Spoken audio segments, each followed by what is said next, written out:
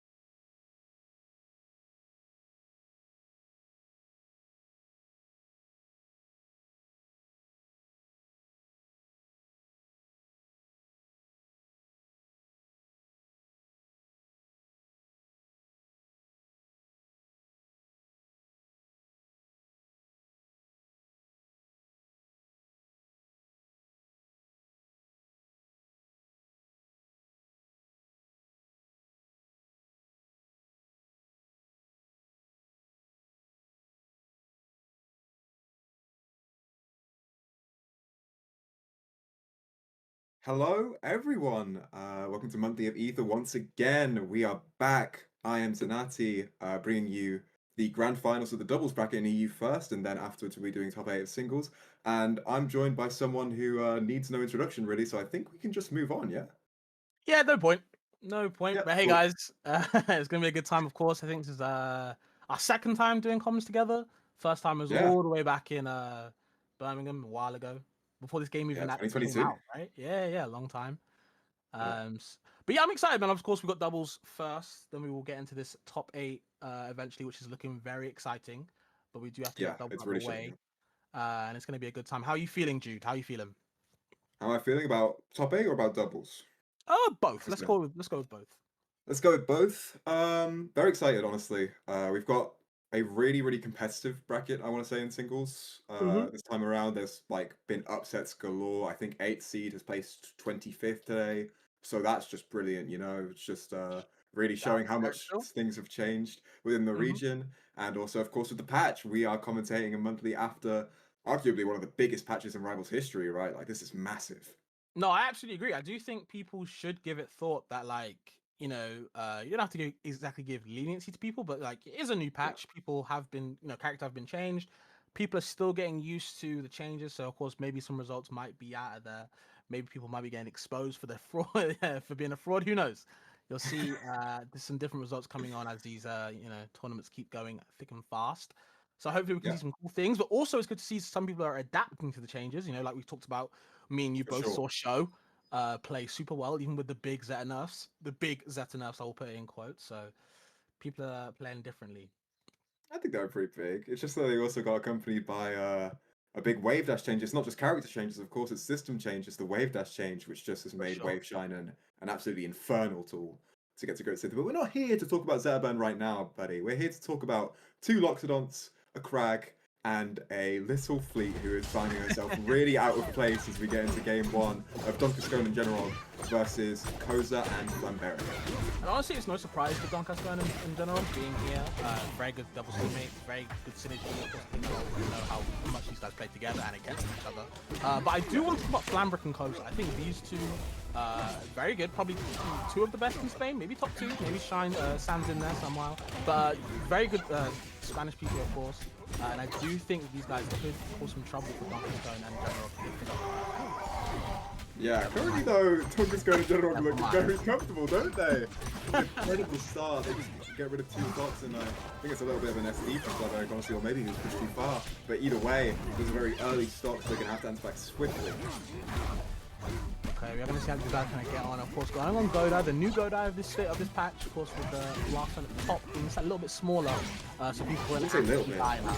So yeah, it's quite significant. I would say that. Yeah. Like, honestly, the stage has become, I think, from a counter pick for floaty characters, right? Because they die so off the top to maybe one of their less favourite stages, because honestly, the ceiling has changed so massively. I feel like they really want to revamp it and change it into a fully neutral stage. And I think they succeeded, honestly. Yeah, you're completely right. Of course, having to avoid shards right there is the grab. You can see General and DonCascone trying to set up something nasty in that corner. Both of them kind of escaping, and again, Flambrick kind of flying off the stage yet again. The Spanish team are definitely finding some trouble with the Italian Stallions right now. Yeah, for sure. Heavies are a bit of a mixed bag when it comes to doubles, because like, yeah, you're gonna live for longer like normal, unless you get shield broken though. General tried to save him, but he only needs an F special card. But yeah, you eat a lot of percent though, very quickly, so you end up actually getting up to kill percent, essentially as quickly as your peers, if not quicker, which can lead to some very early kills in actual case not really being in your favour, depending on how the other side play it. Of course, the General is going to playing this so well. Flamberic's flying up to the sky at 107 on his last stock. Koza is also off stage at 177. This is getting a bit rough. Spike on Flamberric doesn't quite die. General finally loses his first stock, but I want to repeat first stop. That's right now. They're in such a big lead. Hold on. Italian Stallions for a reason, dude. I feel like this team, this blue team, are very good stage control wise. They just have a really good grasp on it. You're seeing a lot of the time both the Reds are finding it very hard to kind of come into this wall. The Italians are kind of putting up, and obviously even getting in damage. Like you just said, General just lost their first stock. That's it. Meanwhile, the Spanish have been struggling to actually claim their own. So very big contrast in how these guys are playing. Yeah, they're kind of dividing the two blue teams really well right now. We're getting combos on the other side of the stage. Unfortunately, though, one rogue kill move is going to take it with 199%, even if it's fragged. And therefore, it is a pretty uneven game. We've got one soccer piece on the blue team. It's comebackable, honestly, but a fresh stock on General is not what you want to see. This guy's so good at the locked on matchup. I think DonCascone should SD right now, and it would still be a really rough situation for Flamberry. He's trying to recover at the moment, gets covered by a get-up attack, and yeah, they're just going to have every single base covered at this ledge. Look at it, it's inescapable. My favorite was actually Don just charging Magbury in the corner, because it's like, you know what, I'll let General fly out there and get their edge guards and whatever, because as long as you get past that, I'm right here with level 3 ready, you know what I mean? So having things like that in your arsenal for a 2v1 situation is extremely scary. Indeed it is, and yeah, that's a convincing first game going over to DonCascone in General, who get counterpicked to Tempest Peak. Not sure I'm a fan of this, honestly. Fleets love this stage. The General account picks people of this stage 24/7. I think it's a premier pick rather than. And like Locksley is completely fine on it. Yes, it's an altered version. There, of course, there's a little bit more space to move around with, but the platforms have the same issue, where they go really low to the ground and really high. And I believe the blast zones are very similar as well. Maybe they're bigger side blast zones. The stage does look quite nice. But all the same, Fleet and Doctodon have the exact same advantages that they usually have for the most part. And so, yes, it's a great stage for Flamberry. It's a fine stage for Kota. But I feel like picking this stage against General and Don is kind of ill-advised for me, because, like you said about the platforms going up and down, right? I've just talked about in the first game how much stage control you're kind of just gifting to blue teams. So to have a stage that gives the platforms going up and down as well, you're just limiting yourself with that even more and more. So I would be very surprised to see the Spanish team win this game, but I've definitely been proven wrong before. Might not be another time here, so we'll see if they can do anything. But at the moment, pretty good start for blue team, I'd say. DonCascone caught a lot of percent, so he's still at risk of dying, but so is Flamberry, because General doesn't miss out on those combos off the side of the stage. And there's a charge down smash on Kozo as well, who DIs it just to live. Just about survive, still off stage against General. It's still a rogue position here, but he makes out with the use of the platforms, and maybe that's a reason for picking it. It does give you a fair few recovery mix-ups, and General is fantastic at edge-guarding both these characters, and so is DonCascone. So I'm seeing a little bit more of the methodology from him. Stage picks don't even determine if you win or not, but you know, like there's some methods. It just seems like the way that blue team is playing is like, you know what, Don, I'm playing super grounded to the center. If I need my parries on all these buttons, I can do that. And General is right there in the air, flying around, and kind of just cleaning up stock. Do you know what I mean? They're on cleanup for sure. Yes. And it's so easy to rack up percent as well when you've got a lot of things big acts around. There's so much damage every single hit. And with the floor hold changes as well, you want to hold down and doubles a good amount, because you don't want to be lifted into some crazy team combos, right? But it's risky, man. You're taking 25% more on every hit now. And General is taking a massive hit himself. The shield break leading you to an up smash, dying at like 75% even on Tempest. That's crazy. And that's just what my team by the way, full charge on Low Lightning. That's going to be a good time for the girl, but either way, has to work on the next stock and actually trying to go for the suicide. Only the one taking their one, so they're not going to be happy about that, losing that stock, but still able to get that stock on Flambrick, and now Koza is by himself against these two. Once again, this is going to be very scary. No pillar left, and yet nowhere to go. It's looking terrible. Ah, man, Tempest Peak, man. Don't know how I felt about it. Like, they got a lot of shield breaks as well that game, by the way. It's not like the red team was struggling for opportunities, for chances, but like, it just didn't matter because blue team were making the most of the stage. I felt a bit more, but they're getting cower picked there again. We're going back. They do not think that Storm Sweat Pillar was the problem. They think it was their gameplay, and that could be fair enough, to be honest. Do you want to know the methodology behind that pick? Because again, I do feel like stage control is kind of what you want to claim against a team like Don and Jetterrock, so to kind of just give it back to them, it's like very, very baffling. So maybe they know something we don't. I think kind of Koza hasn't really been able to get kind of any of his kind of agency himself in this game plan. It's kind of been him just kind of following where Flambrick's going. Both of them kind of riding it out to the blast on themselves. Haven't been able to do them something themselves, which is kind of the issue. Again, if there's no stage control, you're just gifting Don in general kind of like, you know, play around like a little playground, and they're definitely having some fun. We're having a great time right now until now, right? Because DonCascone is he's 100%. He's got full stacks of magma, so he's not in a bad position by any means. But 113 is where you're going to start seeing some like rogue smash attacks on the frag, especially start taking stocks. It's very easy to find yourself in these precarious situations at the side of the ledge with a fair, and that's a very early stock. Yeah, I like it. Going high as well, the pillar gets out of the way of the rock, sets up his rock of his own. There's the grab, up throw. Wants something though, and again the side B's push away. Some little damage does help on Don, of course, with the heavier guy. You want to put as much damage on the big guy as possible, so he ain't down for a while. I do want to highlight the throw of choice from DonCascone right now.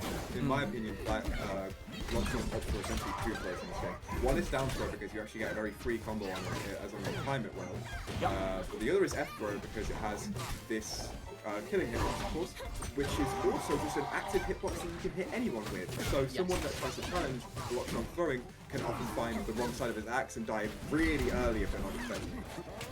I think having good awareness of what throws to use in that situation, even if not to combo, but just like you said, have a hitbox all around you, stop people kind of interrupting your grab as well, can really help a lot of time. You're seeing all these bodies flying right now. It just seems to be General again surviving, being stock tank yet again. If you just let DonCascone kind of get their grounded energy across the stage, do their thing, do their damage, General is on cleanup duty every time. They're not missing the aisle. Yeah. DonCascone is pretty down to trade 1-for-1 as well, it seems, with up Bs. Like, he often isn't up being to the stage, but he's actually up being just to kill Flamberric, just to release some stocks when he knows that it's too much to stop lead, because you're essentially like trading upwards, you're maintaining a lead, especially if you are at a % deficit. So it's an interesting method that seems to be paying off quite nicely for the blue team.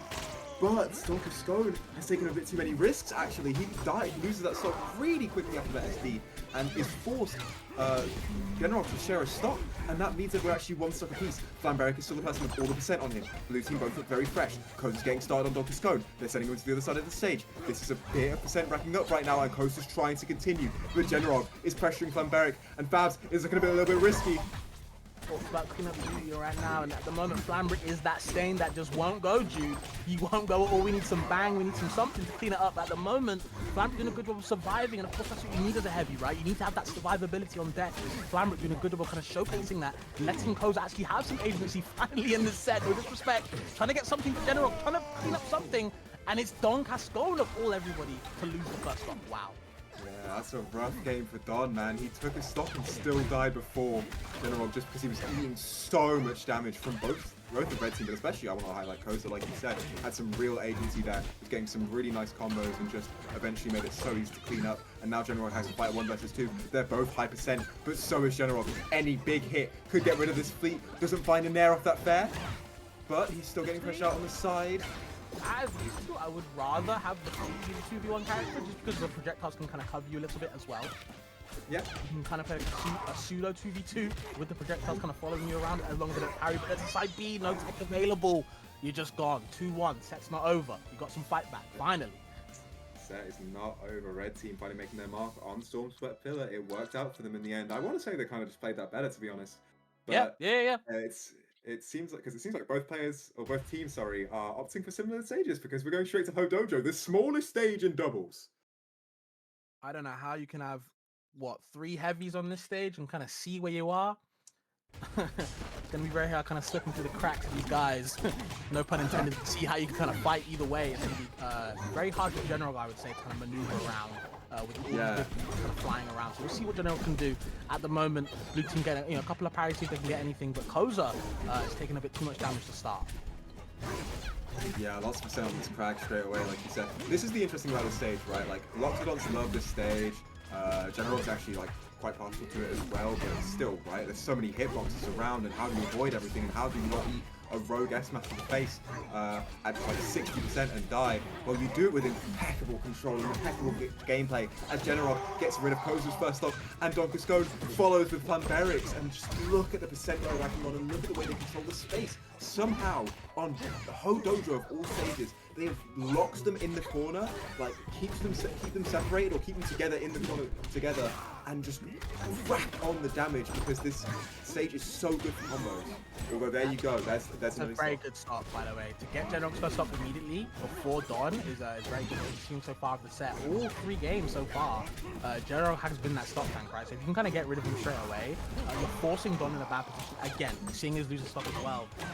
It might be even on stock count, but of course the percent-wise is a different story. And Koza again, not getting any chance to play too much. He's kind of getting locked out yet again by blue team. 114. You do not want to see those numbers as Frag. That's not what you want to lose your stock with, man. And he's already at 70. He's already more than halfway there to that kill percent. And he's not been, I think he died around like 130 first stock, so he's not really been hanging on at all right now. You're saying Code's got no agency. I agree with you. And neither does Van Berwick as he falls prey to a down air from General, who gets another edge guard and Code's instead of even earlier percent. Oh, and Van Berwick just gives up. He just gives up. Wow. He said, you know what? You guys got it. Like, you guys, what can I do? You know, what can I really do? Two stocks apiece. Look how healthy General is there, man. Like, it's too much work. It's too much effort. Whew. That was a quick doubles grand finals. The whole of top 8 is singles isn't even set yet. People are checking to their sets, but I'm going to make a small mention right now. The reason why top 8 is not fully decided is 10QuidShoes and Kingu have gone game 5 and last stock on Hodojo for the record.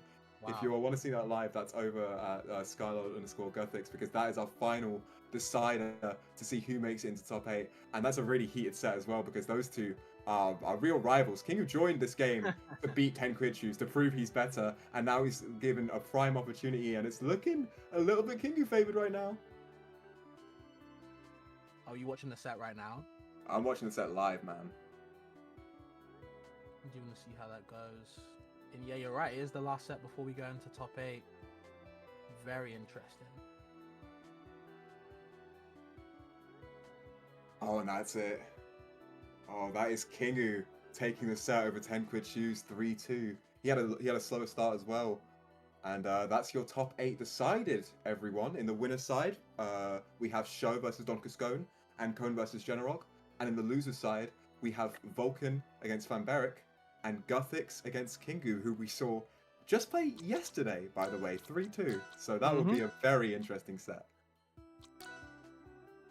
How are you feeling for Cone Generog, by the way?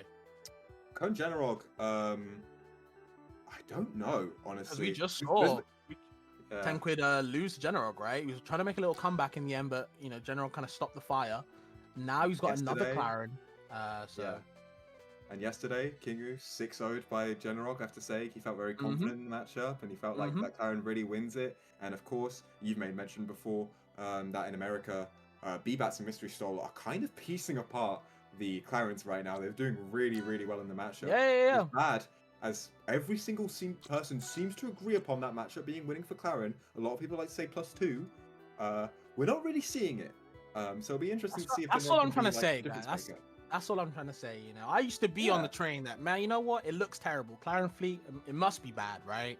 But every time I watch the top fleets play the top Clarens, it don't go that way. It's not just a Generog diff, you know. People in the EU were trying to say it's just Generog. Well, no, because B-Bats and Mystery Soul, they do really good against the Clarens over there too. So it's like, you know, I don't want to say Fleet wins, but like, it can't be +2, surely. It has to be something else different. So it seems like there's far too much evidence to the contrary, right? Like, it's seeming like that could be a very hot set, I want to say. I think Generog has also, like, grinded the hell out of that matchup recently, man. Like, he's had to play it so much, and he only looks better and better every single time he plays it.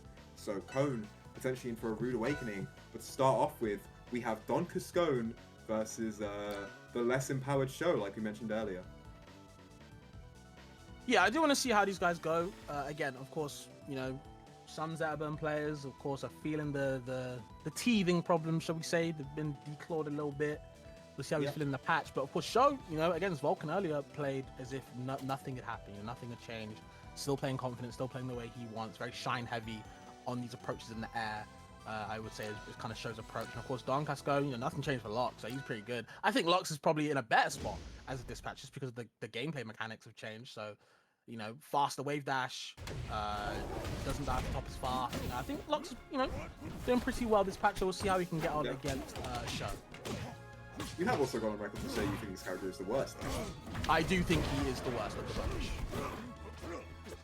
Yeah. I am not a Lox believer at the moment. Have you ever been a Lox believer? Yes. When? Every time I've talked to you about this character, you've had nothing nice to say. No, when he had, I'm trying to think what patch it was, but like there was a point where I was like, you know what, Lox is pretty nice. Like he's got some things, of course. Bro, as long as he's got magma tusks, he will never be bad, right? He'll never be bad. True. But I just think, at the moment, with Atlas getting better, which is probably like one of his only good matchups, I don't see where he kind of comes in. Like, who is he beating right now at the moment? Yeah. Potentially beating Zebba right now, considering DonCascone takes the first stock with mean back air. That ECB patch where all the aerials got faster and they land later. That did so many wonders for Locke's back air. It is such an incredible tool of just stealing out stocks, like at random, essentially now. And DonCascone's gotten very good at using it. He's got very good at using these throws as well, as he puts on a mean 36 into show. And it could have been a lot more dicey if he hadn't stood onto stage. Also, we could have seen something a lot more scary. Yeah, I was actually kind of getting scared for show right there. You can see DonCascone kind of really working out on kind of the nooks and crannies of what he needs to do in his match, using up air, like, you know, kind of different hitboxes of it to kind of thwart show in how he's approaching from the air, from the ground. Pretty smart. Love the side B action. Can we get a kill maybe? There's the edge guard, but X everywhere. Even with those the nerfs to the recovery, still makes it back. Maybe. Not over just yet, but he doesn't quite find the down B, and that's incredible considering that hitbox is quite big, even with one charge. That would have been the stock. Instead, Show holds on to life, doesn't get the side B up strong confirmed, just about that supposed nerf coming into play perhaps. And DonCascone is instead the person who takes the second stock first, again with the down strong. And DonCascone is actually known for just wanting to throw out smash attacks at all times. Speaking of smash attacks, Zeta up strong is not one of those moves that got nerfed on this character, so it is going to take the stock as long as you're on fire. And I think maybe the patch might have buffed Don as well, because of course smash attacks do beat floor hug at any percent now. So you know what, if you want to hold down, I can get a couple smash attacks going on, and they'll do some damage even more, so could be vital. Like the down smash with the magma, so it does last a little bit longer with the added hitboxes. There's a double fair where you go in, tries to recover high, and nope, the back is there to swat you. Down B added more lag as well, so even if you get looped, can get the chase, but doesn't follow up, unfortunate. Yeah. I like to get the idea a lot. The majority of their burns are just going to down B to the wall. Just to get to the wall and sort of start the second situation. Show wanted to implement a bit of a timing mix-up, represent some more options immediately so the DonCascone can't just like force the same flowchart over and over again and sort of getting a little bit scared. Speaking of, he might be a little bit scared here. He's in a tech chase situation. Show approaching with shines and the upstrong is going to catch the jump. Show taking game one. And that was low-key DonCascone's game to lose, dude. Honestly, I think Don was kind of, you know, winning throughout the whole set, and out of nowhere, low-key a GG's moment. Yeah, for sure. That was the offstage situation where I think Loxodonts maybe forward nair there and try and combo into a wall jump back air or wall jump fair or just a back air, but their show just very cognizant of the fact, like I said, implemented a very clean, quick recovery mix-up to mess up that timing a little bit. And it clearly got to DonCascone. He wasn't quite ready to punish. He got a little bit of damage, but as long as you make it back on stage with Zerburn, the threat of death is so much smaller, right? And that's exactly where Show wants to play. I want to highlight that Show on stage was very, very clean that entire game. I would say the way he's moving left and right, like people are holding down right now, right? Show is not. He's holding left and right over and over and over again. He's very, very quick on those dash mixes that he uses to implement just some timing mix-ups on neutral, and it felt like he had some good control there. And it paid off there as Show took game one, and we head into game two with Show already having the stock lead. Another shine up strong. He's going to take yet another stock. Quick stocks must be flying, bro. Every time you got to see, again, it's all about survivability. I talked about it in doubles with Don, and he's not showing it in singles either. Losing these early stocks kind of just give a player like Show some time, but luckily the nerfs are showing face right now, able to kind of claim that stock right back immediately, and now we can bring it back to even. Yeah, Zerburn losing a lot of distance on his recovery, depending on how you see it. Down B now much harder to cancel with jump repeatedly, and up B also lost some distance and lost some speed at the very end, making it a lot more susceptible to hits. And Don clearly has played the matchup at least a little bit, because he seems quite efficient in edge guarding the line right now, as long as Show has spent his resources. Otherwise, Show's been seem pretty confident on stage, throwing some fireballs, making sure that he look like the ledge, but I think that's a misinput. That's what it takes, man. So volatile, things like that, especially with Zetaburn. But Ult just gets the dash back, dash in F-Strong with the on fire as well, so it's going to be very upsetting. And again, back to even. One stock apiece. Can Show kind of improve the lead, or maybe Don kind of bring back to even? Who knows? Yeah, hard to say right now. Don taking a little bit of the lead, finding a few hits in the air, in particular when Show's joking around. Don is kind of like batting him out of the way with Nair, with Fair, always hoping that he comes on the shield. He's hoping that he dies badly on the back air as well, because that sends so straight off stage with no jump. He's going to have to down B here, double jump. Oh, same timing as the last And that's game. what it takes. Yeah, That's all it takes, dude. yeah. Gotta mix it up. Gotta go to wall sometimes, otherwise he is gonna tap into that and unlocks it on. I mean, man, if you're up being there, I feel like it's the freest there of all time, to be honest. Like It should be, yeah. Massive. But yeah, 1-1 apiece, and we're going to be seeing a counter pick of some sort from Show. He's had Don has banned out Hyperborean Harbor and Godai Delta, presumably due to the lower ceiling now. I think it's a much better stage for Zetaburn. He was already good on the stage, but now it's even better. But we're going to go to Merchant Port, and I quite like this. Show is phenomenal at moving around. He's very, very tricky. I would say he's a tech-focused player above everything. And also just the blast zone from Hyperborean Harbor. The side blast zone, not too close. The top blast zone's quite close. Very easy to go from the stage, especially if you have platforms in any sort of way. So yeah, Zetaburn quite strong here. Locks it on, not so much, I think. And you want to see how kind of Show kind of utilizes the platforms, as you're seeing it kind of right there. You know, a couple of fairs, you know, they talked about the SB Durf, dude. Where the hell is it? They told me it couldn't be done anymore. Wait. That's what they told me, though. That's what they told me. But I don't know. I was personally informed this character got nerfed as well. I had it from the word of mouth with a fair few repeated Zetaburns, but not seeing it right now. Show is making me a doubter. I've got to say, charges Shine. Show loves that, by the way, just to charge Shine on an enemy to parry punish, and I never see him actually hit the Shine part. It's always hit shield. He loses his stock for it, man. Unfortunately, not his time. Not his time at all. It seems to be Lox's at the moment. We'll see. There's the down though, covering that tech in place, and like up air as well from the Shine again. Show a big believer in kind of these Shine conversions in the air, just because it's kind of like, you know, very fast hitbox, puts you on fire, very good kind of opportunity for that. But again, sometimes doesn't really actually utilize it too well. We're seeing Don trying to push Show out of the way as much as he can. Of course, can't edge guard. Can't land on stage either. Now you're getting Shine Gimp. Oh, there's the forward air. I like how he turns around the Shine as well. So smart. So smart. Yeah, Shown is the main person that I see do that, and I love it, man. I think he's so clean with it. He's like, he finds those edge guards even on like characters like Maple and Orphan. He's like so consistent with it. Speaking of consistency, Locke's F strong with Magma, Simple Read will do it, and again, consistency. Don is consistently looking for those smash attacks, by the way. Every single tech chase from Don is an F strong or a down strong, pretty much all the time. He loves those options when finding second place, because I would say that the highest reward. There's not even that much risk when Magma hits your shield, because it's actually quite safe. But there's so much reward. 2 get-up attacks in a row? Don. Yeah. You might lose your stock for it, honestly. That whole conversion. Yeah, it's pretty rough right now. He finds his way out the corner with an air, so he's still managed to hold on a little bit, gets a down throw, down air instead to reset the situation, but unfortunately he sent just a bit too high with that. The platform is going to mess up his timing a little bit. Show, though, maybe getting a little bit of answer himself, Fabs. Yeah, he missed the Shine grab, and he actually might die for it. Maybe, sets up the meatball, doesn't really need to, and actually up he's through the forward smash. Wow. Yeah, that is crazy, but so's that call out from DonCascone. Just sends the down strong. And yeah, I forgot to mention, even if it's not a tech chase, eventually he's just going to start sending those smash attacks. And it worked. It worked. What can you say? Well, that's the thing. I believe both hitboxes are actually different with Magma and without. Without Magma, you actually want to use the front part of down smash a lot. That's where you'll see DonCascone can use it in kind of a tech chase read, just because he wants that front hitbox.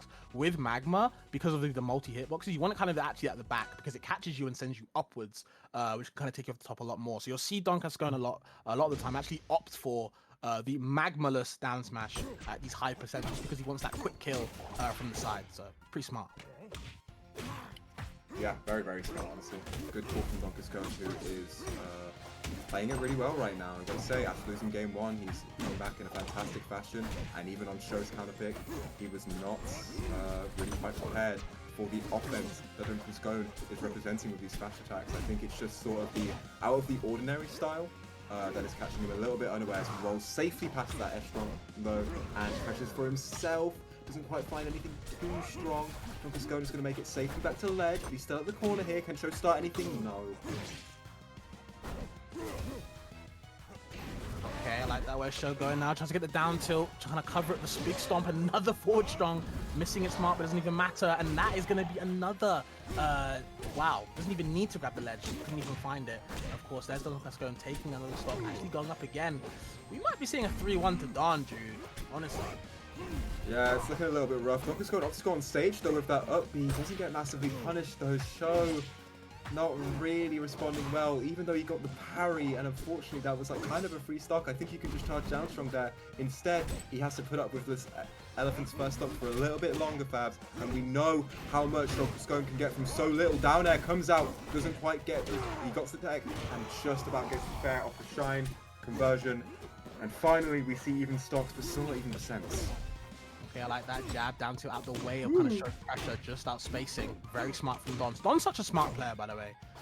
Just the way that he kind of spaces his move, just kind of be around the threat bubble of his opponents. Really understands where he needs to be a lot of the time. And Show is struggling to find some ground, land safely from high, but Don not able to kind of be fast enough to catch him.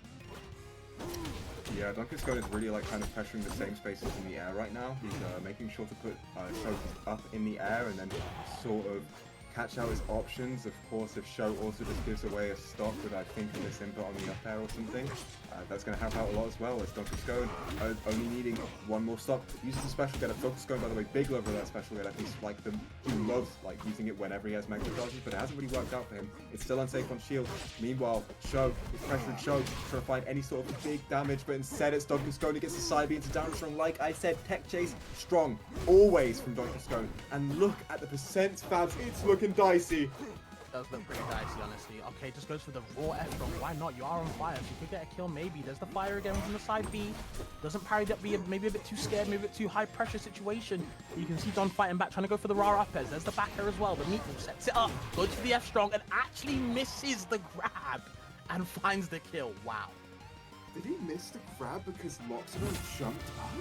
I think Kind of so, looked yeah. like the He went for ledge dash inside- grab.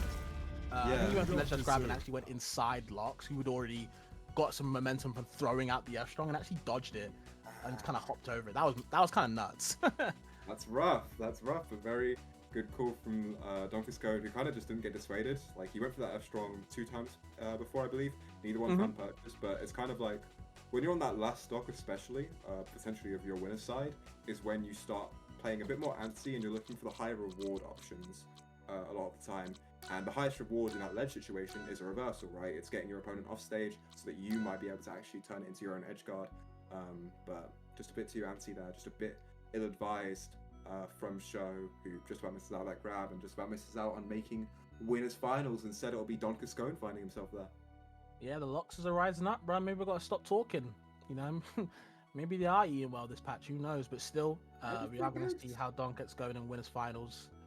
Just a really good start for him, honestly. Very good win of a show, I would say. Definitely a good win of a show.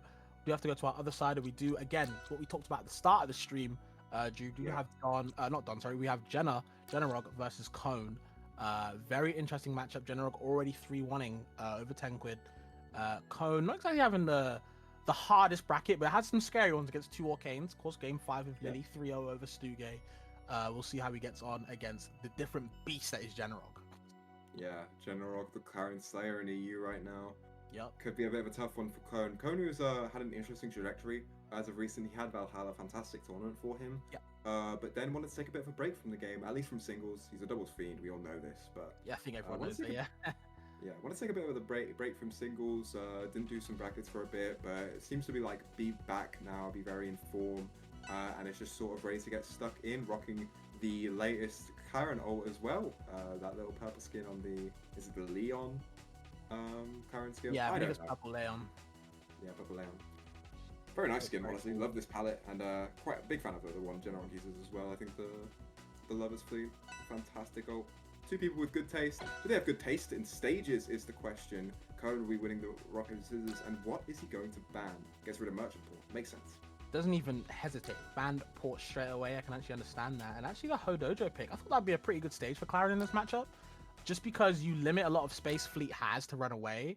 And of course, I think Clarion's very good on triplats anyways. But Ethereum Forest is never a bad stage for Clarion. So we'll see how this gets on for Cone's side. Yeah, big balance stage for Fleet as well, though. Yep. There's nothing that changed about those little combos off the side, the way that General likes to carry people away with an air or back air, and so yeah, Fleet's definitely no stranger on this stage, and also those sort of that floor blast zone to Forest. To me, at least, I think it feels very, very close to the camera. So dares on either by side beats and here could be very risky. Not really worried about all that right now. He's in his element, he's thriving. He's got put on a lot of percent on General, but General finds a mean reversal and gets the special get. And oh, I want to talk about this already. I've been watching a lot of General recently, and his use of the special get up to catch people going high is immaculate. Every single time he knows that he's forced his opponent to go above him, he will special get up, he will get a combo, and he probably will get a kill. Which is really smart to kind of have a setup game like that in your head, right? How can I have that pseudo set play? Can be very kind of troubling because you know most of the time people do jump a lot in this game, especially I've realized. Just because going on the stage with invincibility can be kind of tough. With the aerials though, you do have a little bit of leeway to kind of stop that with general play. It's very troublesome. We're seeing double up tilt, of course, with the knockback ease. This patch doing a good job, of course, with the gravity changes, helping up tilt combo at least a little bit more, and that's more damage, bro. Fleet is also one of the biggest benefactors of she's been the most rewarded by the auto floor touch change, where you get additional 25%, right? On multi-hits, it just rounds up. So 1% times 0.2 times 1.25, that's just 2% now. So every single multi-hit, way stronger. They deal absolutely absurd damage. And Fleet's kit has a few of them. She's got that mean fair, she's got that up tilt, and she's also got a massive lead right now as General gets a very early edge guard by grabbing ledge just before Cone does and goes up 2 stocks. I'm not gonna lie, Cone getting kind of farmed this game 1. You know, I talked about how Ethereum Force would be pretty good for a character like Karen in this matchup. I feel like General doing a good job kind of showcasing why Fleet's got some source in this setup as well. Cone kind of struggling kind of to get in on General's kind of playstyle. I think the wall is coming out very, very strongly from General's side. And I think Cone doesn't really know what to do. That's down B, should be a kill right there. Yep, at 200% on a floaty character like Fleet.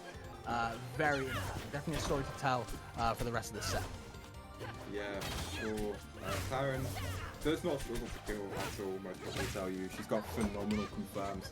But if you're actually missing out on the confirms, her raw kill options tend to be kind of just like full sending an S-smash at a random time and hoping that it hits. Otherwise, or Nair, of course, as well, because it has that killing hitbox that you need to get that final hit tippered. So she's actually not the craziest character at raw killing. Her setups, though, are really strong. 77% is a fantastic percent for them. Or you could just potentially get an edge guard here. Yeah, Cone gets a great ledge grab, just about catching it before General Up does, and evens up the stocks in rapid fashion.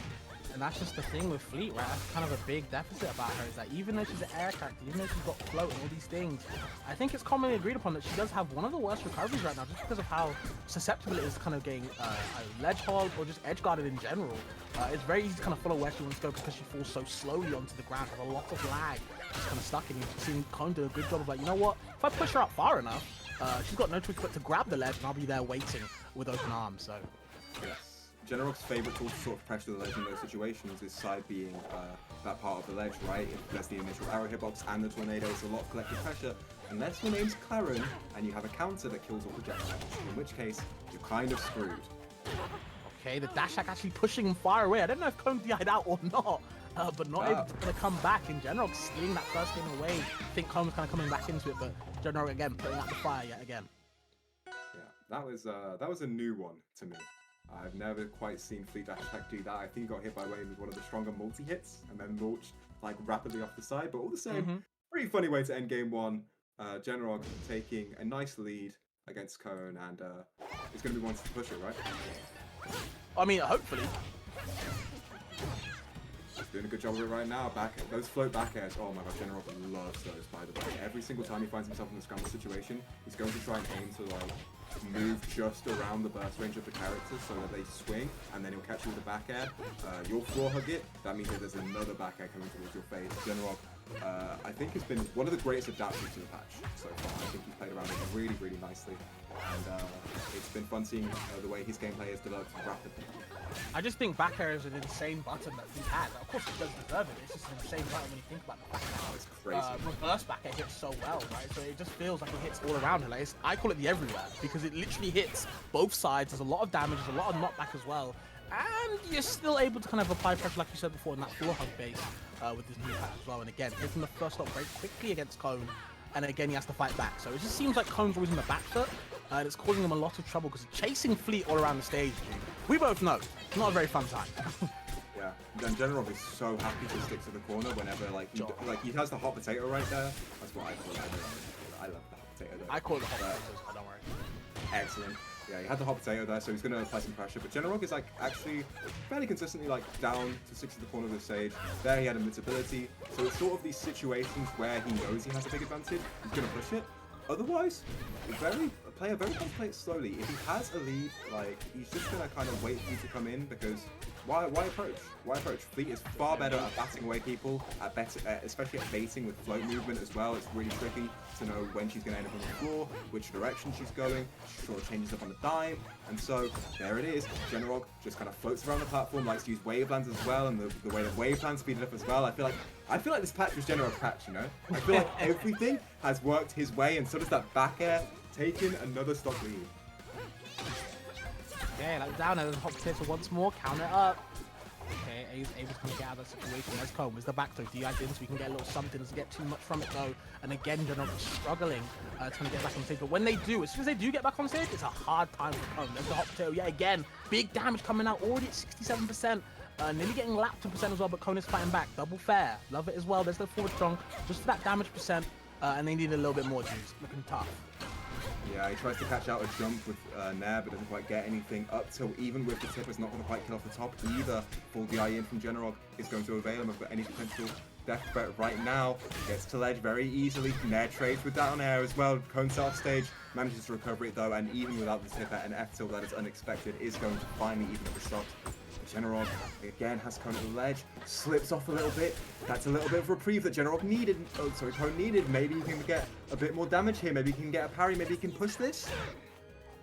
It would be good if they can. Of course, you know, a couple of auto combos from Clarence, as I like to call it. You can never be out. Just needs that one first hit. But again, breaking down the wall that is General. It's very hard, I'll say that. Avoids the side B, actually tries to counter it, but misses the timing, and now you're in a bad spot. There's the neutral air, easy one. And 2-0 up for General, looking generational instead. Yeah, General is looking too strong right now, and feel like we're just getting proven right. Game after game after game, I feel like we're the ones that are winning right now because, just saying, matchup's not looking too easy, man. That's the best. That's the best That's currently. what I'm saying, bro. That is all I'm saying. Everyone was screaming at my neck that I'm an idiot and I don't know what I'm talking about, but hey, man, just saying. Hey, this is why they pay the big bucks, bro. But of course, I do like to say that even though, of course, with these patches coming out more and more, it does make you kind of realize that, like, maybe these big matchups that look so bad aren't exactly as bad when you find some certain counterplay. You know, we talk about how there's a lot of times where plus twos don't even look like they exist in this game, even though I think they do. But I don't think this is one of those cases. No, I'm starting to see the light as well. I feel like Fleet is just when she kind of goes into her shell. Karen's not the best at breaking it apart, and Fleet of course hits Karen quite hard. As edge guards especially. Karen is not an easy character to edge guard for Elle to cast. For Fleet, however, who is quite good at putting out active hitboxes where she wants to go, and quite good at especially pressuring you to use your options, your jumps, your air dodges, and your side Bs early. She's quite good at setting up some really rough situations. The Cone is finally finding himself in the lead. Maybe he's the one that's going to be creating a few beneficial situations for himself right now, racking on 46%. Having General at the corner, but doesn't quite shield the fair, but still, this looks a lot better. Yeah, I can tell Cone's playing better the more he uses kind of the short hop uppers, especially when he hit forwards it, right? You can tell he's kind of feeling himself. Getting some good damage, actually taking the first stock as well, but now the hop potato has been applied from the forward strong, gets the F tilt, pushes you far away, sets up the arrow, but like that, and again, sets the arrow, goes inwards this time, probably to cover a roll. Very smart from General. Again, this set play coming out more and more. Able to take another stock, actually bringing it back to even, but percent-wise is still on Cone's favor. We haven't talked too much about Nair out of shield, but it is one of the fastest out of shield options in the game, and it is incredibly strong for what it is. It's if you're not prepared to DI that move, and 9 out of 10 times you're not, you just can't react. You have to know it's going to hit you. You are dying at 130, and it's really, really rough to sort of pressure Fleet all the while, and then know that even when you get in on her shield, she's still kind of in a fine position. Which is why a lot of people will say, especially against General, you should be grabbing a lot. I've not seen too many throw combos from Cone, and if there's something I want to see shift about his game plan, it's grabbing General more in these scramble situations. So I promise you, General's going into that shield a lot because he knows he can get an air reversal. For sure. I actually tried to get covers from the ground and go high, kind of delay the timing of the hot potato, but it doesn't really matter. I still get popped up in the air. General able to take that stock, bring it right back to even. Cone needs this game to stay in the set. Kind of the lifeline right now. There's the neutral B, I like that tipper. The second hit as well, the second charge. Can we get a little something to go high? Yeah, he gets a bit of percent. He gets 42 down. That's pretty alright. He's still finding there, still finding down air. Doesn't quite get the F strong for down air. Would have been the stock had it tippered. Instead, General's given a second lease on life and is perhaps looking to even up the percent of it. Finds a nair. Back air pressure not quite working though. And it's Cone that has him all the way on the side. Doesn't get anything off the neutral beat, but still the percents are not quite even. And Cone is going to start looking for any sort of kill confirm that can maybe make this happen. Any sort of grab perhaps into back throw, into F throw, into something as Cone racks up more and more damage. Back air comes out, but isn't going to kill even with flying straight to the top. Jules fell pretty high ceiling right now. Generog trying to find his way out of the corner. Cone pressuring the platform, but an F smash that was a bit too greedy gets punished. Leaders are sin for a reason. You gotta watch out where you're throwing them ones. There's a down tilt, actually gets the inward hit, wants to go upwards, gets the grabbers on the platform, eats the fruit, little snack break. Can we get the finish right now? The reverse back air does hit everywhere. I did say that. It doesn't even counter the down the side B either way. Gets tipper on the up B too. Can we find a finisher? Finally. Wow, that's what it takes. That is all it takes. Again, these down tilts finds. Always the inward hitbox, by the way. Getting the clip upwards, even on DI out. Very good finds from General. Able to get that back air. Strong button once again. Yeah, the Parent Slayer is still going strong as he finds his partner in winners finals. It'll be DonCascone versus Generog, the set you've seen a million times, and a set that both players are going to be finding themselves very, very comfortable in.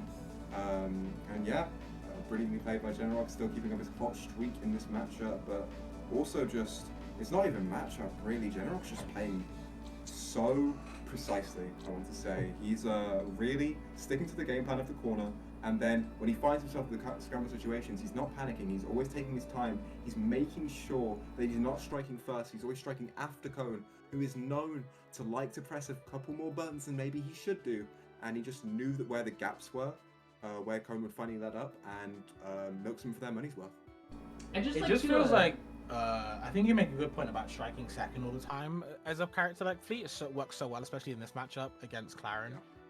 Just because of Claren's, we all know Claren has good frame data, right? But of course, she does still fall into that sordid problem of when the button ends, she's still in a little bit more lag than most of the cast because she has such a big disjoint as well. So for Fleet to play on that second kind of gameplay, right, that counter play style, does work so effectively against Cone, as we're seeing in the three games. The first game, I do feel like, no disrespect, Cone got farmed, right? He was kind of making a comeback, but General was like, you know what? No, I'm gonna keep my game plan up. In game 2, it was getting a little bit closer, and I think game 3 was kind of Cone's chance to bring it to maybe a game 5 possibly, but I feel like sometimes General is so far ahead, and playing catch up as Claren, who in my opinion isn't exactly the fastest character, is just never a good time.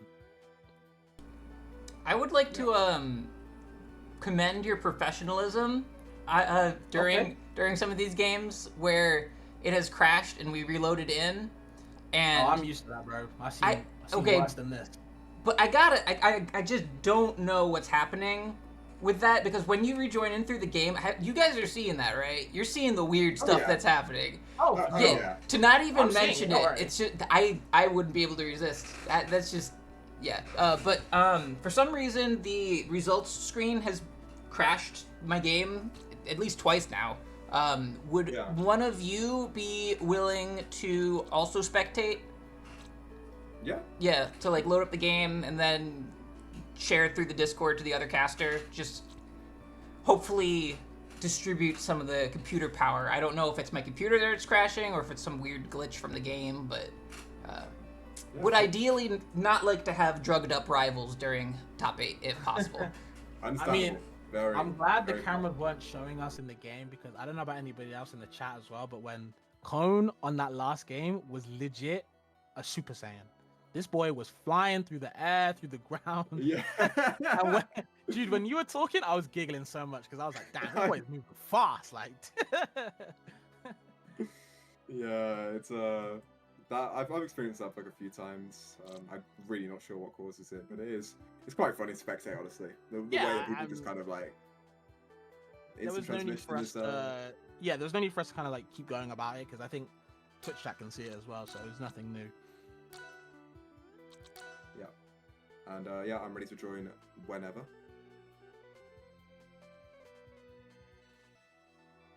And hopefully we will be seeing less technical issues going forward. It'd be nice. But it's the nature of the game.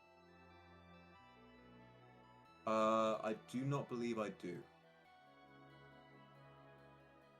Thank you.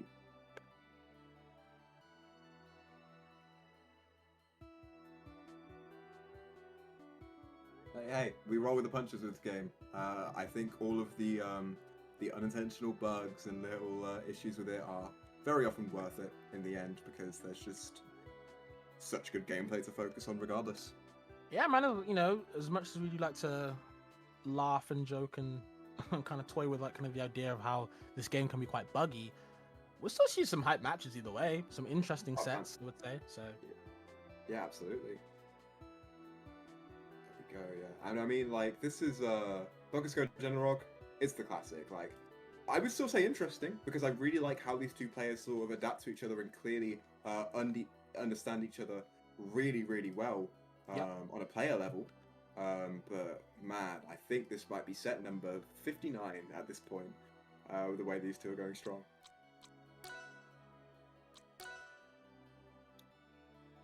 But Fleet Loxodon, I mostly only have experience watching these two play, to be honest.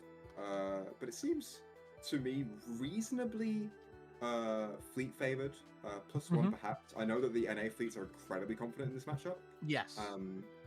Probably just because Loxodon is not great at getting rid of Fleet shield pressure, nor is he the best approacher in the game, of course. That's why he likes to sit back and play a little bit of Bloons Tower Defense 6. It's very popular right now, especially amongst the Lox mains. But Fleet doesn't have to go in at all. She's under no pressure to do so. Like, yeah, you're gonna get your Magna stacks, but then you gotta come play neutral, and that's where she I think shines. It's where Generog is most comfortable, and where DonCascone often finds ground is he will send a smash attack at the ledge, because Fleet must go to the ledge the majority of the time with her Red, and she'll die at 50, and that's rough, but that's the matchup. It was kind of my it was in my sorry, I can't even talk. I had like a lot of confusion why Generog thinks this matchup was so Lox favored, and other fleets or other Loxes in EU kind of think that Lox wins, because I didn't really understand at what point do they win, because I watch Mystery Soul versus Evil Dadwa all the time when they play, and I used to watch a lot of B-backs when they used to live in Solar Beam, with NA Lox when they would play a lot, and I just never understood what Fleet had or what Lox has in this matchup. I've heard that the camp game is pretty strong, but they get Magma and they can't do their big Magma stuff against the floaty characters, right? As hard as they can to fast forward. You know, edge guarding is definitely a factor. And then combo-wise, you're not really comboing Fleet too well. So it's kind of I wasn't really understanding what Lox had. Whereas for Fleet, it kind of looks kind of obvious what they can do. So I don't know how bad this matchup is for either player, but it just doesn't look that good for Lox. Until right now. That is 36%? How do you couch from this 36? That's crazy. Maybe that's the advantage that Lox has, like doing just so much damage after so little. DonCascone taking a little bit of a lead, like you said, especially from an edge guard. He kind of mixed Generog's timings up with the no Magma down beat. A few Loxodons like to go for that option. I find it cheesy and ridiculous, but you know, it works. If it works, it works. That's all we can say. Going for a greedy down air, the Tux is there to kind of claim that hitbox as well. And you can see Don just, again, charging back behind the corner, doesn't need to do anything else, but the down air is going to snipe him. Spikes, of course, being very good this patch with the gravity changes, so you have to watch out for Fleet's kind of edge guarding. Yeah, you also have to watch out for that back air, which will be taking your stock at 100%. It does send right to the corner, so depending on how you DI, it can be really scary. And also, you have to watch out for more of those edge guards, because DonCascone is taking that first game very, very quickly, with just a very well-timed down air in general, but not quite being able to recover. That raw up air from Don to collect that back air on the second stock was amazing. So good. Very cool. So good. Do you love the way that Don kind of utilizes all the different hitboxes of the up air? I believe there's like 3 different ones, so you can kind of utilize that back hit part to get the sweet spot. Just put them straight up in the air, it's so good. And again, yeah, finishing off that last stock on General was very nice from Don as well. So we are seeing a very good kind of showcase of what Lux can do in this matchup, and I'm seeing it very well. There's down throw, reads the roll, trying to go for the normal pummel setup, but a good tech away from General. So yeah, hot potato just about managed to find DonCascone, but General is actually been really struggling to get any combos off of those upward sending moves. I don't know if you noticed. Where every single time he sends it up, DonCascone is like DIing full in often and getting sent really fast to the left, where Fleet doesn't have the natural quickness to sort of follow him. There though, he finally gets in up with any hitbox, but rare miss from General, who is not quite ready to follow up there. And yeah, I think the big difference so far with how General has been doing in his other sets compared to how he's doing in this one is he's just not quite finding as much off advantage today as he usually does. Might be kind of hard on kind of how you kind of combo locks compared to the other characters, but he is a big character, so kind of surprising. I like the float weight with the back air, kind of waiting for Don's usual kind of aggressive approach kind of on wake up. Okay, like the forward air, catch you jump in. There it is. Yeah. Damn, the setup kills just like that, dude. Oh, just like that, bro. Well, when you watch enough General, you know what's coming already, man. It demolishes stocks. And hopefully it will be a lead that General can keep for a little bit longer. But DonCascone is ruthless right now at this ledge. He's been on so much hurt. General going high, caught by that gap attack that sends to the left for whatever reason. But the down B doesn't quite find its mark. And General gets a little bit of damage now, and those up Bs are so scary. They're put on so much percent. DonCascone swings wildly with an up strong and takes that first stock of General, but he managed to get a lot of credit.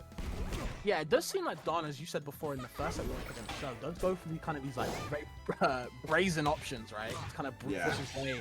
Very ignorant, but it does work sometimes. And I think, you know, if you kind of cash in on these hits, if it does work, you do get a lot of kills and decent damage as well. If it doesn't work though, you're not in too much lag in this type of game. And if you're even catching the person that's played you the most in the world unawares, I feel like there has to be some sort of benefit. I feel like there has to be some sort of reason behind it. Like, clearly it's not that bad. Sure. Okay, let me get up attack yet again, stopping you in your tracks, the wall, and actually catching the ledge. Wow, unfortunately, General probably trying to fake out, but unfortunately faking himself out. And it looks like DonCascone is the actual truth in this matchup so far. Love the waveland grab. Where you going? Yeah, a little bit of damage coming out from DonCascone, and that's all he really needs. 46% on this Fleet means that in approximately 2 more interactions, she will be at 4%. And it will be Rougher General, who must go to ledge, gets just underneath the F-Strong hitbox, but he floor hugs it, so he's still in advantage. It doesn't end. Right now, and a big stomp. Don going up 2-0 on General now. Wow. Yep. Yeah, DonCascone, who just manages to maintain an edge guard for a good 30 seconds, I would say. General was stuck in that corner and usually likes to put himself there. That's his house. But he kind of invaded his house and like stole everything and made him feel just like really uncomfortable on the premises, honestly. And now, from all that misfortune, he is 2 games down, and it's getting special fumbled as well, eating 45% off of a very simple confirmed. DonCascone looks like he's in the driver's seat. Yeah, I'm seeing damage output that Don is doing in general, and I'm understanding what Lux can do in this matchup, honestly. I am starting to see more and more. Good chase away. Okay, again, sorry, he's seeing the side B that time. The Nair actually a very fast move. There's a side B again, the Tornado. Don not ready this time. Trying to fake out the recovery on which way he's going. Yeah. Seeing some good grabs from General right now, but they're not really enough to even everything up. As DonCascone positions himself perfectly for that back air, taking stock 1 yet again on Forest. If he had just floated with the back air, I think that was a revenge stock, but instead, he must continue the edge guard. He must find a way. Gets a special get up. Up strong one, but no second one. Up air. Gets the weak hitbox. Oh, nothing's going right for Generog right now. Okay. Should be the part. Yep. That is a very nice confirm unlock. It's not gonna lie. Yeah. Yeah, it's crazy. It works on everyone, man. It's like, Generog does not miss those. Okay. Still. Get off the ledge. Good pressure. Opting for the raw nair instead of maybe a grab or something to upset the shield. Never mind. Like the up air 2. Gets the inside hitbox. Uh-oh. I would like to see more grabs from Generog right now. I feel like, just like himself, DonCascone is a fairly shield-heavy player, but he's maybe not making the most of it. And I feel like he could just be getting some easy down throw chains or up throw into some sort of setup. He doesn't seem to need it though, as this stock goes swimmingly for Generog. Gets that setup once more, instead this time it's a back air because he has not enough percent to avoid that. And Generog gets a little bit of a lead right now. Has the hot potato. DonCascone parrying too early. Rare mistake from Don, as he eats another big helping of percent. 70% sent off stage, pressures with fair, gets reverse bear for his trouble zone, and this could be a bit dangerous. It's so Watch out how you're recovering. Actually claims the up B with that back air invincible as well with the frames. Very smart from Don. Can he finish it though? That's a side B. Down smash maybe? Nope, goes for back air because he's off stage. Side B again, chases him down with the F tilt. No float left.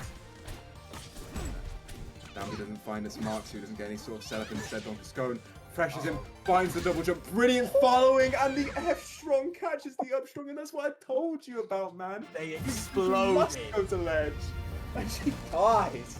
She perishes. You don't deserve Oh, power. so violent from DonCascone, who takes the set 3-0 over Generog and places He is himself playing firmly insane today. in the hot seat. Dude, he looks good, man. He looks huge.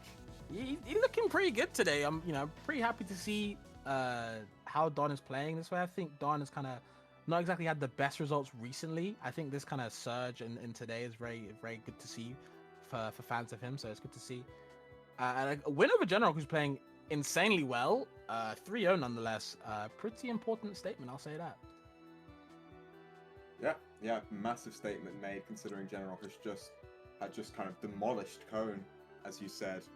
And so, yeah, that's pretty good from DonCascone, who is very firmly, confidently in that winner side grand finals. And all that is left in the bracket is Cone, Flamberic, Show, and Generog to take away his crown as of right now. Cone is 2-0 up on Flamberic, so we might be seeing a Show Cone match, which I was really hoping to see, to be honest. If DonCascone and Generog weren't going to win those winning semifinals, I would have loved it to be the exact opposite solution, because Show and Cone, I think, are going to put on a banger of a set. Show, tech demon that he is, and Cone, so confident in that advantage state.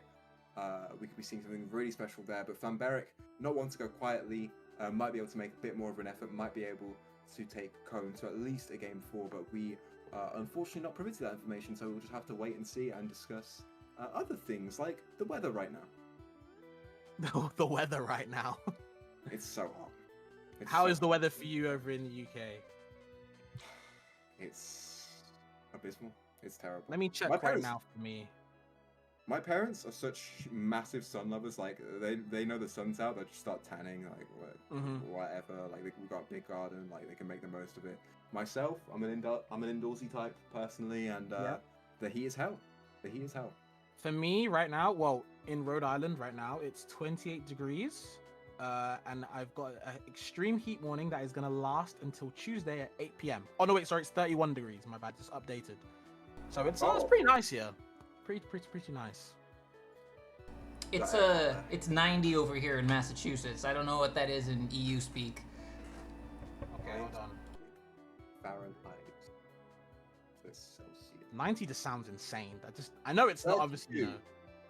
32. Okay, so 31 must be like close to that, right? Yeah, probably 88. It's 87.8. Yeah, 87 for me right now. Nice. So, nice. It's apparently 18 degrees outside, and it feels like it's 30 in here. Christoph, you might not actually know this. So UK houses, we're a cold region. We mostly get rain here, very little sunshine. So our houses are built to conserve heat, meaning that when it gets hot outside, it gets far more hot inside. And so when you're commentating on Rivals of Aether 2 bracket, like myself, and are stuck inside, it gets a little bit rough. It's a little bit tough. I thank God. Yes. Yeah. Oh, awesome. Thank you very much. And yeah, it is going to be Cone Show, and oh, yes, dude. This is exactly what I was looking for. This is exactly what this game is about. Two people that are so down to just demolish each other off of every single interaction. And we get to spectate in all of its violent glory. It's two very scary players, I would say, to fight. That have very good advantage states, pretty smart disadvantage states as well. I don't think they're much like mashes when they're getting hit, and they actually have very fun neutrals to play against as well. I think both these two guys are very fun to play against, so it's very interesting to see how these guys will kind of fare against each other. So yeah, it will be. Show liking to play a very reversal heavy corner play style against Cone's. I would say a bit more aggressive, but still somewhat also looking for a reversal play style where he does move forward a lot, but Cone is constantly like sort of wave dashing back. Out of every single option, pretty much, you can expect a lot of wave dashes back from Cone. It's sort of what he's known for, I would say, a little bit. The way he like sort of uses tricky movement, but if you can catch onto the pattern, it becomes far less tricky. So I think the question is, which of the players is going to push their punish game the hardest, of course, because these two characters do hit each other really hard, all the same. But also, whether they can catch onto each other's movement, how they like to bounce around. And I will say a little bit of an advantage Cone might have is this this ult counter pick, because you know Zeta Burn Fire is like on this ult is like pretty black and white, and so it might be a little hard to see on this black ult Karen when she's burning up and not. Just saying. interesting pick cosmetically. We'll see. There's a lot of levels to this. I don't think there should be too many levels to this stage pick though. Cone is banning out Merchant Port as always. Show's getting... That is Cone banning out Merchant Port, right? Because there's no way a Zetaban's getting rid of that stage, and that's something massive changed. We'll be going to Jules Veil, so I think that must have been Cone choosing a stage, because there is no way Shown would not instantly Aetherium box. For sure. Immediate down smash, by the way, get off me. There's a down air, the grab, I like that. Another grab as well, you have to watch out when you're in shield. Trying to go for the also falling up there to land, the little hitbox out, and of course there's gonna shine. And again, we're gonna see how kind of these guys kind of fare in disadvantage, because again, when these guys get a hit, they do a lot of things to the other, right? It hurts. Yep. Cone right now though with the lead gets a sweet spot dash attack. Back air, no sweet spot on the upper. I think that would have been Curtain. Show's first stock, instead he hangs on. Back air should not kill either as long as you're GIing in here. Show definitely makes his way to ledge, but he gets side beat, sweet spotted, and that will kill. Actually plans the kill. Wow, interesting. Okay, trying to get away from the down to a good chase down from Show. Show is absolutely shining all over him. Can I get some? Can I find the light? Apparently, there's a down thing again. No running away. Does catch jumps as well. Very big move, deceptively with that hitbox. So good on Cone trying to find that upset Show's gameplay. Yeah, Shown trying to pressure a little bit with these wave zones right now. He's just trying to catch Cone whenever he comes in. It's something mildly unsafe. But Cone's not really giving anything over to him. He's sort of pressing buttons around his shield, and he's also executing perfectly on that advantage shape. Down tilt neutral B, we've been seeing it a lot from players like Vibe recently, and the EU Clarence, let me tell you, they've caught up on that. Kingu and Cone are hitting that 95% of the time, and 10QuidShoes gets that consistency. And the scary thing is about that confirming neutral B off down tilt, up tilt, is things like, it's very unintuitive, because you actually have to DI in to avoid. And do you really want to DI in against a character like Claren, right? You usually want to DI out. But when you DI in, you actually do all of that stuff to neutral B does become kind of fake. So. Yeah.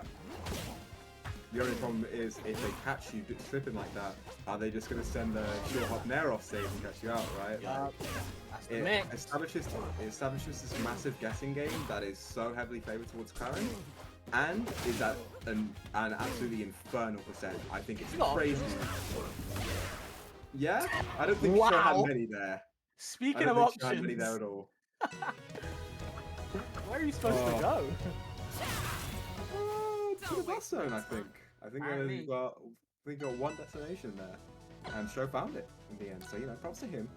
Props to Cone as well, who 3 stocks in that game 1 relatively effortlessly. It seemed like he was always in the lead, always in control. Sho was finding it really hard to sort of break Claren's zone, and Zetaban's already believed that they struggled in this matchup. Some Zetabans at least believe that they struggled in this matchup pre-patch, and they made neutral harder. And that was the part that they really didn't like, and they made that significantly harder by nerfing his speed. So, you know, good luck to Sho to sort of break that zone, because that's all Cone was doing. He was putting up this big zone of hitboxes, and Sho was just not breaking through. Wow, the funny thing is that F-Strong was actually a good read, couldn't find the right mark, and again, okay, get a couple of shines, puts you off stage, now you're on Ethereal Forest against a character like Zetaban. Don't even need the edge guard, we've got a ledge hog instead. Either way, some good pressure from Sho. See if Cone kind of get back at the moment though, he's struggling. Wow. Yeah, it goes straight over that up B, and maybe that was a mistake on his notches or something, because there's no way a Zetaban wants to be going there. But Cone doesn't finish the edge guard. I think that was a relatively free like down air or something, but instead whiffs the fair, forced to play the situation again. Okay, down B, good tech though. Vital of course, charges the F-Strong for maybe a bit too long, a bit too greedy, doesn't get punished too much for it though, and does get the jab tipper, and not able for Sho to kind of floor hug it on reaction, so can get a little bit of advantage from now.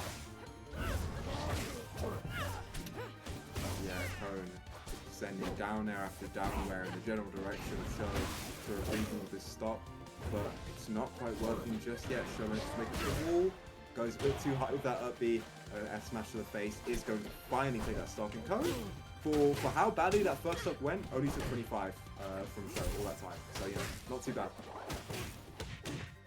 Okay. Might up to it on the wake up. Raw back air to the forward air too. No kill though. Oh, trying to go for the up B for the multi-hits and actually gets thwarted himself. Not the best option. Good idea nonetheless. Very innovative. Poison scrap. Yeah, they are fighting hard right now. This is exactly what Sho wants. He really wants to stay in Cone's face. He also really wanted the DI out there, but still the Shine Spike is going to do it. And that is yet another way that Shine has gotten stronger this patch, despite it getting smaller. The wave landing and the Shine spiking, because all spikes got stronger because knockback engine being removed, has given Zetaban some new ideas, some new creative tools to find the stock, but that jump wasn't very creative at all. He gets caught out by the neutral B, and now Sho, with all of that lead, is not able to find really anything at all because Cone just catches him out in the worst possible spot. Got another chance now for Cone to work with it, but it gets grabbed once more. He has out on the up throw, of course, doesn't get too much from it with the air speed enough from Zetaban. Like the forward air, again, he's fast falling up air 1, so good for Cone, but just can't find the finisher. Again, opting for F-Strong, not the right hitbox he needed. He needs something else. Yeah, I need anything else right now. Take this stock. Maybe F-Strong. No, not quite. Even on Forest, Sho has the picture-perfect DI to find a way out of that situation, and now it's his turn. Still hugging on the down air, and a second down strong, unfortunately, is going to catch him on the corner. You can't jump. You can't. So, Cone has a few habits, right? And that down strong's the biggest one. If he whiffs one down strong, it doesn't matter what game mode you're playing, doubles, singles, probably free-for-alls, if he whiffs that first down strong, second one's coming out. Always. He's always going to check you for reaction because that move does not have enough cooldown, in my opinion. And as a result, it can often catch you unawares, especially if you're not too used to playing Cone. Sho, maybe not too used to it. And as a result, it's going to go 2 games down and take him to Fire Capital. And I think he gifted Cone that gifted Cone that second game, honestly. I think Sho had a couple of shine punishes, one for up tilt instead of wake up, and I don't think it's kind of the right move to do in these situations. And Cone definitely making me pay for it. Sho opts for a stage where Zetaban has very strong combos, but also a lot of space to work with. It does mean that he's not going to be willing to get in that much, I think. Like, kind of is looking for like reversal openings or anything to get anything started, because there's so much ground to cover and Zetaban has so much speed. But when you're getting edge guards like that, when Cone is flubbing a little bit, you don't need it too much. And now Cone must approach into him if he's going to sort of like get anything back. He's going to try and bait back and forth. He's going to be wave dashing back after his F tilts and such.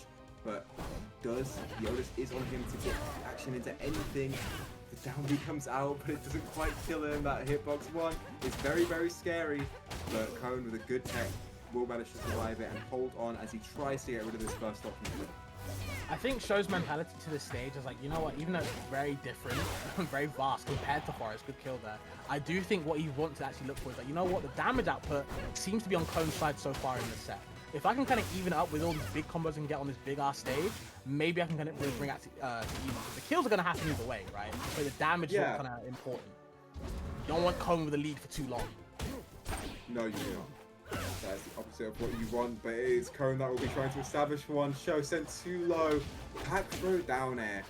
Cone is one of the only people going for that, by the way, and it's incredibly annoying. Like, DI out, I think, on the down air. It's what, on the back throw is what he's looking for there, and you get caught by the down air. It's not true by any means, but it is a really nasty call out that he loves to opt into from time to time. And it's working wonders on Show right now. He's been caught out by the down air twice off stage already, and it's put him at a mean deficit. Okay, find that shield, yep, get off me, there's the up strong to bring it back to even once more. Just needs one big hit, one big opening, that's what it takes. But the up tilt though is there to claim it, stop jumping, stop approaching. Love the up how you oh my god, so many from the actual layers. nair. Boy, he's spinning. He's spinning around and around and around. Look at him, he's just spamming it! Why not? He's I would pressing it too. over and over. Oh, yeah, I would too as well. That move is incredible right now. Right from Show, It's but not... there's nowhere to go. Nowhere to go. Damn. Now's a bit brutal, man. Every time, like those last two games, like Show was trying to make it close, but Cone just sort of held on and was always the one that was a bit more resolute. Always the person that was just like a bit more clutch. Honestly, that's the only way of putting it in those final stocks. And yeah, just everything leading up to that as well was just demonic from Cone. Honestly, every single spike that came out is just like another massive blow to Show, and yeah, it just all built up, I think, over time. I mean, we talked about it before the set started, or at least I touched up on it, that like both these guys' advantage states are very crazy to deal with, and I feel like it's just more about the neutral game, where both these guys are very fun to fight in neutral, but they both have kind of polar opposites of how they kind of approach the game. When Cone is kind of putting you in kind of the dead zone, I like to call it, you know, that dungeon, it is so hard to get out. And you can see the Beyblade, as people are calling it, you know, he's spinning from the raw side, from the actual side, and you get so many conversions on DI in, DI out, like you pointed out with the backflip DI in on the down air, on the DI out as well. Just a lot of mix right there. Super potent, and I feel like Show just was not ready to kind of deal with all that pressure. No, especially just the way that so many things are like auto combos on Zetterburn, that big body-ish, so that fairly heavy weight and that fast-falling nature just means that you can kind of get the world on him as long as you can get him into the air. Cone was doing that excellently, and Show was missing a few floor hugs as well on a few moves, and was just being sent too high, and unfortunately could not escape the vortex, so to speak. And it is Cone that'll be taking that 3-0 and finding a rematch against Generog. I do think Cone, I might eat my words here, I think Cone will play this matchup differently. It definitely looks like he got kind of blitzed in that first set, like 3-0. I don't think that's kind of really the way it would usually go between them two, but I might be wrong because I've never seen them two play together. So I would like to see a rematch of how those two would play now. And I do think if Cone wins this, he's probably going to win the whole thing. I don't see him losing to Don. I think he can take 2 sets. I am confident in saying that. Big read. Cone probably wins the bracket. Oh yeah, sorry, I completely forgot. But hey, I've been wrong before. I don't mind being wrong now. I think you're wrong a lot. Any 3 of these. Whoa. Let's hold back that. I think any of these 3 players winning this bracket would be hype. Personally, I think all of these guys are very fun to play against. But I do think it's probably in Cone's favor. We'll see though. Yeah, that's only if you can make it past General. What I'd like to see going into this, the adaptations that I think are most critical, are waiting. For one, when General finds himself in the corner, he's often hoping that you come into him. He's hoping that he can maneuver around the platforms to catch you unawares, or just float in, float out, and then back out your approach option. I would like to see Cone opt for a bit more patience there and let him exhaust himself a bit more and catch out when he's actually vulnerable. And I would especially like to see just more grabs, because General, like I said, big shield guy. He's got that nair out of shield. Why wouldn't you press shield? You wouldn't press shield because you could get grabbed. And so that's why I think Cone needs to opt into a little bit harder. I think he needs to be making a few more stronger callouts in nature, and I think we can see some real success because these two are absolutely on par in terms of advantage state. General was getting a few more edge guards, but maybe Cone was watching a little bit of that DonCascone set because I think DonCascone was really good at showcasing the ways in which Fleet's recovery is a bit lacking. And so there's just a lot I think he can implement, and that General would have to find swift responses for that will be a little bit outside of his comfort zone. But I think Cone has had a little bit of a technical issue here, where Rivals 2 does this really weird thing, where sometimes you use the same lobby code, you're all in the same lobby together, but two lobbies are created, and one guy is all in his lonesome, and everyone else is just like, where the hell is he? And that one guy was Cone right now. And then General left the lobby, just as Cone arrived. So we're seeing a little bit of Looney Tunes action right now before the set. Interesting one. Do you think that DonCascone takes this whole thing? Do you think General's making there, or do you see my vision? Do you see Cone coming through? Ooh, it's a hard call. For sure. I think Cone's got a lot of momentum he could be riding right now. I think I agree with you that if I see Cone make the adaptations to beat General right now, I favor him. Yeah. If I don't, I favor Don. And not to be mean to General in any capacity, I think he completely could take it home. It's just that Don looked a bit too sharp for General in that set that they played him in his finals. I just think he was a little bit more on point, and he seems just a bit more comfortable in all of this. But like I said, if Cone is making the adaptations that he needs to win this set, I don't know, man. That's a really tough opponent. Let's see something now, okay? This is the counter. I do want to see Cone kind of opt to counter more. He looked a little bit lost in how to kind of deal with a tornado or any projectile against General for the first set, mostly. Yeah. Okay. I'm eating my words a little bit, by the way. Cone is rushing this guy. He's absolutely getting in his face immediately and just trying to keep the pressure on over and over. He is waiting for General to swing first a few times now, I'm noticing. Yeah. But still, it is the tried and true Cone offense that is taking him home right now. That is really putting a lot of percent on the board. He gets the dash tap, but doesn't quite find the sweet spot up tilt. Oh, sorry, up air. But that back air, even with Sour Spot, isn't going to be taking the stock. In fact, Forest giving Fleet a little bit of leeway as General goes above stage. He finds a nair, still nothing. Cone has found so many hitboxes, but never a tipper to end it. Still, wow. Okay, the tornado probably going to down B. Does air dodge through it though. Good on Fleet. On General, trying to find the timing. But the F tilt, just a little swat away, get that fly out of my face. And Cone taking the first stop, looking strong. Honestly.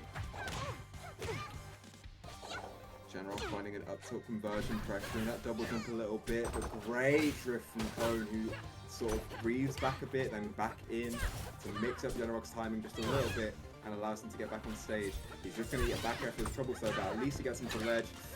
And that is one of Cone's nastier habits coming through. He's super aggressive off the ledge. It's pretty much always going to be a wave dash of some sort. Sorry, a wave land, whatever you want to call it. A ledge dash, there we go. Took me 3 times, we got that. But a ledge dash into some sort of aggressive option, it'll be grab or I think up tilt usually. And if you're cognizant of that fact, if you're shielding well in good positions, you are going to get a lot of that. As General does not eat too much percent on the second stock, and has evened everything up, stock wise at least. Okay, how you landing though? Of course, using the float, the slow portion, so just kind of bites the time. Obviously, that's going to work out, but of course the down B is there every time. So no matter what kind of timing or some of these options. So at the moment, Cone's doing a good job of reading them, and there's the pivot down strong tipper as well, just to make sure flying off the stage actually has a very, very good lead, should I say, kind of put General in a bad situation. General trying to establish a bad situation of his own, pushing Cone off stage, but Cone's going high pretty consistently at this point. I think it makes a lot of sense. He just doesn't want to deal with the edge guard at all. He's trying to go past, through the path of least resistance to get back onto stage. It can be very risky, and I would like to see if General is sort of catching out the way that Cone is recovering, but right now, he can't really worry about that or that. He's got other concerns, because Cone has put him at 93% off the stage, pressuring Sugar Jab a little bit, and back throw edge strong. If you're not dealing it correctly, it's gonna take that first game. And I think just because of the other times in the first set, actually, I'm gonna be real. I think in the first set, because Cone wasn't going for too many back throws off the stage, I think General felt very comfortable DIing there. And that was like, you know what? I got the right timing right there with the F strong, catching General off guard. So now you got things working on in your head. You're gonna be second guessing yourself every time you get grabbed like that. You don't get snatched away too often. Cone will be there. Take the stock whenever he can. So. Woo. And Code with a mean start right now, 60% racked on with a couple of tippers. If you're put off stage, she can get so much damage on so quickly. Code, massive lead established immediately on General's counter pick. And yeah, we're seeing Tempest peak, we're seeing what we kind of expect to see from General at this point. It's a stage he likes the most, he loves moving around the platforms, and he loves the high ceiling as well. And he's just one that's going to be edge guarding as well, with those a little bit closer side blasters. So yeah, you know, a lot of good things for him right now. But Cone's just not caring at all. It doesn't matter what stage he's on right now. He is going to push you hard. Okay. I think that was a good option from General to kind of go for the F-shot. As soon as you roll past the tornado, the F-shot is there to kind of catch you with that hitbox. Actually parries it down there. Not ready for the timing or the platform placement, but still gets the kill nonetheless. Not even taking too much upset on this first stop. Already causing General some harm. Nice wave dash F-tilt from General. Sort of baiting out Cone's aggressive option, but taking his time there, that was good. Still though, he doesn't quite find anything big off the edge guard attempt. Instead, he keeps 31% for his struggles, and now must find another situation where he can repeat him with his stock. The down B gets caught and caught again, 61% racking up. Cone finding so many tippers.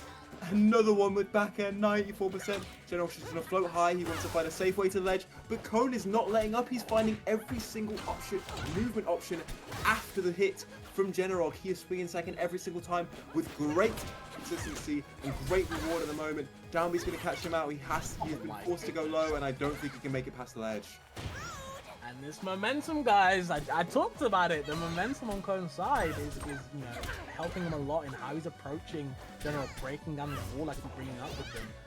Cone doing a good job of kind of upsetting General's kind of style of play, and not letting them feel comfortable whenever they're set up. And speaking of style of play, it's exactly what General got wins. He's at a massive deficit, and so he's got to approach into Clarin, aka the character with the massive sword, who is brilliant at batting you away with fast hitboxes and tippers that will confirm into millions %. Finally, back air catches out of him just at the edge of Cone's invincibility from the counter, luckily. But two back airs is almost going to take that stock, and that's why we like that high ceiling on Tempest Peak, because otherwise I'm pretty sure that was Curtain's defeat. Instead, General's got just a little bit more life left to live, but I don't think it's that much. Okay, like that. And just outside of General's kind of threat bubble. Run off back air as well. Another one. Not even going deep off stage, just sitting in a correct position to make sure. And that's all it takes. That's a two stock. Jesus. Floor hugging the fair, so to be in low lag and then falling through the platform with fair, that's a ridiculous response from Clone. I just think the way that Cone's playing, it's not even just kind of the switching game plan, it's just more of a momentum thing. I think what Cone wanted to do in the first set, he was definitely trying in the second set. It's just that the reason why it's working is that I just don't think General's kind of keeping up with Cone's pace. I think the pace change is what's really making the difference in both these sets. So yeah, I think so too. I think Cone had some new vigor, some new maybe second wind in this losing side of the backer, where he's just completely upped his momentum. Like I said, it's really catching off guard here, and just look at the way he's pressuring him. And this is what I wanted. He's staying near the platform, but he's not going in. He's waiting for General to put himself in bad situations, and then is making the most of it. This is brilliant adaptation from Cone, who is tearing this box apart. Again back, nope. And there again, carrying you. Just when you want to kind of float away, Coven is right there. Doesn't even jump to kind of waste frames. Just waits on the platform, see what General does. Goes past the side B. Wants the counter. Wrong on the timing yet again, but still gets the Aether again, swatting that Fox away. Yeah. He's not quite finding as many hitboxes from the no-fun zone, but it's always good to just put up a space where he cannot use any sort of projectiles. And General, who is swinging a lot, is caught randomly off guard by just a dash away down strong, and that's just like the cone special, man. You've always got to be ready for that. You can't just be swinging super brazenly into Claren ever, really, because she can hit you so hard for it. Forward on the call out, yep. The Nair as well, that should be death. General's not down and out just yet. Trying to fight back when they can. Good edge guard right there very early as well to claim that first stop. It's just about how they, you know, can continue the momentum. Can they carry it on? Yeah. I'm trying to think of what General should be playing at this point right now. Honestly, I think he just needs to start hitting Cone as hard as he can. In terms of neutral, Claren's clearly in full control of it right now, and Cone is catching out his timings on side B, especially with dash attack so consistently. General is not at all managing to set up something big, so I think he just needs some big timing mix-ups, maybe just like fully sending some aggression every once in a while. Catch Cone's off guard a little bit more, but I don't know, man. I think there's a lot more work to be done. Oh no.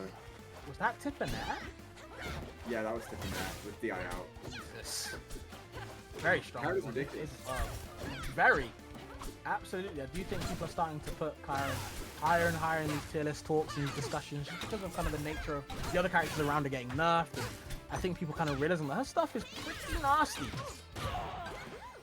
Okay, we get a catch on the wall jump with down air from General, who finally manages to put himself a little bit more on the board here.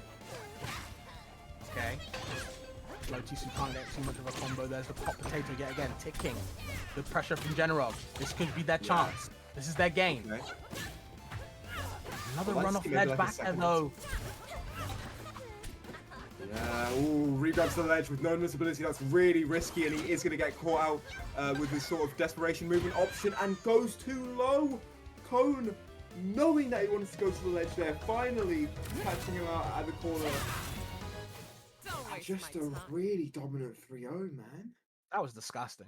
Very good fight back in game 3 though from General. I will say that. Definitely have to give them their flowers. They had a very good bracket, but those first 2 games were just, they were nonsense. and the way Cone kind of closed out that game 3 as well was just very, very needed. Because I do think General was starting to kind of figure things out, make the clocks tick a little bit, but unfortunately, Cone was definitely putting a stop to all that. And he's going to advance to grand finals with 3-0 over General. Wow. Yeah, really just fantastic play from Cone, who not dropped a game since he was sent to losers, by the way. That guy has gone 9-0 as of right now. 3-0. Yeah, he's looking a little bit scary, man. I think we might have been on the money with our prediction because, man, he's kind of thinking. I think he's really putting the pieces together right now in his brain, and is very conscious of the weakness of the players he's coming up against and the strengths of himself that he can push. And yeah, what's left to do is watch this final set. Yeah, final set between Cone and DonCascone. How we feeling? I think I'm Cone favored right now, man. I love the Italians. I promise I do. It's just, are you looking at this guy? To watch. Yeah, I love the Italian community as well. You know, again, I always say that they are probably my favorite kind of country to watch at the moment, just the way they kind of approach the game. But I do think Cone is just on a different level. I think he's too much right now. Yeah. I would love to see Don and how he can handle it. Because this matchup, actually, funny enough, to kind of go on a little tangent, it's kind of interesting, right? Because I feel like the Clarens say that they lose mostly, and then the Loxes say that they lose mostly. You know, I talked to like a couple people, and they all say, yeah, we lose that matchup. And when I play it, when I used to play it, the Lox side, I do think it was kind of even mostly, just because the punish game for both of them is very nasty. This patch, I have no idea, so I don't know how it goes anymore, but it always looks even to me whenever I've seen it play. Yeah, so in a more floor hook heavy patch, although I would say a lot of the players we see today are not like the massivest floor hook users, right? Like I feel like we've seen a lot of stuff like lift off the ground where you wouldn't really expect it, but still. In a floor hook heavy patch, I think Claren is incredibly strong. I think her strengths only kind of got accentuated, especially her grab game. Floor hook grab is just like fantastic as of right now. Lox isn't too bad into floor hook. He's got the killer with down air, and he's got down tilt, of course. But I think the slower nature of his of his kits and just like the reaction time you get can be pretty difficult for him. So I think Cone should have no like trouble sort of responding to any aggression that DonCascone is going to be laying down. And so yeah, I kind of put the ball in his court as well, personally in this patch. Interesting, because I have actually seen a lot of people talk to me about how Claren's really good against floor hug this patch, and which I definitely agree with. But one thing I don't see people talking about at an angle is that like you can actually react to being tippered off a floor hug even better this patch as well. Yeah. Which is actually pretty big. I don't think a lot of people are realizing at the moment, which I think is huge. So I do want to bring attention to that. Like when you get tippered against Claren, right? You have a huge window now to react and floor hug, which sometimes can be very successful. Of course, sometimes can be pretty bad, but of course, you know, you're taking a lot of percent 25 times, or 0.25 times, should I say. So it does kind of go in both ways. So we'll see how this first game goes in the first set of rounds. Yeah, I think this will be very illuminating on how the rest of the set might take place right now. So far we've seen the DonCascone passage, those putting people off stage with those Alpha and then sort of pressuring their options, but Cone is wise to it. It's also questionable about who has more experience in this match, of course, because not too many times in Italy. Where Cone plays, there is absolutely no one. So both of these people are probably looking for experience here and just like the whole of Europe. So it's going to be really hard to say who's got the home field advantage right now. But DonCascone is finding more and more of those down strongs to quickly take stocks. Those tech chases are still working out for him, and if it ain't broke, don't fix it. Absolutely. Does put his back towards Cone with the reverse up beast. We won't get carried, but of course, it does leave him susceptible to hitboxes. So good on Cone's going to figure that one out with the F tilt yet again. Pushed on further and further off stage with no magma left.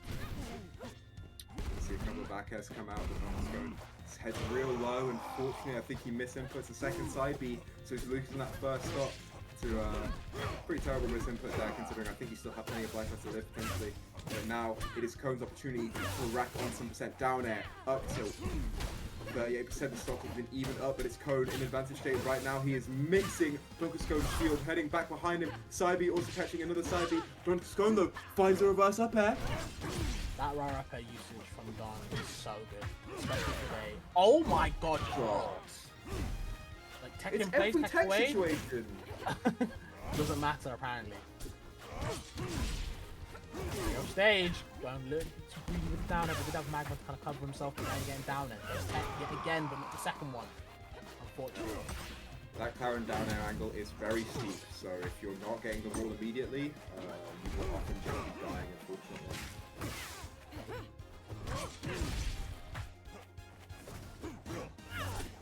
Jumping over the F tilt. F tilt 2 is pretty laggy, even on shield as well. So if they do figure that one out, it is kind of your turn. Pick up. Yeah, good pressure on the shield as well. DonCascone is often like sort of being a little bit antsy out of shield, and Cone is picking up on that. That F strong though is the definition of antsy, maybe. Cone forcing it a little bit too much there. I don't even think Tip is killing. I think that was a really risky option, but still he's okay. He manages to escape the situation with no wounds to his name, and instead it's DonCascone who's taking a little bit of percent, but he's jumped, Fabs! Actually goes high and makes it. Crazy. Don not even burning the magma, actually burning himself out with the landing on the F strong from Cone. That's golden timing, man. That is crazy to catch that out because it's not easy to intercept that ending of that up B. I can't believe you found that. I really thought that was Don's game, but somehow Cone finds a way. This streak is not ending. No. 3-0-1 show, 3-0-1 Generog. Like, please don't tell me we're gonna get 3-0 both sides on this set as well, man. 3-0 on Flanbring before that, by the way, and then a Loxodon. So that's 10 games in a row that Cone has won. Wow. Apart from General, of course. This boy switched on. Ella's not quite finding the ledge, but still Cone is absolutely fine here. Finds an up throw, but not quite any sort of follow-up. At that percent, especially on the floaty, you're really going to struggle to find any sort of combo, and it's more about the position. And he does get this going in the corner. Okay. Good net follow-up. No tipper from the neutral B, but good nonetheless. Good pressure from Cone.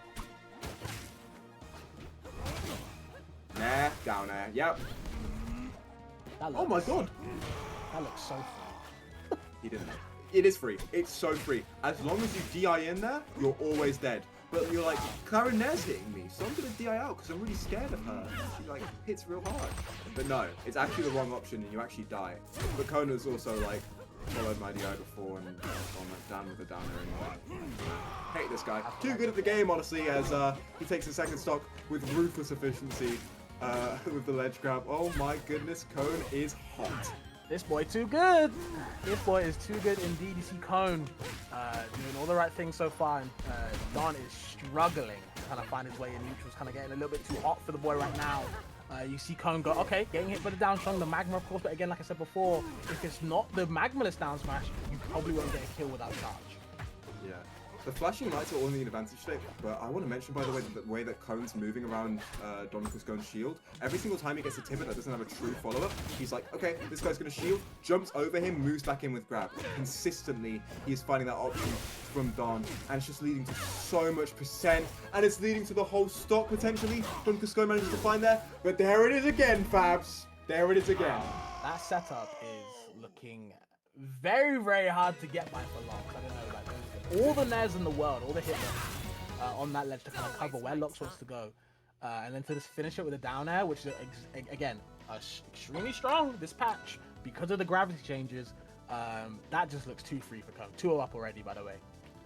Yeah, that is 11 games in a row for Cone, who is looking to make it 12 with the quickest bracket reset in human history, perhaps. I don't know. I think it's in the contention. I think he's inspired by the latest summoning salt video, essentially, because the boy is quick. You can fight back immediately. You need something. There's the fourth. Yeah. Doesn't even go for up throw. Probably too much pressure. Love the down strong edge cancel. I don't know if that's intended or not, but either way, in a good position nonetheless. Okay. Finally, as DonCascone with a little bit of a lead, but immediately gets caught out by these down airs, and I would like to see a few more preemptive shield, perhaps, or preemptive, just preemptive shields or preemptive up tilts, perhaps, from DonCascone to catch it out, because I feel like Cone is getting really, really arrogant right now, and maybe a few options calling him out might be a burst of confidence, but man, it doesn't matter when he's nair daring you. Yeah. Surely DonCascone's done the right DI at some point, right? He simply must have. This is Farmville. I'm so sorry. Okay. It's okay, though. Cone off stage. Goes out level 1. Goes for the forward throw. Yep. He DI'd out on the beginning of forward throw. That shouldn't normally kill, I'm pretty sure. But I think Cone was DIing for up throw and gets caught out by the throwing part of F throw. Okay. Spot this to avoid anything. Go to the side B. These greedy options. They're too laggy to be throwing out at this type of percent. Now you're getting caught in the blend. Lord. Oh, and up B as well, with all of its base knockback, is so good at getting people off you if they're not respecting it. DonCascone at the ledge, and he gets down there. Oh my god, reset! We can loop. The charge down strong? Charged you. He charged that. He's got all the confidence right now, man. I'm telling you, he has to do something. He has to make him second guess himself. He has to do anything to make Cone just a little bit more scared. Looking too free. There's the forward, I guess. Tip off a second hit where you go in now. Goes for the down there. Don avoids it. The parry on the up B doesn't really matter though. Don can still keep going. There's the up though. The eyes out so we can get a little bit of scenarios going. Not the most pressure, but still some fight nonetheless. There's Clarin though. Cone too good with it. F strong tipper again. Is he gonna miss one, Jude? Doesn't seem like it. No, I don't think he is. I think he might be just a bit too good right now. Nag catches out. He doesn't get the full hitbox though, and so DonCascone is gonna try and find his way to the ledge. Reverses it so he doesn't get countered. That's a great option. Cone has not really opted into the Lox kill at all, I think, this set. So I think it's good to like kind of go for those reversals now because Cone's like mostly just parrying and down being. So I think that might be a more effective way of getting past ledge. But still, it doesn't really matter if you're getting past ledge right now. What you have to do is win neutral a few times and get some stocks on the board. But Cone is not making it easy. Nair pressure, F tilt immediately after as he is just slightly outside of that shield range. It's really good spacing from Cone. He makes it back to ledge very easily here. DonCascone looking for anything but gets caught out by a Nair with one of those aggressive jumps onto stage yet again. And one big thing to kind of point out is that for a long time on that ledge on the left side, Don had no magma, so he was very defenseless, right, resource-wise. And finally, he gets put onto the other side of the stage, and instead of kind of taking his time to set up magma, he went for immediate down tilt, right, and got punished by tipping that. Things like that, I think Cone is kind of aware is that when Lox doesn't have these magma charges to save his recovery, so he's playing it very defensively, Cone is waiting for these fight backs, and of course, like you said before, Don is quite aggressive on these get-up attacks, on these special get-up attacks. He just wants to get back into the action straight away, which can be good, except when you're playing against someone like Cone, who is kind of ready for it a lot of the time.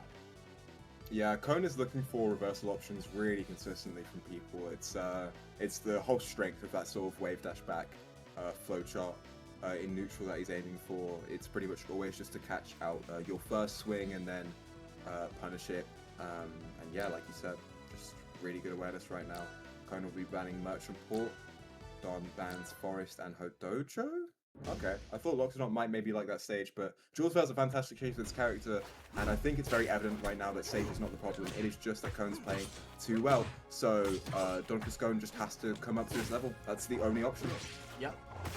You can see Don was kind of opting for the up throw nair regrabs. Does work in kind of fast faller, or semi-fast faller, shall I say, but just couldn't get the right timing, unfortunately. Things like that, that does matter in matchups like this, sorry, because you want to maximize the damage output as much as you can against Cone. So if you're not getting these opportunities to kind of hit that, you're just giving Cone 3% when it's his turn. Yeah. Okay? A couple of swings from DonCascone. They're catching Cone in some pretty precarious positions. Charge F smash isn't going to do anything because Cone's just going to take his time, but still, it's good percent.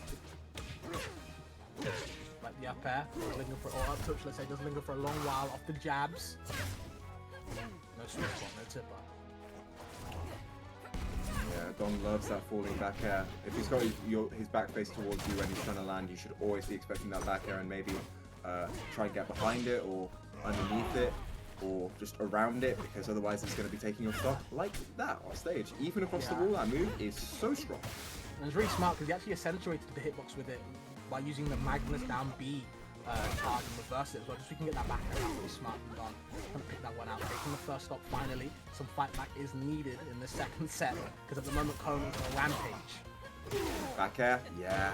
That is so crazy that you get out of the percent for down air and you get into the percent for a back air confirm. And Cone's just not going to miss that, but my goodness, that is insane. This nair from the ledge is just doing everything for him right now, as he racks on 62% effortlessly. Another nair, two fairs come out, 85.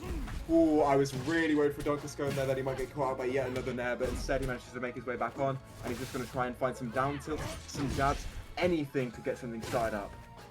I would like a different stage, that's what I would like. It's different options. It feels like Don keeps going back to Bluebell, and it doesn't look like he's making out from at all. At all. Oh no, oh he didn't get the double jump. Fine. Okay, parried a little bit too preemptive. Unfortunately, wait a little bit. Need some patience. All Cone right now. No down B. Okay, this is good for Don. Yep. We are still seeing no real recognition of those reverse up Bs, so that's working out pretty nicely for Don at least. Attack. Sent further and further with no magma. Should be able to make it back. No. Wow. He's at 180. I need him to fight back. Why does he get combos at 180? I need him to fight back. Don is getting put on an absolute mouthpiece right now. This boy being hunted. The tusks, ivory. Tell you, please. Cone's just looking to make it stink at this point. Okay, go for the parry again. These aggressive options. Desperate's gonna come back into neutral. Or you're just giving Cone free real estate, bro. He's moving in. Yeah, Cone is just taking his time with these, man. Every single time he's just putting out the hitbox that DonCascone will be going into because of the way that he's swinging and how aggressively he's playing. Level 2 magma result. We can get a little something started, but just burns it to recover. And now you're off the stage again with no magma. High percent. Could be the nair. Into the down there, baby. Yo, that confirm is a little bit too crazy, dude. Just a little bit. A different stage, I beg of you. Anything. Please. Yeah. So after We seeing needed all that. of these games, dude, do you think Lux wins the matchup? I don't know. No, I think I was correct. I think Karen might have a little bit of an advantage. And I think every single one of them that complain about it might be just a bit bad, honestly. Probably just a skill issue. Honestly, matchup aside, I think Cone is just insane right now. I think this bracket run so far, ever since he got cleared by General, has been an absolutely different character, a different beast. No one has been able to tame him. No one. Yeah, another down air, but DonCascone had Magma, so he has a few ways of getting back to the stage. S-Strong doesn't tip her. He's going to go try and go a little bit high. The Nair hitbox doesn't come out, the final one at least. And so, no, never mind. Are you able to, if anyone in chat could tell me, or just ping me wherever, are you able to SDI in on the Nair to avoid the back air / down air, or no? I don't think you can. Like, can you single shift enough or double stick enough to where you can kind of go on the other side of the Nair to avoid the back air, down air confirm, or is it just put? You can't DI out. SDI is pretty capped in this game. I think it might just be Cones. Crazy. Good character. Great character. So is this back air, man. Frame 6 is putting in a lot of work right now to put on at least % while DonCascone is off stage. You don't necessarily need to kill because you're in their dare %, so it's completely fine. But DonCascone is looking to at least get rid of this first stock, perhaps. Back air, any smash attack could do it. There's a lot of options here.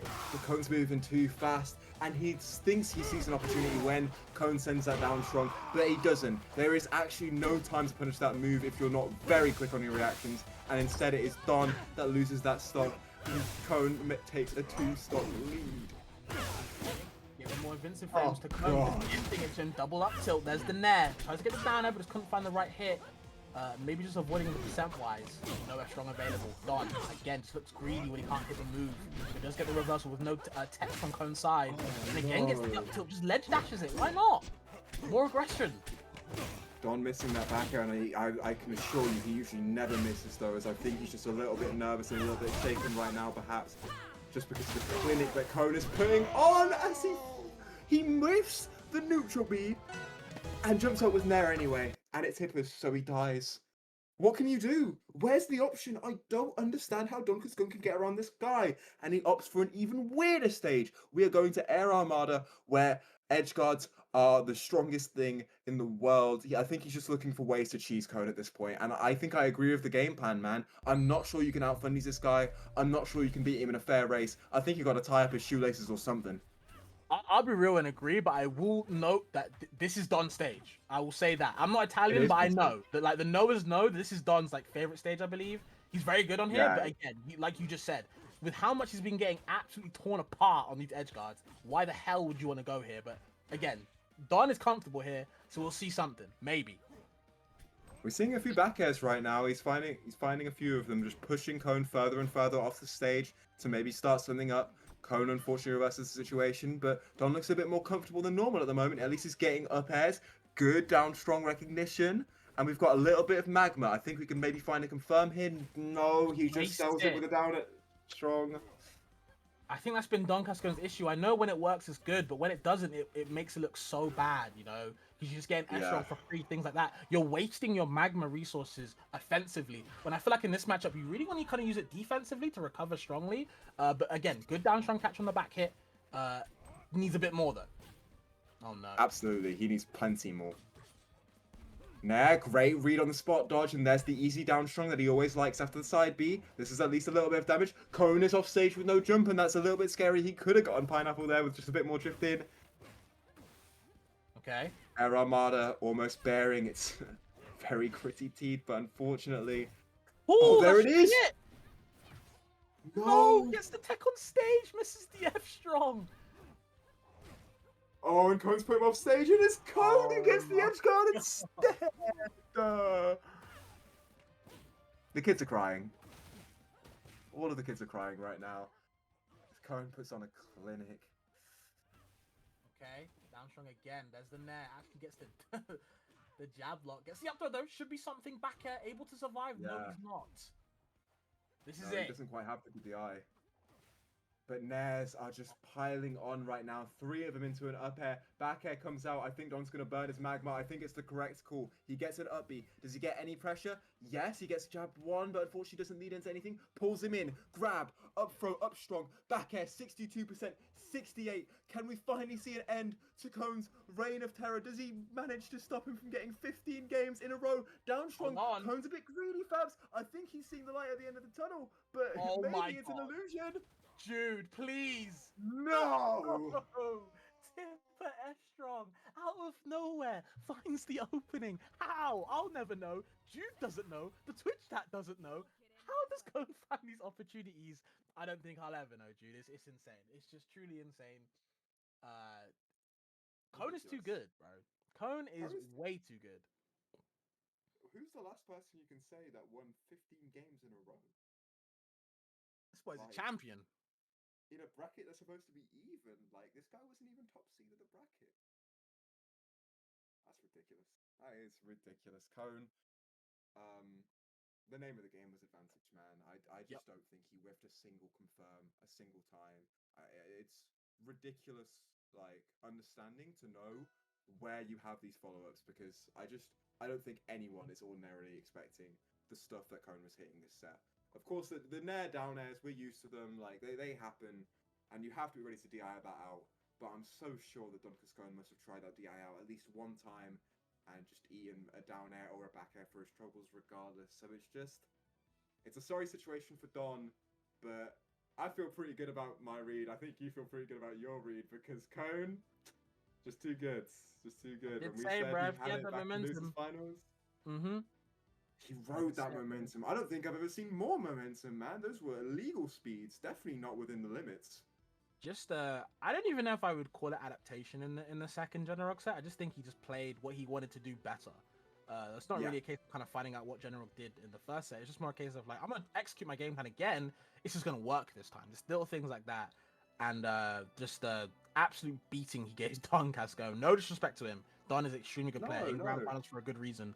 But Cone was different. He was different. He was different. He was different gravy for sure. I think he just got like about, I don't know, 7 different Twitch clips that I'll have to look through the VOD for. So good day for him. I think just sometimes you're at a different level. Sometimes like you're really seeing things that people describe as flow state. And I think that guy was somehow in flow state for 5 consecutive sets. And that's a new one to me. That's the science folk are baffled right now. Absolutely. But I do think, Jude, we do have to get out of here. I think the NA bracket is starting very soon. Just want to say a big thank you to Kreestab, as always, for hosting these monthlies out of his time. Very big thanks to you. Thanks to Twitch chat for watching. And Jude, thanks for casting with me again. It was a fun time, as always. It's been an absolute pleasure, man. Really good to do this. We should do it again sometime. Maybe not with a 3 years gap or whatever. I'd be down. Anything to say to the people before we get out of here? Yeah. So the NA bracket will be starting in about 30 minutes, 5 o'clock Eastern, or 2 o'clock Pacific, wherever you are. EU, I'm not even going to begin to fathom what time it'll be over there, but if you're one of those late night guys, we'll be back soon. So stay tuned. Yeah. Stay tuned, everyone. Rivals is at its best right now. It's only going to get better. Big facts.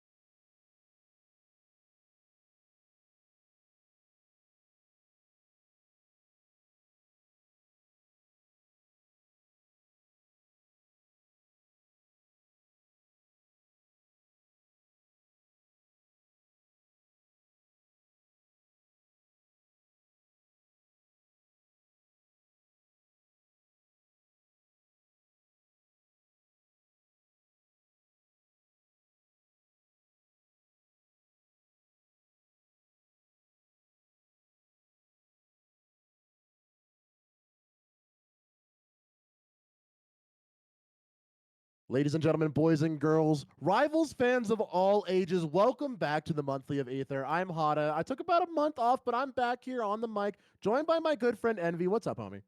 Yo, what's going on, dude? Super glad to be here. Love the monthly of Aether, by the way. Actually catch it every single month.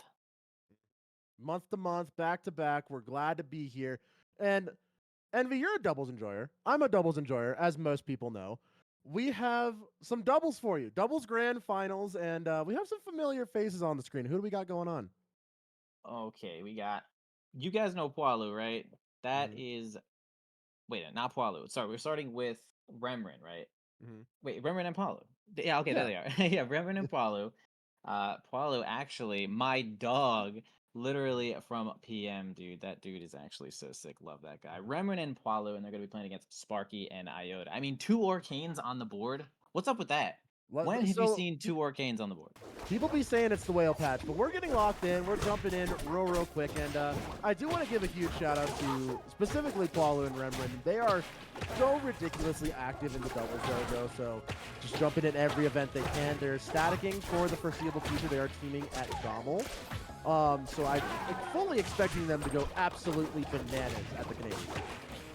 Yeah, absolutely. I mean, Poilu has been playing doubles for so long, too. Obviously, mostly with Zen, Zen, Charizard player from PM, but playing locks it out mostly in this game. But honestly, I played with Poilu and Remrin a lot, actually. They are pretty good, really good at doubles. They have some great synergy. Poilu, as well, is really good at like recognizing situations where it's like time to get a hit or it's time to back up, and actually just good at placing hitboxes in doubles.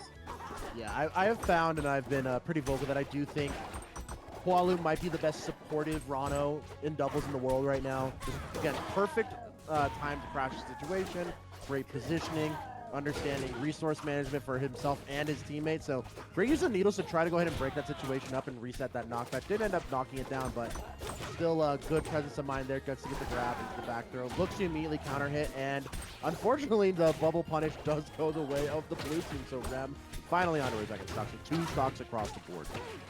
Yeah, I guess kind of eradicated by the Orchid SB there, which is going to have a ton of knockback. See it again, right there, just doing so much knockback, keeping everyone in that juggle. Let's see if we can get an edge guard here. A reverse fair from Poilu actually gets the sweet spot too, which has been multiple patches left and right for Rano's forward air to get like changed here and there, extra hitboxes added on for sour spots and stuff, but well-placed sweet spot there. Right now, I do want to see and keep an eye out for specifically Remrin's tech chasing and utilization of the puddle up B. So you might see Remrin put a puddle right at the base of the ledge, and then immediately go out for an aggressive edge guard, forcing the opponent to go and recover to stage, and then immediately falls into that setup trap of a puddle up B just murdering you at about 90%. So keep an eye open for that if you're one of the viewers at home. That's a good setup. I love that setup. That was like the first thing I ever started doing with Arcane, and I was like, man, wait, you just force people to go on and you just blow them up. I mean, damn, look at this off-stage game. Yeah, both Arcanes actually just going crazy and then slammed by the up B once again. Looks like that actually gets the better part of that one. We do have a little bit of a 2v1 situation. Bullying.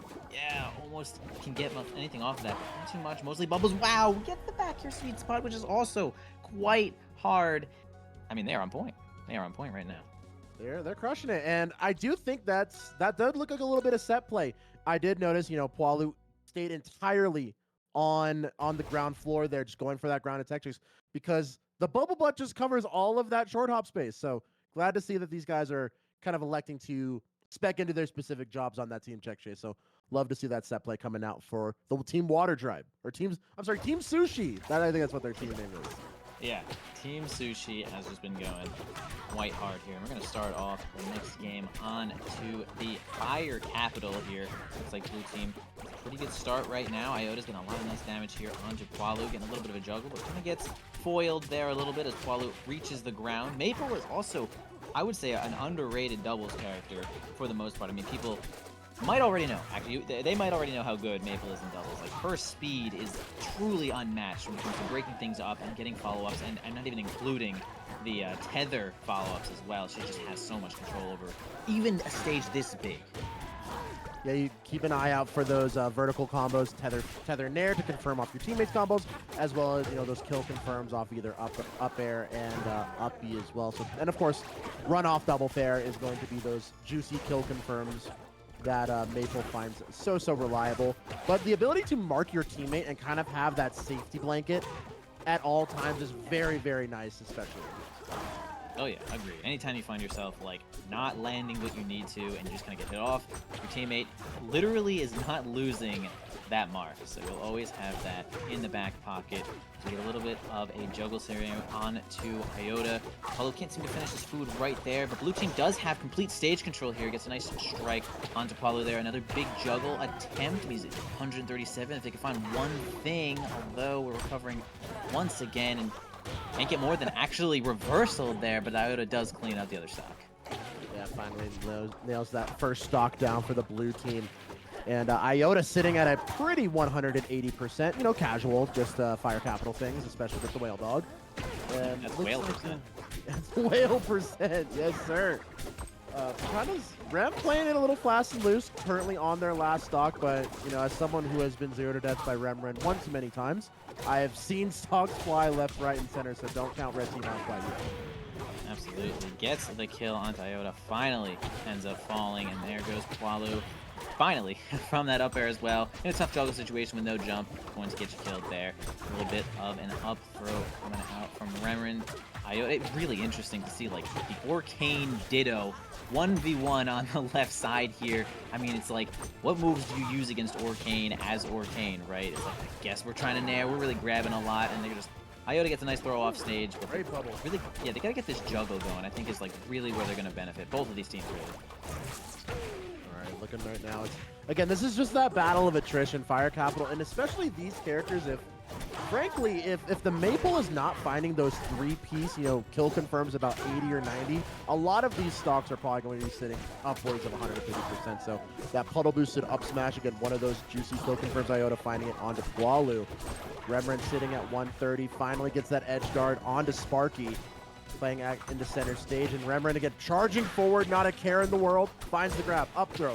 Looks for the tech change, finds the nair, pushes it into the corner. Remrin trying to find the kill confirm onto Iota. Will it go down? Yes, it will. Last stock situation. Yeah, now it's kind of all onto Remrin right now, though, to play really safe. 137, gets kind of upbeat from the ground. Yeah, didn't get the tech. It was still going to be a tough situation to get off of that platform. But now we have Poilu, who's been still pretty solid at 2v1 situations, but we have quite low percent Orcane here, mid% Maple showing up. Let's see what Poilu can do here. Is really, I mean, this is a mountain. You're climbing Everest here. The double backer will go there, and I will say, with the most recent Rano changes, I know Poilu's been pretty vocal about how they've affected the gameplay, and I'm hoping the adjustment period's going well for him. But the big thing is kind of losing that elongated speed. You still have the burst speed from your initial dash, and if you weave in your wave dashes between those initial dashes, you still get to hold a lot of that initial, speed demon sort of status that Rano did have. But again, you kind of just don't have that crazy consistent burst speed that you did prior to the nerf. So 2v1s might be a little more difficult in the long run, especially on such a big stage like Fire Capital. But I know if anyone's going to find a way to do it, Poilu definitely will. Sure. I mean, this game's all about adjustments, right? We are a patch-centralized game, always changing things. The meta switching up a little bit. Characters are gaining and losing tools all of the time, and just the balance is happening. And we're going to continue this set here on to the rock wall. Blue team looking quite good here. Lots of stage control. Sparky trying to go for something big on Poilu, but ends up not working out. The up B is going to work out. That did get nerfed as well. Rano's up B. Hitbox was brought in towards Rano a little bit too to make it more manageable in most situations, and unfortunately Remrin is going to whiff a little bit there on that F smash, which would have certainly eradicated Iota. They definitely lost a little bit of that zip on that up B, so much more easy to go down and trade it down. But right now it looks like trading stock for stock, one off the red, one off the blue team. Both of the water type support characters holding it down for their respective teams. Iota and Poilu still sitting pretty on free. Yeah, quite slippery matchup, if I do say so myself. Maple finding herself basically underwater in this entire 2v2 set right now. Huge Bubble Butt is going to come out there and destroy Poilu, and actually going to keep themselves alive as well. Iota, only one here at 3 stock, going to play maybe a little bit safe, trying to squish Poilu here in this 2v1, but gets actually parried. It really, parry is effective when it comes to a lot of 2v1 situations, because it's usually like attack, get them to shield, jail them, and the other person will grab. So a parry will work out about half the time. Right now, Poilu gonna get that kill confirm onto Iota with that tech chase down strong. And all the while, the red team's Whale getting that kill confirm onto Sparky's Maple. So looking pretty decent for both sides of the red team, holding down the stock advantage. Remrin sitting a little bit in a sketchy spot at 111, but as we all know, this Whale is quite heavy and probably will be able to extend the stock just a little bit longer. But a strong hit of back air. Commentator Skirt's gonna take that one down. Yeah, the heavier you are, the harder you fall, and the stronger you hit. I mean, Orcane's back air is none like any other. Damn, nice kill as well there for Iota. Actually gets what seemed to be a slightly more early kill onto Poilu from that DI. And it looks like blue team actually finds himself in a little bit of a lead here. It's kind of like a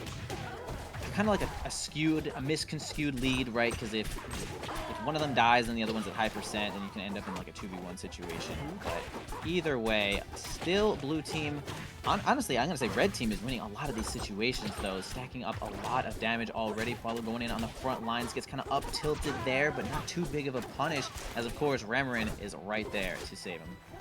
Yeah, right now it's back in my melee days, people used to call this a fake lead. Again, you get one kill confirm, immediately jumping into that 2v1. But right now, so one more strong hit, 2 stocks in the pocket for Iota, but this should be it. Yep. Okay, I mean... Honestly, I think the Arcane Upper is going to do it by itself, but hey, I love a good little 2-piece to go. This team is actually so good at doing exactly that, right? Like, they can place their hitboxes so fast to get that just extra damage, right? Like, yeah, I also thought that the up air would probably do it, but, I mean, I had the extra damage of the up air, 2 Ranos, forward air. Look, ready to go! Oh my... Okay, so this team is just locked in right now. That was kind of nasty. You know, I'm seeing, you know, weak bear, triple weak bear, but again, that eliminated all the resources, so all Poilu had to do was just charge that Dynasty, just charge that up strong through the puddle. Super easy. Love to see that. Good gameplay, man. Actually, just the awareness is what we're looking for here, especially against Orcane. He's got that, just a puddle, right? He plays the puddle, but he has got a lot of other mix-ups as well, right? With like the dolphin jump. I actually forget the exact term for it, but you know, the jump up B, wall jump up B, you flying into space thing. Dolphin's something. Yeah, I don't even know how to do it. So like that's how little I know about that specific recovery trick. But yeah, it's like the meme early into the game was, oh, you know, if the whale doesn't have puddle, terrible recovery. Little did we know that was not the case. There's like 4 or 5 different recovery mix-ups. You can do B reverse into reverse bubble butt just to fly all the way back to stage. You know, there's the wall jump, dolphin bounce boy thing. There's of course side B's pretty decent. But you know, always having the puddle mix-ups is super helpful. Yeah, 1 stock gone there for Sparky here. Just charges up, actually ends up jailing their own teammate there in shield stun. Ends up getting grabbed and losing that stock as well. Red team, a little bit of a lead right now, gets bubbled. Oh man, Poilu is so good at placing the bubble and saving themselves with it, although they do get wrapped into space right there. Up smash is certainly going to clean up that stock. And one more onto Remrin. Can they get this one and even this match up real quick? Zen keep saying Zen. Poilu keeps putting himself in a great. I miss you, Zen. Come back. You know, Zen, Poilu's longstanding teammate, actually had to move back to France about a couple months ago. But of course, still his presence still felt by his teammate Poilu. They're holding it down right now. 2 apiece across the board, but as I'm saying it, Poilu might just make that the difference maker. 2 stocks fly very quickly from the blue team as Poilu blacked up by their teammate Remrin for that 2 stocks win. Yeah, that is some good recognition there from the red team to just capitalize on every single situation that they had there. Total advantage and taken perfectly. And actually, blue team stacking up a lot of damage here onto Remrin right now. Trying to snap back, see if they can get anything quick. Maybe some bad DI on some of these stocks. 90%, 80% here on the red team. Although everyone's kind of jumping right into the fray. I mean, this is... I'd say this is doubles, but this is a little crazy right now, I'll say. We play a little more defense, guys. Yeah, Poilu immediately backing up, trying to set up the bubble for either A, or a save onto his teammate, or B, just maybe extend a combo, force an enemy into the bubble, give him a couple free hits. Love to see that. So, Poilu probably one of the best frogs in Rivals right now, utilizing bubble in a defensive way in teams. Yeah, he's really good at it. Just kind of just placing the bubble and getting that DI nice, even for the teammates as well. Tries to go for a crazy edge guard onto Orcane, but of course up B is going to teleport right to the bubble here. A little bit of an edge guard situation here onto red team. Okay, looks like Iota is just going to slam both, and unfortunately it's not going to work out here. Check recovery. We got the F smashes. We got the invincible nairs. Not much left here for the Dolphin, and that is going to close up that game for sure. And that, not sure if that should be it. Is that the That set? is grand finals. That's a 3-1 for Team Sushi. Nice, dude. Team Sushi. Have they won like basically every bracket? I would have to go through the results, but they did win this Friday's Dojo Wars. They won, I believe, the week before. Let me. I just hear about them winning a lot, like a lot. They do be winning. That's real. Winning. Yeah, they won the last 2 weeks of Dojo Wars. So yeah, that sounds pretty accurate. All right. I mean, you heard it here. You saw it here, folks. Team Sushi, Poilu, and newly added to the main roster, Remrin, have actually been crushing these dojos, crushing these doubles tournaments. Guys, get out there and challenge these players, bro. They need some challenge. They need to be put in their place. Put them in their place right now.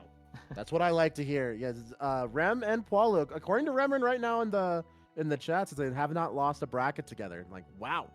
It's hard to that is upwards of, and one of my favorite other double stats is there was a 2-month stretch where Sophielo had entered like 1 to 2 doubles brackets a week and won every single one of them.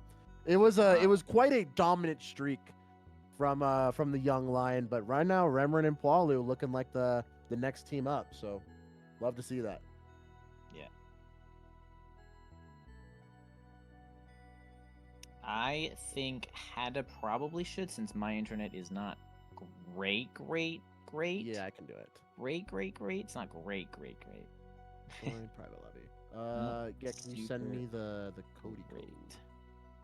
But we are gonna have what look like Remrin coming up on the mic again. Not the mic, actual sticks coming up on the sticks. I'm on the mic. They're on the sticks versus Oreo Cookie. You guys just saw them not too long ago here. Oreo Cookie, of course, being a Maple main there, and Remrin playing the Dolphin once again. Gonna be probably showing you guys what's up. Kind of an interesting matchup, I'd say. I wonder, this feels like a matchup where I could imagine the Orcane being like, dude, Maple matchup, impossible. And then the Maple is just like, there's literally nothing I can do in the Orcane matchup. You know what I mean? Yeah.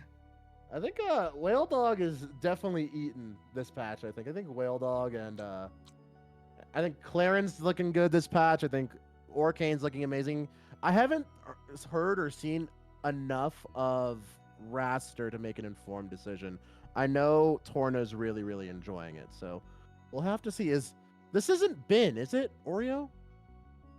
I saw somewhere that this might have been Bin, but I thought Oreo was Oreo. You might be thinking about me talking in chat about how Bin, the Maple that Shadowhawk usually plays, doesn't use Lily, and Oreo was using Lily, so Shadowhawk was kind of running into it a lot. God, that was it. Yeah. Okay, word. Getting those stats right on board here. Yeah, I'm not really 100% on this matchup. You know, it's kind of, they have almost like pseudo similarities where they can kind of teleport across the stage and get something done. Of course, Maple is going to be following up with an attack, and Orcane is just going to be recovering a little bit more consistently. You know, the puddle is uninteractable, literally uninteractable, and you can kind of parry some stuff out of Maple to clear that mark. You can even shield Lily in some certain situations there as well. So we'll probably see that coming up. It's kind of interesting. I feel like I can imagine a lot of situations on how Orcane is probably going to get their kills, but Maple getting their kills on Orcane could be a little sketchy.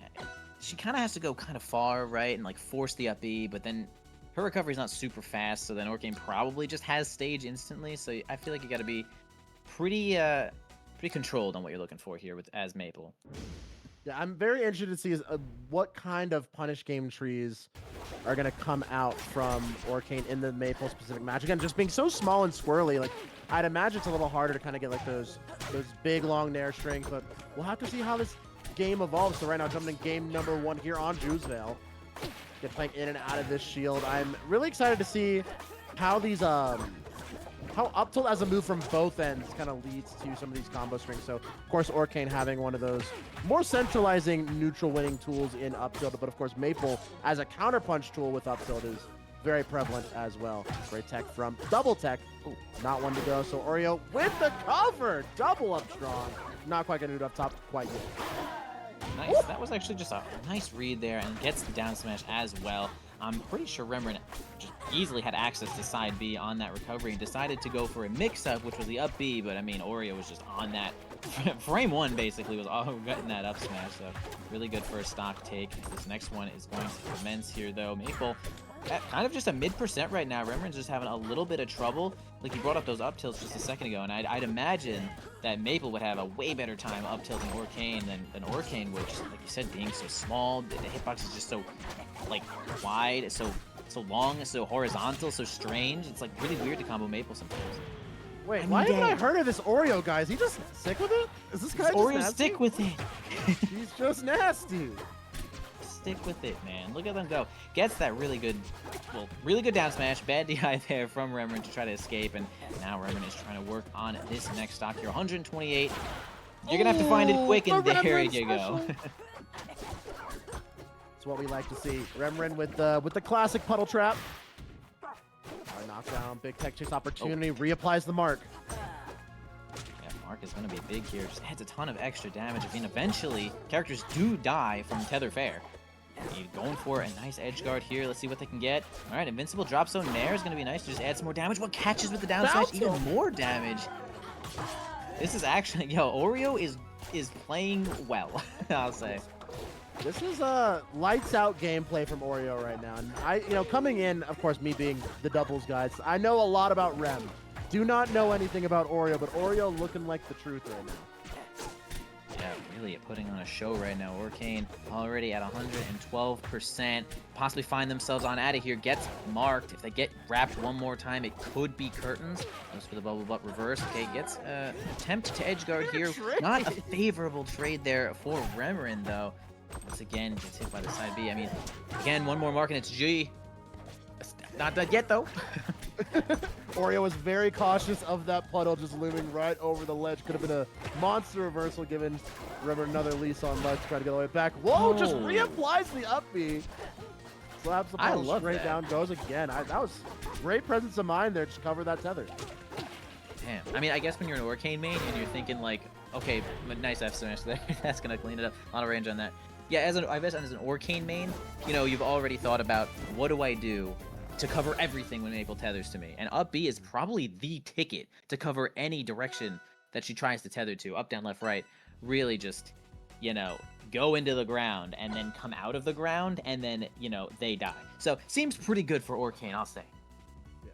Yeah, I love the coverage, but right now it's looking like everything's coming up Oreo right now. It's Milk's favorite cookie. Looking like the game's favorite Maple right now. So we're gonna go ahead and jump straight onto the Crystal Oasis. I always forget the name of the skin, but it's a beautiful stage. I hope we get more stage skins soon.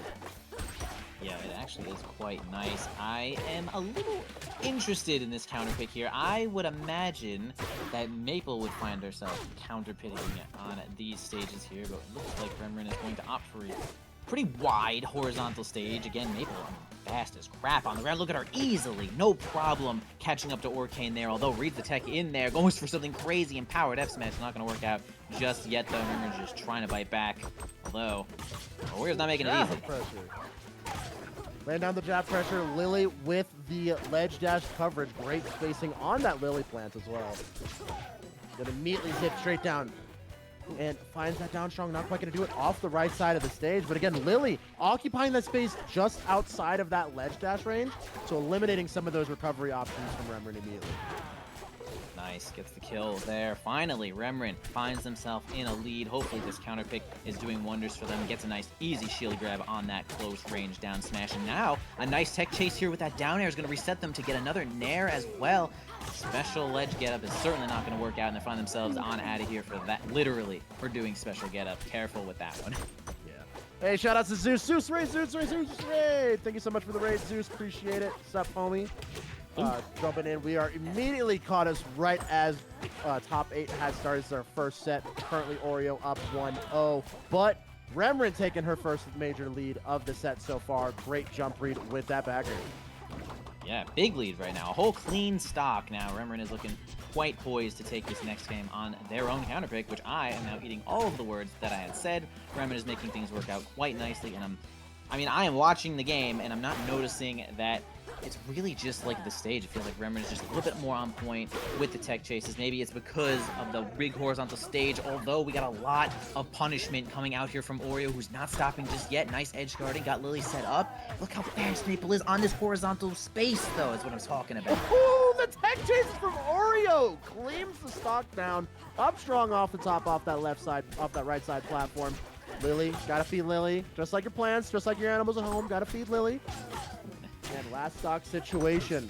The mist from the cursed gems is sipping through the air, and Remrin needs to enhance her power to lock down some tech chase and find a kill confirm here. Yeah, let's see if Remrin can get any of that power from this crystal here to destroy Maple. Got in an edge guard situation. Nice nair. That could be No curtains. mark, Okay, that's no gonna edge do guard. it. Nice one. Okay, I mean, literally we saw the situation where the big horizontal stage was like easily traversed by Maple and really scary for Remrin, but Remrin, I guess, maybe making more use of the platform sizes, getting some tech chases on there might have resulted in, their win. I still feel like even in that game, the stage was favoring Oreo. I'll say it. I don't know. Yeah, I think it really just boils down to how both of the characters were trying to confirm their kills. I think Rem was doing a better job this game than in game number 1 of finding their kill confirms, off tech chase, finding their horizontal kill confirms with back air and forward strong. And I think Oreo just wasn't locking it down until that last stock where he found that great vertical combo into the up strong. So have to see exactly how the stage develops, especially with the much smaller ceiling here on To Go Thy Delta. Yeah, right. Huge change. This stage was so big, kind of unique, right? Like, the stage itself isn't super huge, and it's got the PS2 vibes, right? But it was quite large, and now it is certainly a way smaller. We're going to be favoring heavy characters just a little bit more here. As we're going to get a wrap. We're going to get a little bit of a special pummel there. Going to get the mark. Trying to go for a dash attack there, but foiled once again by Remrin, and now we're about even percent, although the wrap is going to be a lot of punishment. All right, patience on the recovery here. Remrin finding themselves back off, but off the top, new ceiling, new Maple kill confirms. And that was a very early kill onto such a heavy character like Orchid. Yeah, right? That is...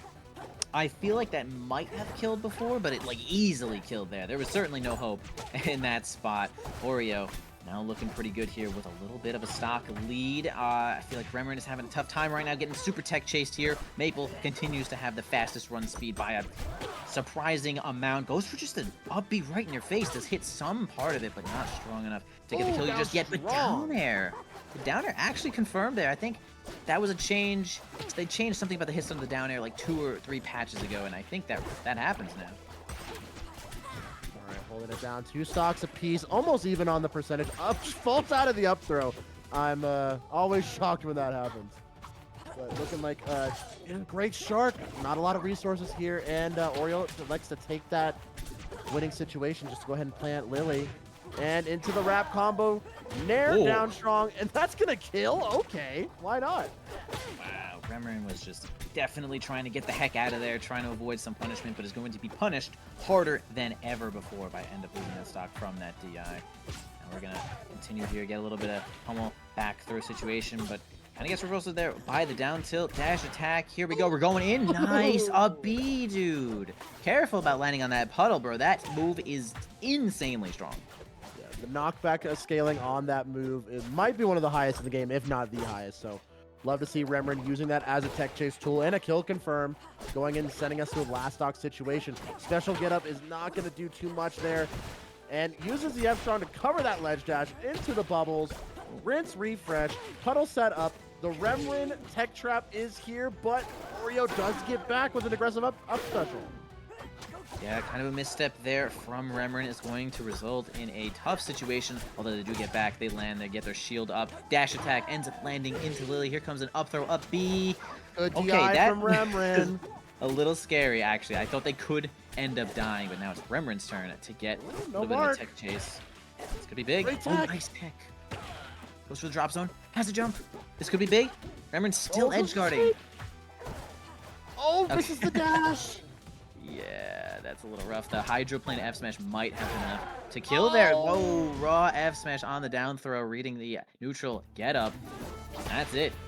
That's it for sure. It's going to be an easy kill. Nice win for Oreo right there. I think we are in probably best of 5 territory, yeah? Yeah, this is going to be top 8. So 2-1, not over yet, but does have the lead so far. So I have to see is where's the counter pick? If you are a whale dog in this situation, where are you going? I am going to a stage that Maple cannot run for very long. I would like to go to possibly looking at Pillar. I don't even like Pillar as a player, but I think Pillar would probably be good in this matchup. Ho Dojo possibly. Like, it's just... Orcane's pretty fast. Oh, they're going to go back on to... No. This is like a... DSR? They might have been, do you want to go back? And they might have said, yeah. That is definitely a gentleman's existing rule, but Remrin definitely won on this stage as their only win here in this set. Now we're back.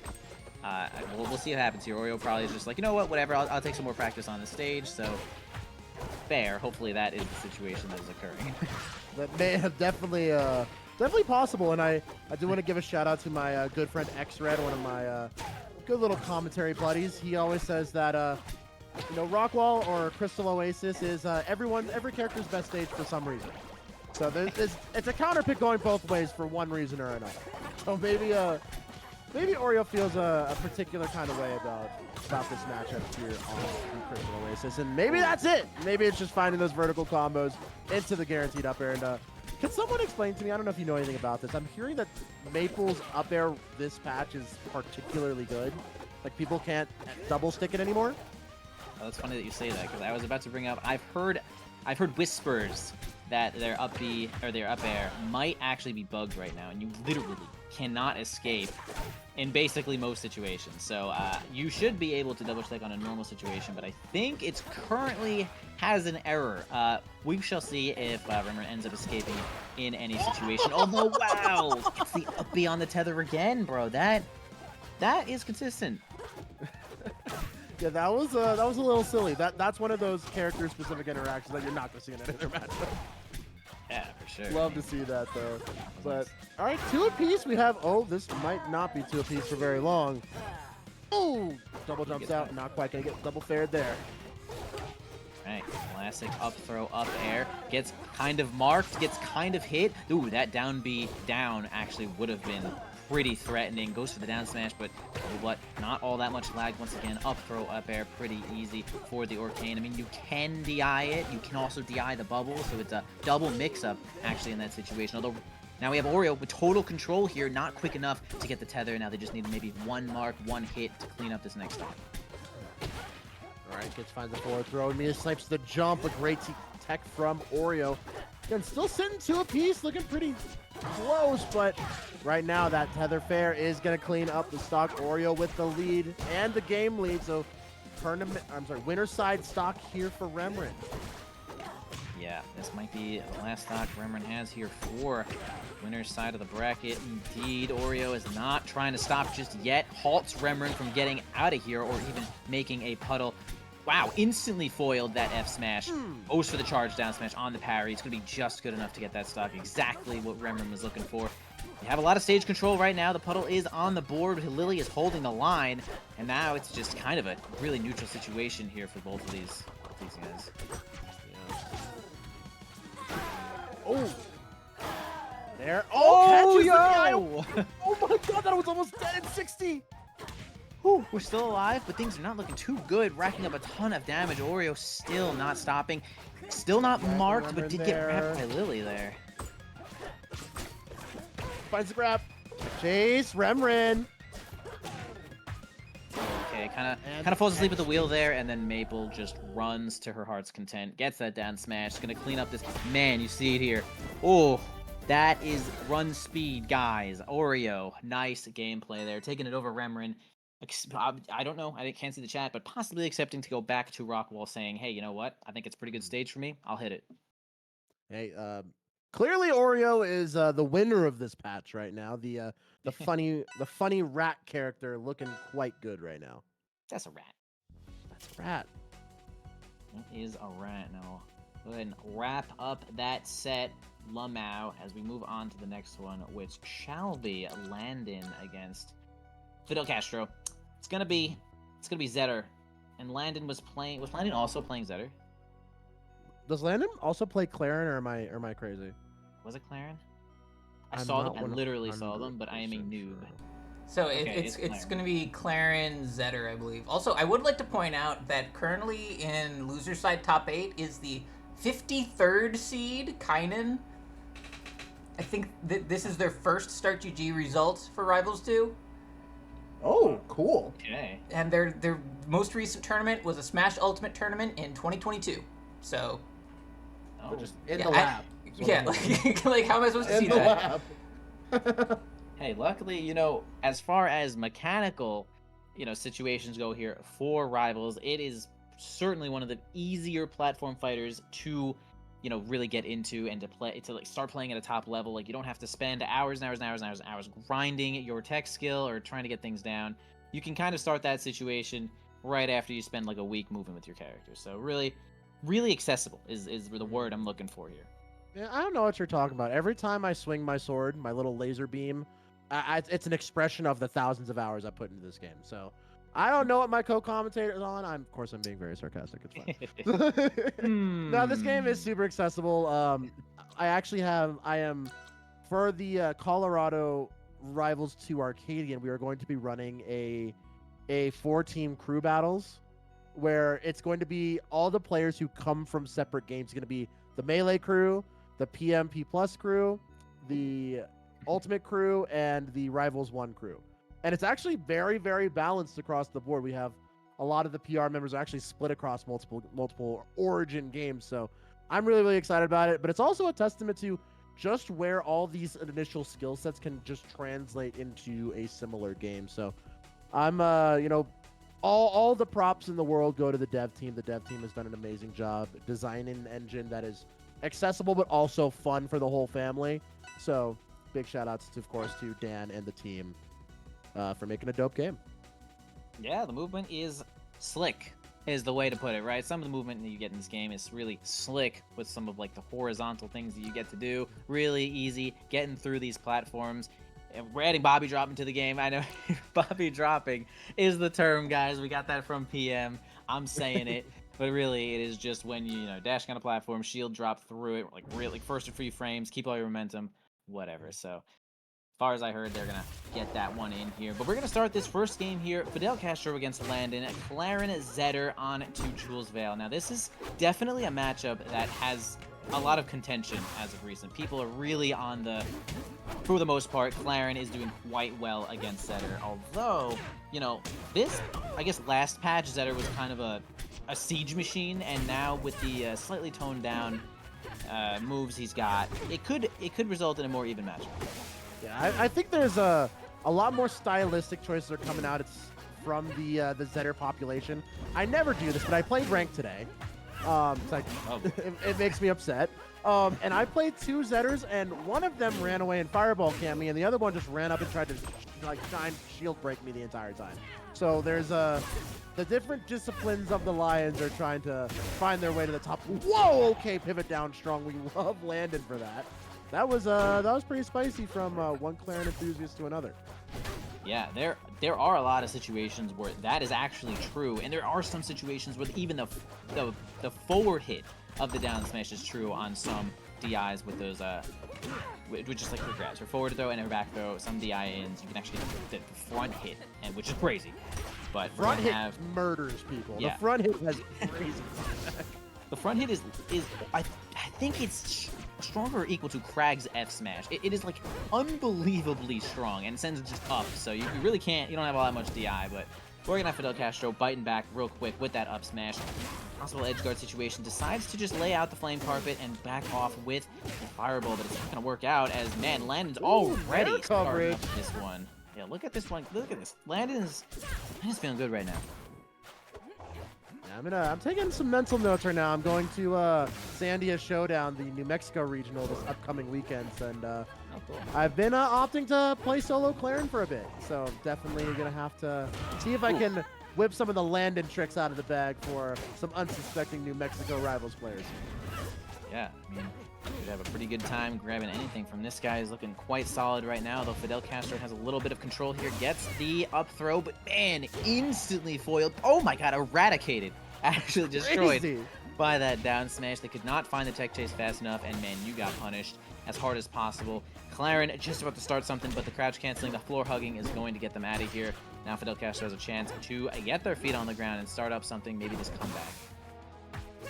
Right, tech chase finds the up tilt coverage, and right now Landon just kind of holding down the tech chase space really well. Like the up tilts aren't, he's not finding these like tipper up tilts, getting his kill confirms, but he's guaranteeing a hit so that he'll eventually find that leading hit down the line. So great charged, two charged neutral B to go ahead and find game number 1 for Team Clarin. Yeah, as you're saying, can't find those tipper up tilts into the kill confirm. Finds the tipper up tilt into the kill confirm. And we love commentating matches that are going on in real time and are not pre-recorded. Love doing that for sure. I'm saying the script might be on my desk, but I can't confirm nor deny. It's not on my desk. I swear. It legitimately is not on my desk. But here we go. Next game here on to the Tempest Pillar. Or is it Pillar? Is it Tempest Pillar or is it the double one? This is Tempest Peak, I think, is this one. I don't know if Pillar. I know it's Pillar versus Peak, depending on singles versus doubles. Dang it. We'll let the singles people tell us if we're right or wrong. All right, going on to Pillar, possibly Tempest. Either way, a little bit of even matchup here. Possible edge guard situation for Fidel. Again, kind of opting to leave the ledge. It is a little dangerous in this game. Sometimes, the opponents can jump off there, get some invincible aerials going. Okay, nice mix up there with a really high air dodge. Although, kind of had a situation where we could have gotten a down air. Shine is not going to work out too well. Now an edge guard for Landon. Ooh, down air. Go again. Why not? Oh, nasty. Up, down, all the way up. Honestly, when you're getting hit by that from Clarin, you can't really DI out. You have to DI in. And then you just get pillared, and it feels kind of bad, but if you DI out, you're dead. You're dead. You're going on stage, bro. Yeah, and then you're on Twitter later, and you're like, yo, look how silly I made this line look. Like, oh no, I'm alive. No. Yeah, it's just one of the real benefits of hitting that down air right there with Clarin. You get to get some free stuff. Now Landon, once again, has a nice lead here, though, and is not really even looking to drop it. Fidel can't seem to find their footing. Man, Landon is really just not stopping with these combos, although humongous fair, a titanic fair, is actually going to get that kill from center. Okay, shine pressure to push off the right side here. And Fidel's holding it down. This pressure is enormous. But this is that juicy Clarin percent where you find a jab, you find a down tilt, and you start looking at that kill from again, looking for that dash turnaround down strong. It is scary. Quite yet. Does not get the second charge bit of the neutral special, and the extended forward hit of down air. That's actually one of the harder spike hitboxes of down air to hit. A lot of people find more consistency on the backside of down air. So great spacing from Landon to go ahead and find that strong hit. Yeah, well-deserved stock.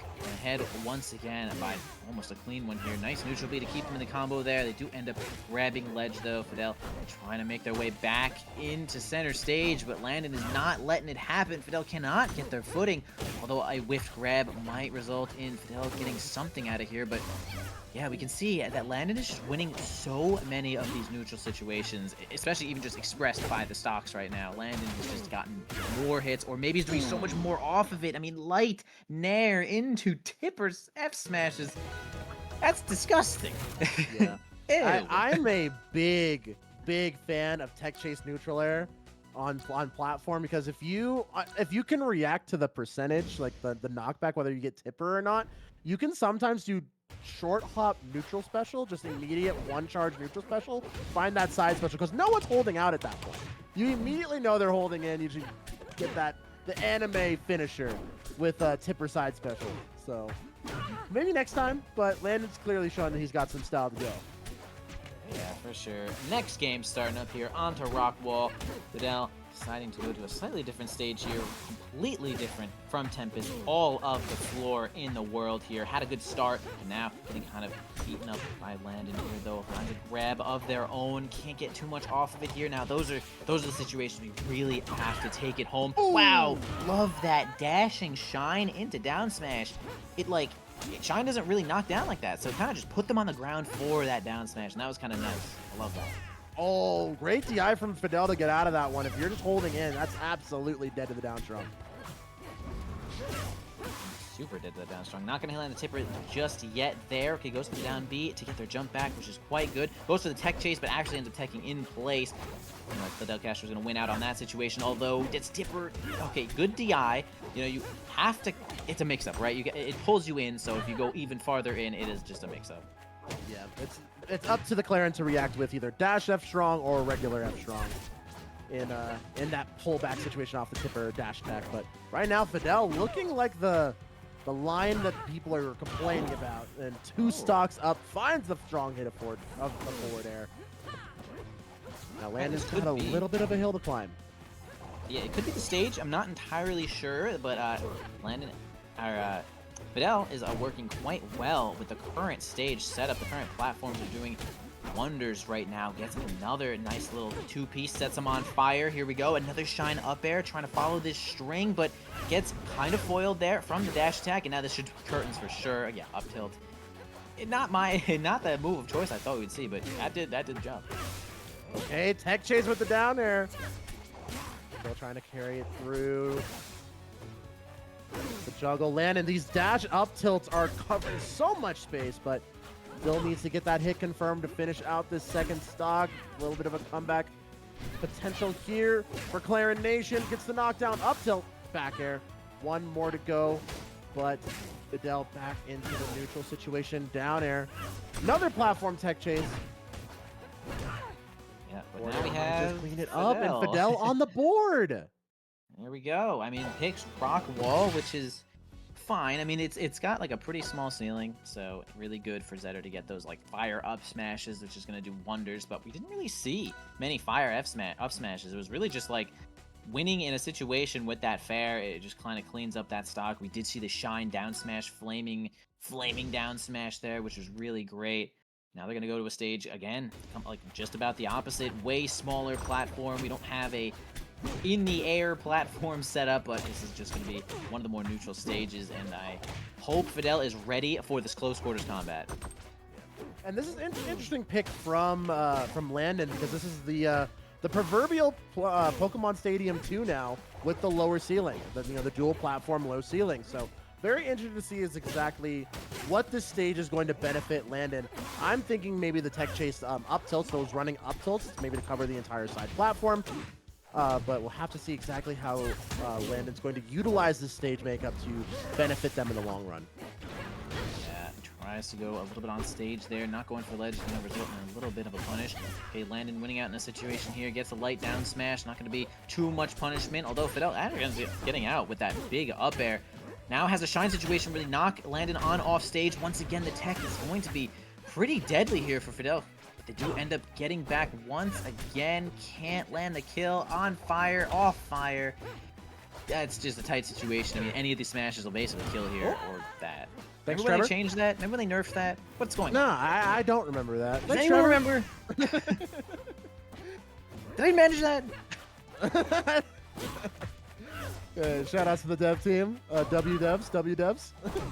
I'm thinking about W-Devs right now. Hey, I like Game 5 sets, so W-Devs. Yeah, I like this case down here. Fidel's looking pretty good so far this game, but as I'm saying it, stock deletion from that tipper backer. Shout out to Ganger.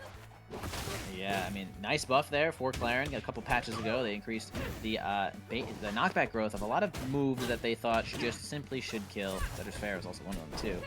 But when we see here, 97% onto Landon. Fidel does have a slight advantage here, although getting grabbed now in a fun Claren combo. I mean, nothing more fun than getting up throw onto Zetter.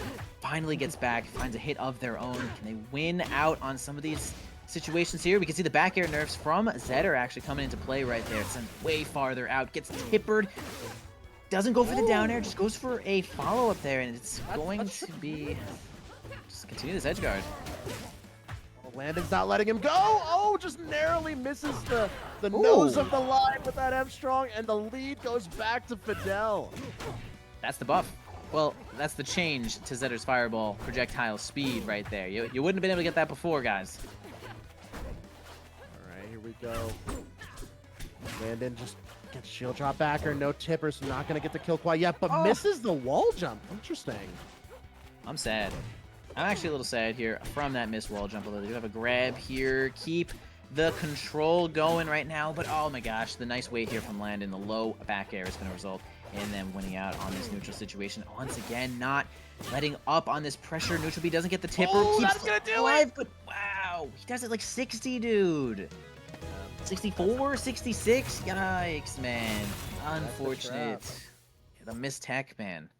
The missed tech, it's tough. You do got to get a little bit of STI in there to really touch that wall, but Landon is going to take full advantage of that one and seal up this set. Claren Nation, am I right? Let's go Sword Panther. We love that. So That I actually do want to got give credit to Landon there. The sour spot on that neutral special, if you don't get that full send away, you full hop after to incentivize them to try to recover low on you, snag that ledge, and then you immediately fast forward there. It is a little bit of a trap. It's not guaranteed per se, but it's a little piece of set play. So want to give a little bit of a nod to my Claren friend over there. Shout outs to Landon. So winners finals set up so far. So we have Oreo versus Landon. It's going to be our winners final set. Yeah, that should be quite nice there. Is that what we will be seeing next? It looks like it.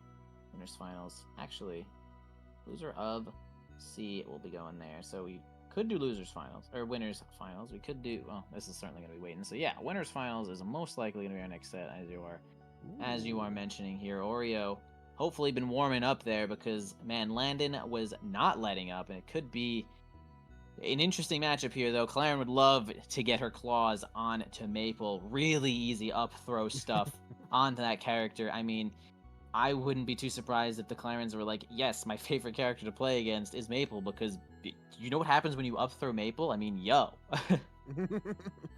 Yeah, it's definitely those little easy bake combos, and it feels especially gratifying because of how squirrely Maple is. So even just grabbing that character feels good, but when you have a kill confirm off of grab, that feels even better. You gotta love it. Yeah, Claren gets to do a lot of interesting stuff to Maple from all of like the low to mid percents. Like you really get to just choose. Like you could really just do the up throw classic forward air hit fall, follow up there. You can just do like up airs at like mid percent. You could probably get a bunch of them. Actually, the light up airs at mid percent, or you could even do like high percent the neutral B, right? The dash neutral B, which is like my least favorite thing ever because it always feels like, oh cool, Claren can't get a follow up here, but then Claren gets a follow up there, and I say, what'd you do that for? Why? I mean, would you mind? Like, stop. So, for Maple, I don't know. I mean, at least Heather Fair is really good against Claren because she does not have a ton of verticality there. So, Tether Fair is probably going to be the main he'll confirm here. Yeah. So, Dan, I'm sorry. I'm not going to acknowledge your chat, Dan. I'm not going to do it. But I do think that this matchup is particularly good for a few reasons. Claren does have the ability to wall with things like jab, down tilt, F tilt. So the dash dance, the prevalence of dash dance is not as strong as Maple would have in a lot of other matchups. So you kind of have that wall potential. But of course, the juggle potential as well. And I was actually talking to Vibe a couple of days ago about some of the more niche neutral B follow-ups. And he was definitely saying like that certain percents, those low to mid percents, you can just do up throw neutral B and then go for a combo off that. So yeah, definitely would love to see if Landon has that in the back pocket because I haven't had the chance to practice it yet. So I would love to see it in action here against Oreo. Yeah, we certainly will most likely, possibility see some of that stuff there from Claren. I mean, it's kind of interesting, right? Because I feel like neutral really kind of belongs to Maple in this matchup. Claren's good at walling things out with like back air and forward air, but Maple kind of goes under forward air, and it's really tough to hit Maple with back air when she's kind of dashing at you and you're not really like approaching with your back air. So she is fast. You're kind of going to have to hit the down tilts. You're going to hit the jabs with this Claren, and you're going to sort of hope for the best because she is fast. It's disgusting when you're playing against Maple and she is just dash dancing and you're saying, I don't want to be here. Right. Sorry, we got the matchup of old. We got the super speedy on the ground, and we have the disjoint from Landon on the Claren. I really need to work on this matchup, but that's probably because I just get bullied by Dance Demands Maple a little too much. And when I was playing Rano, and I would try to wall with back air, and that silly little rat would skirt under my leg, I'm like, all right, this matchup feels real bad. Maybe let me try the sword. The sword did feel a little better, but definitely do need a little bit more work in the matchup, certainly. So I need Landon to show me the receipts here. Retreating down air with Rano, bro. Do retreating down air. How is she gonna beat down air with Rano, bro? Retreat that. Get back there. Unbeatable move there. But we're not talking about Rano right now. We're talking about Panther, Squirrel Rat, and now we're starting here onto Jules Vale. We'll see if those, the neutral advantage here for Maple, which I believe certainly belongs to her, actually comes into effect. Already got the mark going on here. Gets the stun from the down air, and that is at least something that Claren does have in the matchup, right? You run over, you easily counter Lily, possibly get a hit onto Maple as well, and it kind of just closes out Lily for a bit. Yeah, and I do want to point out a little bit of niche tech. So as a lot of people, the Forsburn community, spurred on by my good friend PK, is doing the combust boost. Claren has the same thing with counter. So if Claren has counter active on the field where the force field is active, you can boost with empty counter. So there's some very, very niche kind of swaggy options, and not sure if we'll see it from Landon in winners finals of the monthly of Aether, but maybe something to keep in mind moving forward if you're trying to put a little highlight video together. Is that anything like the needle boost? Yes, it's the same thing. You carry the momentum, but Claren zips. It is very fast. I can send you some very silly clips later if you're interested. Yeah. I'd like to see what that looks like, and maybe we will see it. I mean, the counter is out quite a bit. It would be pretty sick to see that showing up. Edgeguard situation here, though. Although Maple's lot is a nice second charge of neutral B once again. I mean, the tip or down tilt kind of true combos into that as long as you're fast enough on basically every character. So you gotta just be on point. You always, if the combo is true or guaranteed, it's like, but it's a true combo. It doesn't mean it's not cool to look at. That move has that oomph factor, and I love it. Yeah, the Claren should be smashes for sure. Do have Landon here, kind of at high percent right now, and gets, died so hard to that down smash. That move possibly a little bit stronger than I remember. Now we get that up throw here. Anything Claren wants, although she didn't really want that platform to hold Maple, but it did, so gets out of that one, no problem. Once again, up throw, but there's platforms everywhere. Rough spot for Claren. Like, this is kind of like this exact situation right that we just saw right there is why you might not pick Port while you're playing Claren in this matchup. Yeah, you want to make sure that you're getting your guaranteed juggles. Those side platforms will give the Maple some reset opportunities, and right now Oreo is running away with that opportunity. Still has a stock in the pocket, gonna get aggressive off stage, and no tech on the wall. So Landon has another lease on life going into last stock here. Yep. See Landon trying to rack up some percent here. Has an edgeguard situation. Does get a little bit of punish. Nice grab. Doesn't get the tipper. That would have been possible curtains, although it's now reverse curtains. It's reverse curtains, guys. Bad rough reversal there from Oreo, finding their way to get a stock out of getting grabbed. So there you go. I mean, that happens. It's off the double inescapable up air from this patch specifically. So Oreo might be taking that fancy little up air all the way to grand finals, but maybe Landon has something to say about it. Maybe. Is Oreo cheating, guys? Type whatever you want in the chat if you think Oreo is cheating. Starting off the next game on a stage that Clarence certainly would not like to go to. Although, we definitely have Landon picking this one. I mean, it's interesting, right? Because Maple would not really like it's like who it's worse for who, right? So I guess it's worse for Maple a little bit. I could be worse for Clarence, I'm not gonna lie. Like, this is a nightmare if you're Clarence, bro. But we'll see. Maybe we play the neutral stage really well. Nice DI from Oreo to go really high and not get sliced by that neutral V.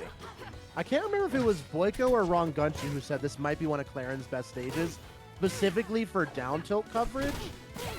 Because people are either forced to immediately go to ledge or try to go above the ledge. So being able to down tilt to cover that aggressive option to ledge, and then, you know, throw that out as an option to select and then immediately back up and then cover an over the top option. So I think the edge guard flowchart just gets a little bit easier for the Clarence player, but of course, also being able to just do either a high or an early up special when the Clarence is recovering to try to go ahead and aggressively take that stage as well. Dash. Turn around down strong, gonna find that kill, and the lead goes to the Clarence player. Certainly Landon looking good right now. Nice, actually jumps on stage with an aggressive option. Neutral B is gonna be nice. Yeah, the hit fall back, light back here is certainly gonna lead into another grab. Tries to go for some of these side Bs here. Oreo's not gonna land any of them. The shielding coming out from Landon will eventually be foiled by the grab. But, I mean, it's not all that much off of it here. I mean, Clarence is really going to take this one to the bank right now, going so aggressive here. Landon really just trying to secure this next stock. All right, Landon taking their time. Does get the tech back air. Oh! Okay. Tether down strong. Why not? Come back here. That was interesting. I kind of like that. I kind of like that one there. From Oreo. Counter comes out once again. Any boosts in chat? No boosts in chat. Not yet. Oh, boost now? Dang it. No boost. Goes for the down smash. Not getting the tipper just yet. Quite high percent, and my goodness, you are just I love so dead. Especially, and that's a very good option if Maple is really trying to dash at you with dash tech. Just that little dash back and then cover that space with back end of down strong. Very, very decent counter punch. Yeah, it's good. I really do like the dashing up tilts here from Landon, like we saw in the last set that they played into. Really effective here. Up tilt just covers so much, and you can actually just get follow-ups pretty much all the time. Nice Nair is looking to trade here with that up B and actually end up resulting in a kill at 48%. Oreo really trying to bring this one back. I mean, that is kind of the recovery you could expect from Clarence on this stage if you could just get her under the ledge.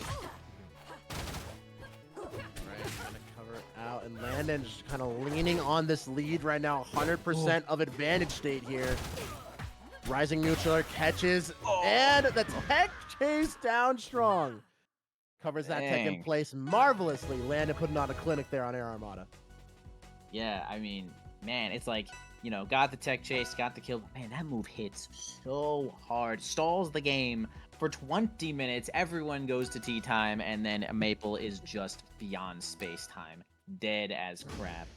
So bringing that one to an even set here, though. Landon gets a point on the board, and now we're gonna go on over here to Ho Dojo, which is, I'd say, a relatively neutral stage for these guys. I'd probably prefer Clarence in this one, but we do have, I mean, Maple does get to put Lily on platform, which is like really good, really great, but Clarence, I mean, has the counter, so we'll see if that comes into effect too. That is the counterplay. Double. Yeah, we love the double dash. Why not? Why not? Keep doing it. Ooh, love that up air there, man. You can see like the combos that come out from just up throwing Maple and doing forward air, hit fall into up air is just like so strong. Alright, we dead. Down strong, gonna set up for this edge guard flowchart. Rising neutral, great tech from Landon, and has another lease on life. Gets the counter back up. And something also to keep in mind is the counter field does destroy projectiles. One of the best projectiles is Maple's nut. The nut will apply the mark from a safe distance and prevents Oreo from getting some of those more extravagant combos getting started. So keeping that counter up is a pretty advantageous spot for Landon. Yeah, you know what would be cool? if you parry the nut, it gets put onto Maple, and then you get to AB deadly to her. That'd be freaking awesome, dude. That'd be so sick. Let's get some real counterplay in my game, please. Anyway, evens up the stock count. Landon now opening up with a really nice combo here. Has an edge guard potential too. Gets a nice F smash on off. The mark is applied, so they have a couple of recovery options and opts to just go for up B, which is going to work out for them. Kind of a quick mix-up. Jabbed into space. Just getting jabbed in the face. Nice wrap as well, and this is going to be a big tech chase. Oh, not strong downer, but they'll even try to combo off weak downer. Why not? Down tilt, no dash attack for the rip back, and the F strong, not the tipper, still has one more opportunity. Oh goodness. Breaks the wall cling with up strong, with up special. Be a big up throw here. Probably can't get too much, especially on this platform layout. You maybe get neutral B if it's a little bit flatter, possibly, but it would be really tight either way. Gets the special get up, possibly gets a kill here, and finds the tipper, gets on out of there, and here we go. Lead goes on over to Landon, looking pretty good right now. Lily on the platform as we see the counter always coming out. Thinking about placing Lily the next time. Whoa, are we dead at 70? Why'd we dead at 70, bro? No jump, I guess. No jump, no air dodge, no nothing actually. Alright, gets the up throw combos. Landon playing off this right side platform, just trying to get one of those tipper follow-ups. Try to get that punish game started, but Oreo's doing a great job just being squirrely, using those side platforms to mix up these movement options. Yeah, tries to go for these dash attacks. I mean, it is pretty quick of an option, but like everyone who's playing against Maple is thinking all I have to do is get away from dash attack, right? Falling under, not quite gonna do it. Great shield pressure, but down tilt to cover the side special. Up throw, make it happen. Grow again. Couldn't find the dash range on that one. The cancel. Oh, they went for the up B thing. Yeah, the cancel is so sick. How did we get a reverse there? Not entirely sure, but that was crazy. It gets the reverse down smash. Horrifying DI, because we did not know about that one. And Oreo nicely taking that next game from Landon on Ho Dojo. Counter pick time. Landon, what's next? So the lead goes by the way of Oreo, aka Oreo Cookie, Milk's favorite cookie. But is this the rivals community's favorite Maple? I think that's Pleb still, but still. But let's go Oreo. Yeah, let's go Oreo here. Going back to Jules Vale, I believe is the first stage that they ended up playing on. Oreo did also take it, if I am not mistaken. Maybe I am mistaken, but that's what I believe had happened. Nice up throw, tipper back air is going to result in a whole lot of damage there. Yeah, we kind of just combo those light up airs, and we're not done yet. Gets that nair, so nothing more than that, but a clean 80 from that combo. Up tilt to make something happen here. I love that wall jump back air. Like, get off that ledge. Oh! Fast fall to drag the Maple to the depths. Great texture, Oreo. Damn, nice recovery there from both players, dude. Really love to see the high-level gameplay going on here with these techs. Tries to get a cheeky down smash, but really unlikely to work, especially against any one of Claren's recoveries, I'm not going to lie. Saves the jump to make an aggressive option to come back onto the board. The mark is applied. We are not doing tether fair. That was a guaranteed kill. By the way. Right. Back to that ledge, Landon. Ledge dash turnaround, and the falling neutral. I love that kill confirmed. So many times you're like, okay, I'm just gonna die down and away. Get away from the F throw mix up so I don't get F strong. But when the Claren just runs at you with a spinning sword, what are you gonna do then? Die. Get tippered and die, as long as you're not hitting any of those buttons. We saw that Oreo was certainly out of hit stun there, but decided to just drift in and is going to be tippered by that nair. It's going to be really rough, but Oreo has a situation on a knockdown, although now get reversaled here. Tipper up tilt could result in a lot, but minor error here from Landon is going to let Oreo finally back on the ground. Really going for some of these jab combos, but I mean, Landon's just doing a really great job shielding. Keep going! Keep going! Oh, almost had it. It was close. Still gets it! Disgusting, by the way. Landon, getting these tipper down smashes, gross. bro. Quite dope and cool. yeah, really good. I mean, really landing all these down smashes, I mean, these are kills for sure. I mean, when you consistently land a move that strong, I mean, you're looking good. Little shield drop fair. Trying to put some pressure down. All right, there, knockdown, great tech in place, and shield break? Not quite. Doesn't have that Loxodon or Crag factor. That charge smash is actually gonna shatter that thing. Thankfully, right? I mean, that would be That'd a little silly. crazy if Maple was just sitting there with Crag Loxodon stats. As we're gonna get wrapped here by that F smash, down smash. Not strong enough to kill yet. Good DI here from Landon. Now an edge guard situation occurs once again. Goes for the drop. So Nair and Landon maybe thought they had an extra resource, but nowhere to be found. Even stocks. Now the counter comes out once again, and we are just seeing this over and over. Could it be a trap to place Lily? That tipper back there was looking like a highlight reel, but couldn't quite find it. Shields the aggressive up special. Could set us up for a game 5 if Landon could just tap this one home. Yeah, it's gonna be tight right here. Maybe looking for another one of these down smashes here, possibly. Yeah, tries to go for the check chase, but not gonna get the read on that one. But 126, really tough situation here for Oreo. Just let it rip. F smash would have been pretty easy there, I'm not gonna lie, but really wants to go for that down smash. Getting some practice in, understandably. Can Oreo bring this back with this one tech chase, man? Poppy on. Wait a minute. Oreo. Wait just a they second. landed. There, big. Landed. We're Oh, dead. he calls it and confirms the kill. Oh. How many down smashes that last stock? 17, 18, 42? I don't know. It was a lot. But we finally did find it with the tipper forward air. And yeah, I felt that the second Poppy got put down, I'm like, wait, there's a crazy combo coming, and it did, but no kill confirmed, and we are set up for game number 5. I'm hyped about it. This is a great set so far. Yeah, the Poppy was a real high-risk, high-reward situation. They did have a situation to really bring that one back. Unfortunately, landed on that platform, got all their resources back, and now we're moving on to Game 5 here on To Go Die Delta. Starting off quite nicely here. Landon spacing out with some of these back airs as well. Gets the tech chase, but Maple maybe not fast enough on that situation. Gets up thrown, which is the nightmare once again for Maple. How are we getting out of here? No neutral special, not going to quite find that kill confirm. Dash attack set up for that platform tech chase. Wrap, Nair, still tech chasing. Reapplies the mark with the side special. But the up throw down air, not quite going to have the gas for it. Really close one on that forward smash there. And also just goes for an up smash, not gonna work out. Gets wrapped here, possible little string, more than a string. Gets a nice down smash to make this edge guard happen, but oh, gets side beat back. Sees the past and the future from that one.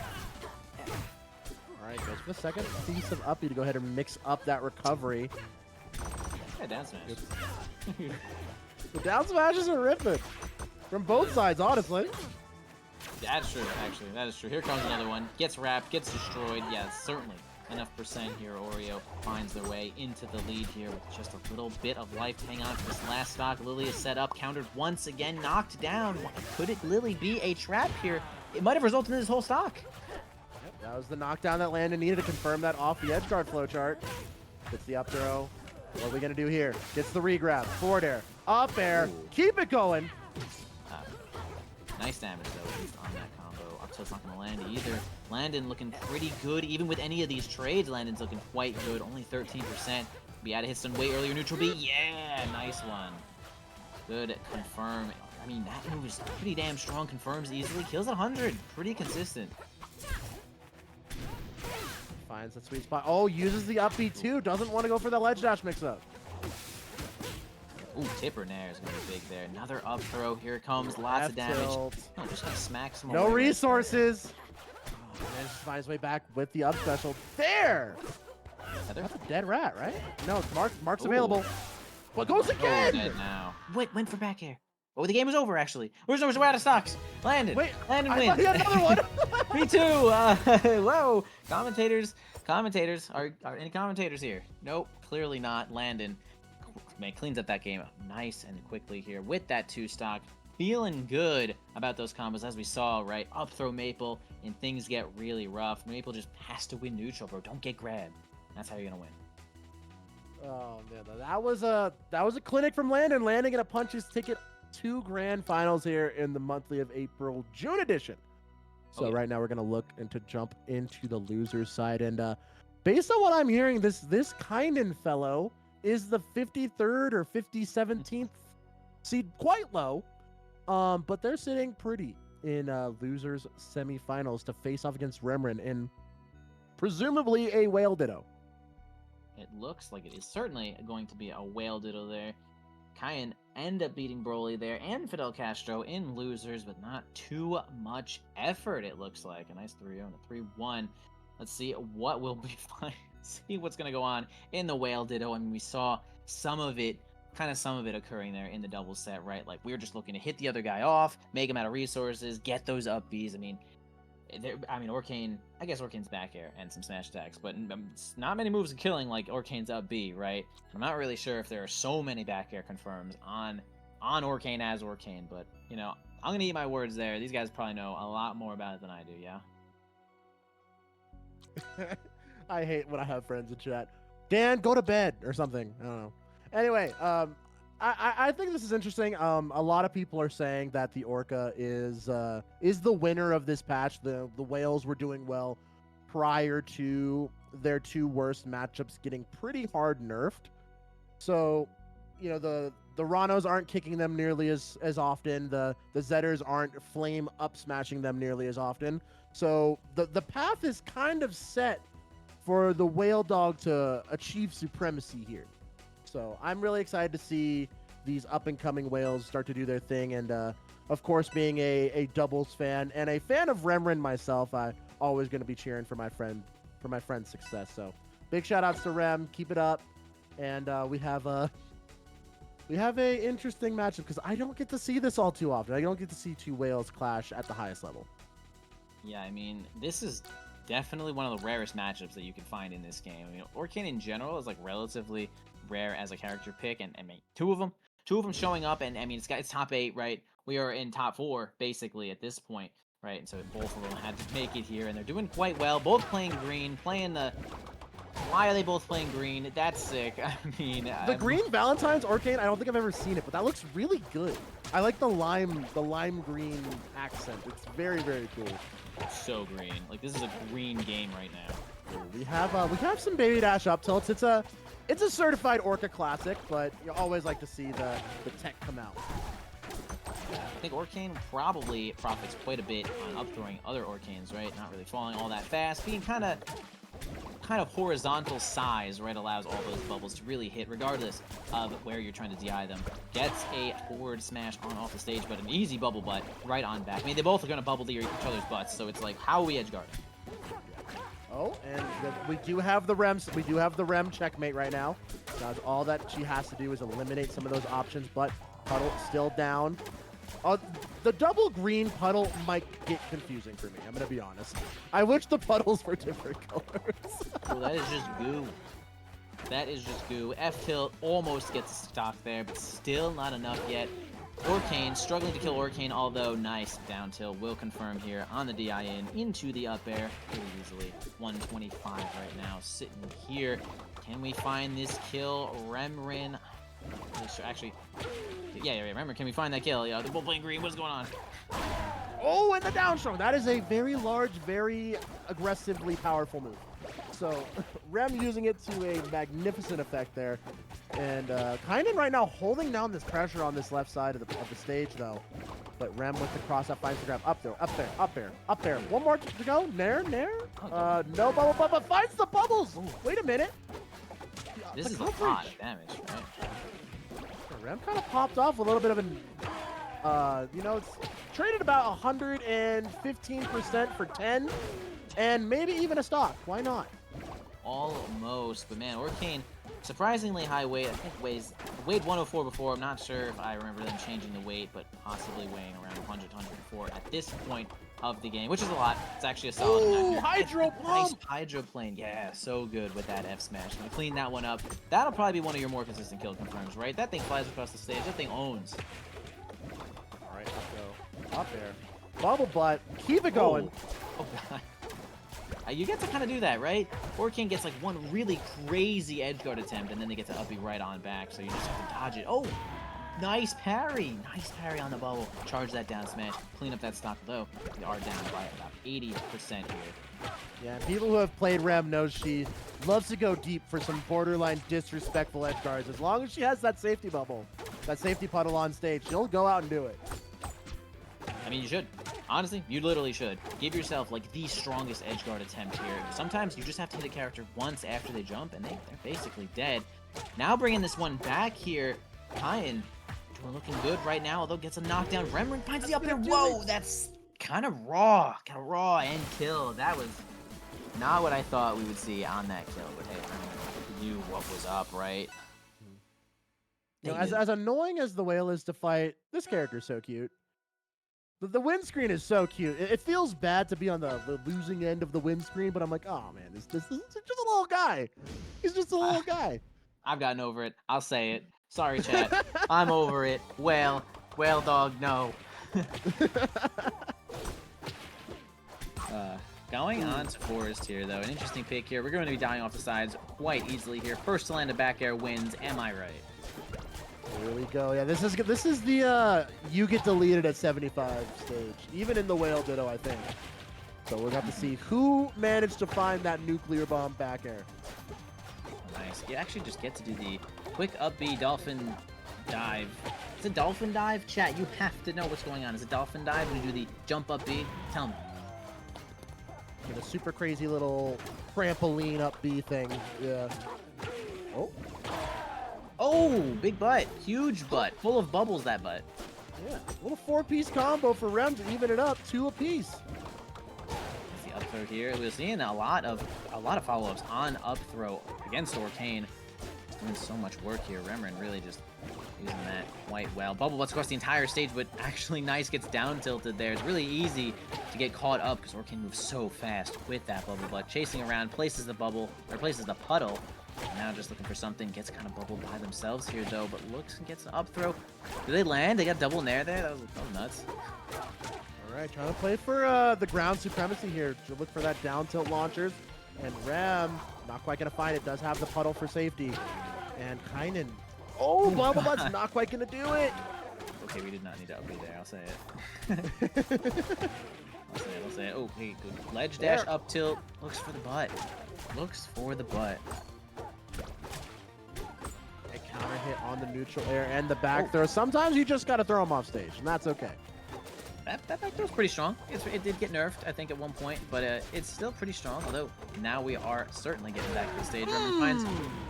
Oh, that's the mix-up. How did this happen? that's crazy.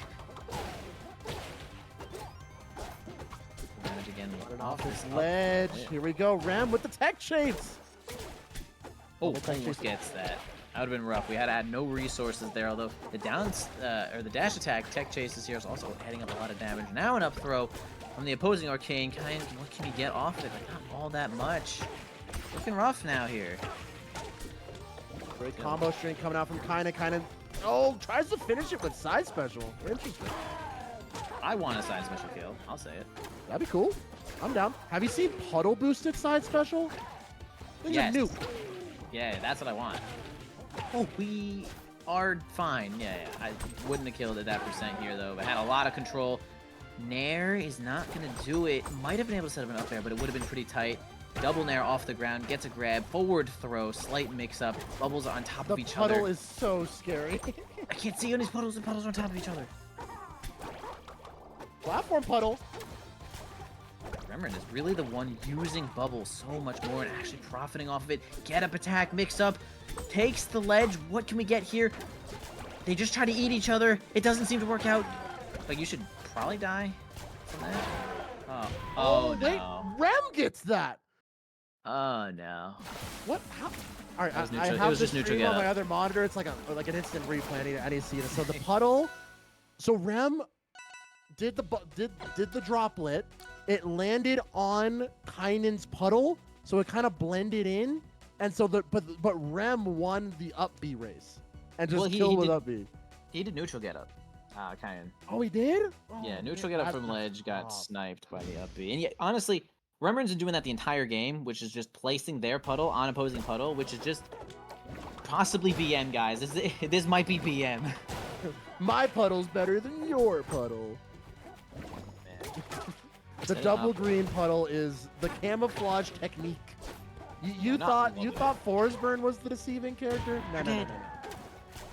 Oh yeah, you cannot do wall jump side B unless you are grabbing the ledge or landing on something. So that's gonna be a really quick stock there for Kyan. Unfortunately, Remrin.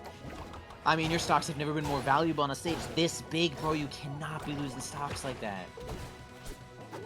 Still has the tech chase option available.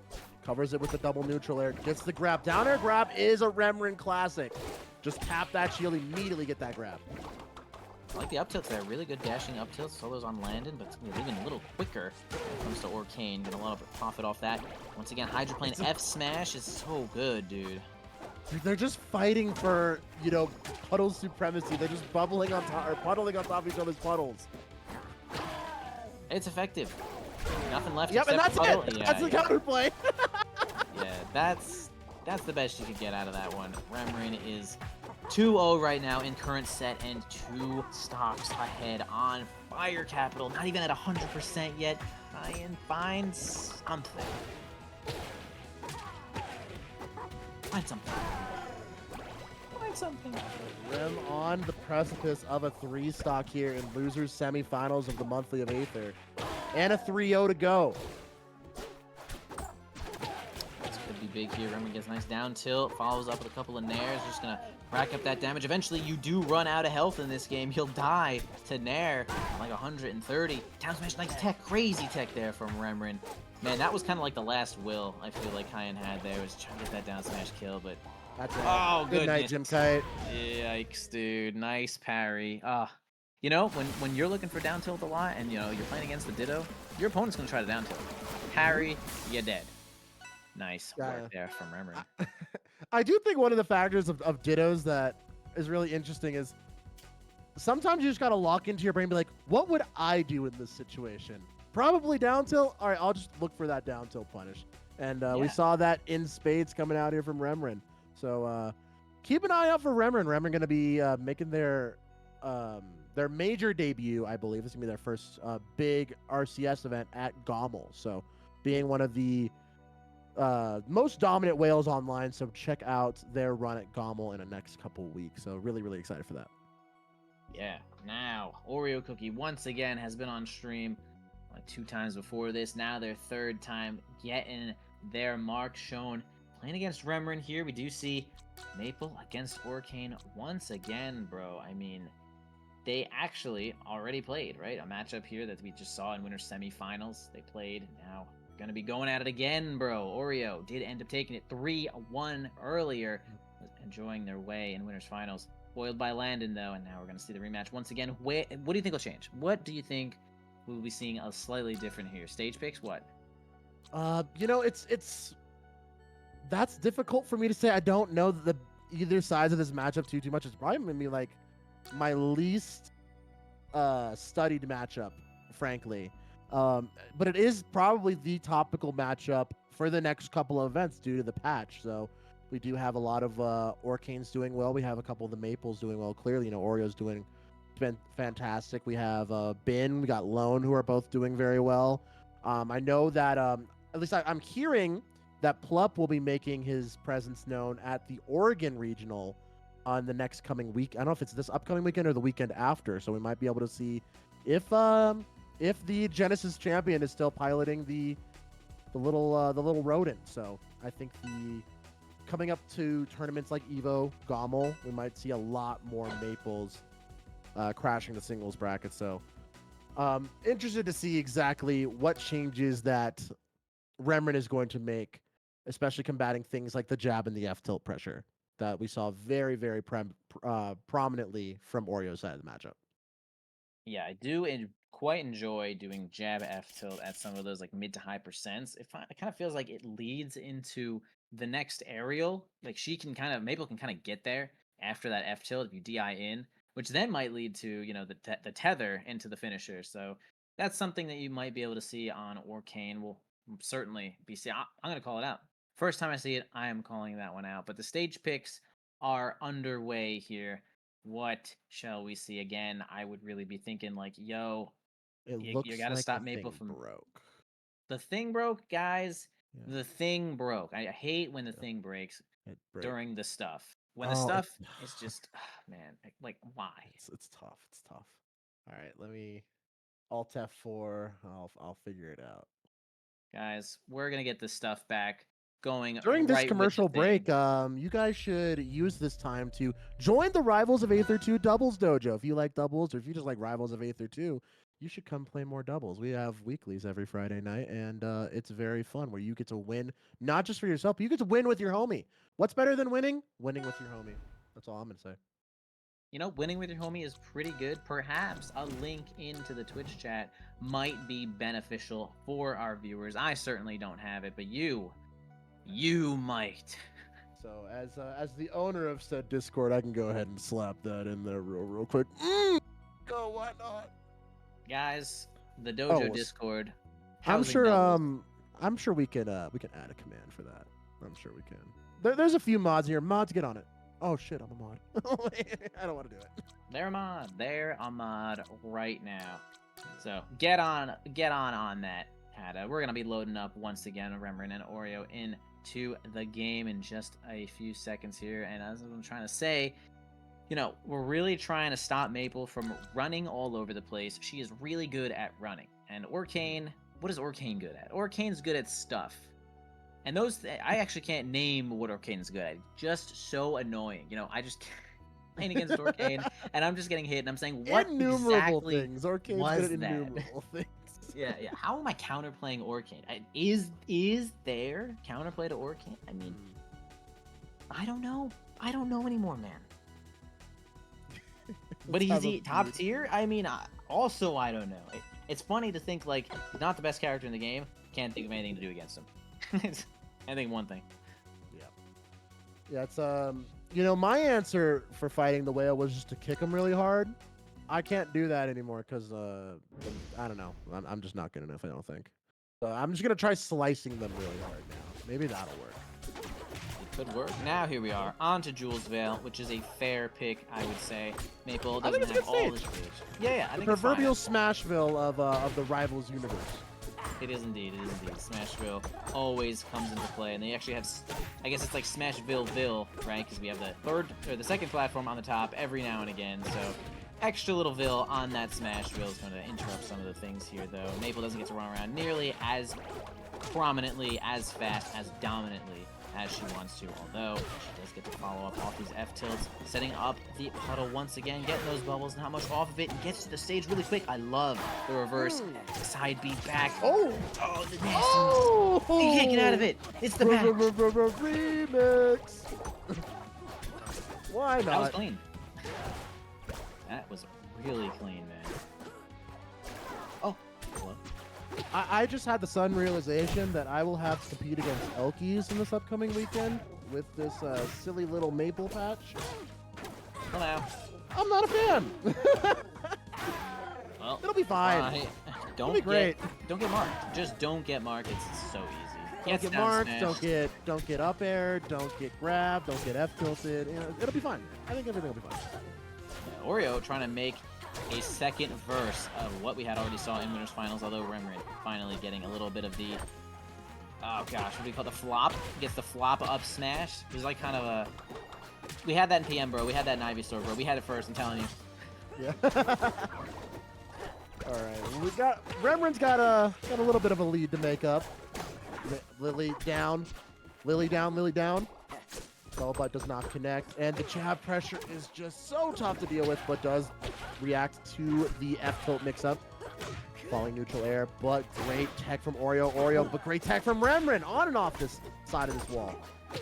Yeah, super good. Gets marked there, though. Now edge guard situation here. Gets back, clipped by a bubble. That could be curtains. Okay, we're good. Grab the ledge. Still getting clipped. Finally gets back. Crazy pivot grab there is going to result in an up throw. Not much off of that. Tight windows when it comes to throwing Orcane. I guess it's just really Maple's throws in general, right? How did that hit? That's water. That was so... Oh, nice up tilt there. It's going to totally anti-air perfectly. Jab foiled again. Yeah, honestly, Remrin has countered every jab attempt here, and I like to see that. And Rem does not get the puddle on the top of the left, but just can't cover it with down strong. And Oreo making a lot of mileage off of that mistake. Has to shield Lily there. But gets the Hydro Pump, and that's going to set us up for last stock. Yep, gets marked instantly, though, 114%. Starting up combo with a couple of up airs. Hits the back air. Nice attempt there. Still gets 37 damage before they're troubled, which is not too bad. Once again, misses the puddle. No Puddle also gets no eaten by that up tilt. Has a chance to get Orkin off stage with no resources, although uninteractive puddle has showed up. I swear, Tether fair kills there. Okay, it's over. I mean, what did we see Tether there? Nair is going to take care of it, though, so that's a game 1 for Milk's favorite cookie. It's Oreo, once again, making a remix of their own of the first time they played here in winners semis. Looking good right now, taking that first game. Counterpick thoughts, banning out both of the rough stages here, but we're going right on back to Jules. We're feeling like this is a pretty solid neutral stage here for Remrin, and they have what it takes to win. I do think that's the confidence factor as well. It's like, you know, I don't think the stage affected the reason why I lost. Maybe I just got to make some changes. Instead, yeah. Let's not add too many variables. Yeah, it depends, right? Like, this is a pretty neutral stage.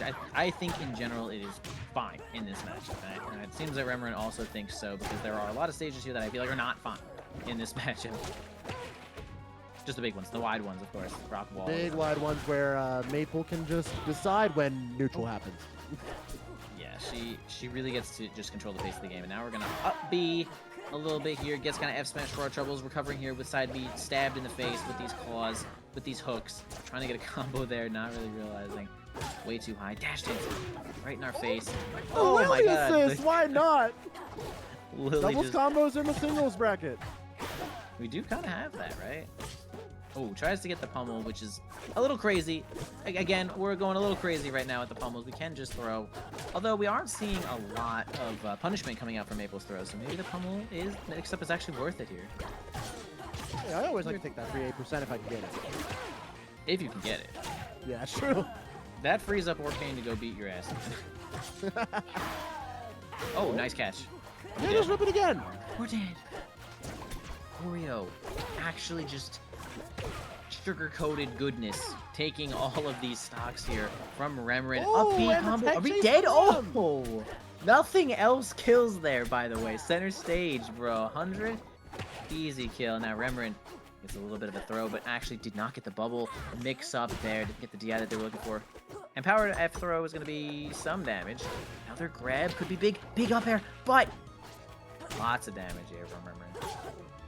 Right, Ram on and off this wall, but still has the puddle. Yep, still good to go, but the speedy little rodent is going to be able to punish it still. Really careful with those So fair. special get-ups. Ooh, Plat Tech Chase remark. Oh, did he jab? That was crazy. Oh, Ram with the throw punish. Oh, almost off the top there. Yeah, actually decided not to use their jump. They really went and held it. Could have been pretty scary. Now it's pretty even. Double Nair, still has the mark, dips deep, and Wow. just tickling the Blast Zone themselves to make sure that that tether doesn't give Maple the opportunity to play that one more neutral interaction. Great presence of mind from Remrin. A little scary for the fans at home, but still takes it down one piece. That was close. That was a good comeback there from Remrin. I felt like Oreo really had a lot of control, was just kind of ahead in general. Now they're going to the other neutral stage here. Smashville out, PS2 in. Here we go, starting up here once again, throwing Lily on that platform. A lot of extra damage here. No counter from Claren to be found, so it's going to be a little bit more effective here in this matchup, popping Lily on that platform. Just off that left side ledge. Remrin with the reversal, still manages to find battle for supremacy here on the left side. Double neutral does it. They like to grab the ledge, try to get that mix-up going. Lily just barely hanging on the stage there. Oh, what? Not entirely sure what got the hit there. I think it was like maybe a down tilt or something, but Lily actually setting up for that kill.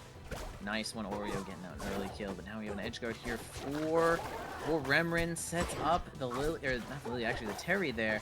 Not gonna do all that much in this neutral situation. Dash attack. Yeah, I mean, Oreo's looking pretty good here. Until, oh, they look. Just narrowly doesn't find the strong hit of that up strong. And the bubble pressure looking great, still has the mark. Dips deep. Oh, nice and just, weight. Oh. And then he reapplies the up B, why not? Oh, they hit a button. They hit a button. I saw the replay. They hit a button. They could have gotten out. No problem. Continuing this stock here. Remrin at mid% here. Oreo feeling good about that wrap. 90 continues it with the nair. Gets the kill at 100. Reapplies there. the mark with the nut as well. So great extended combo there from Oreo. So good, man. Oreo, dude. Oh, Remrin going a little deep.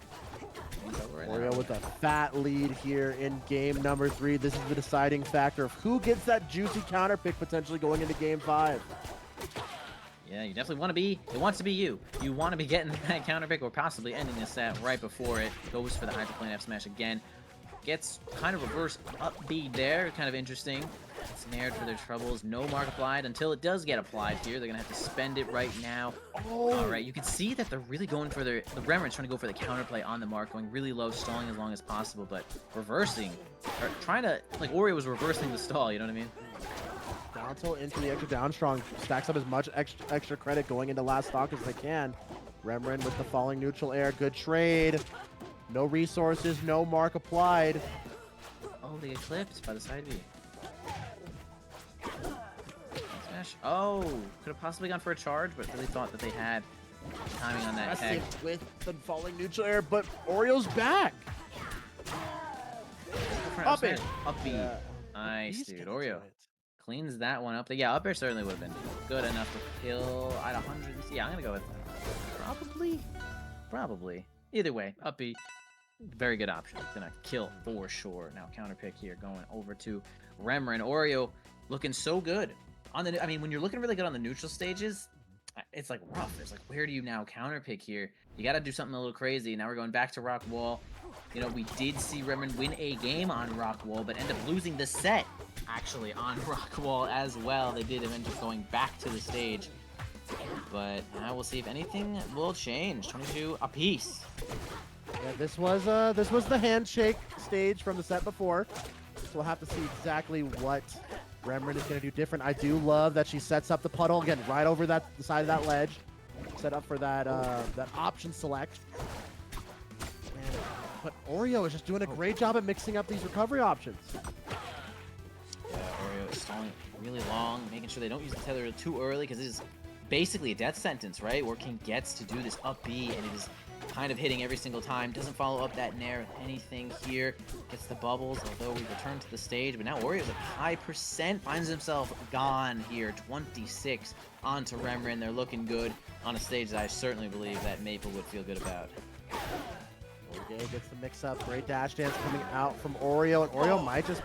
Wow, would have been an early stock. It still might be. Does have the puddle left. Gotta feed Lily. Lily's still occupying this right side platform, and tech chase potentially from Oreo, ripping the down smashes.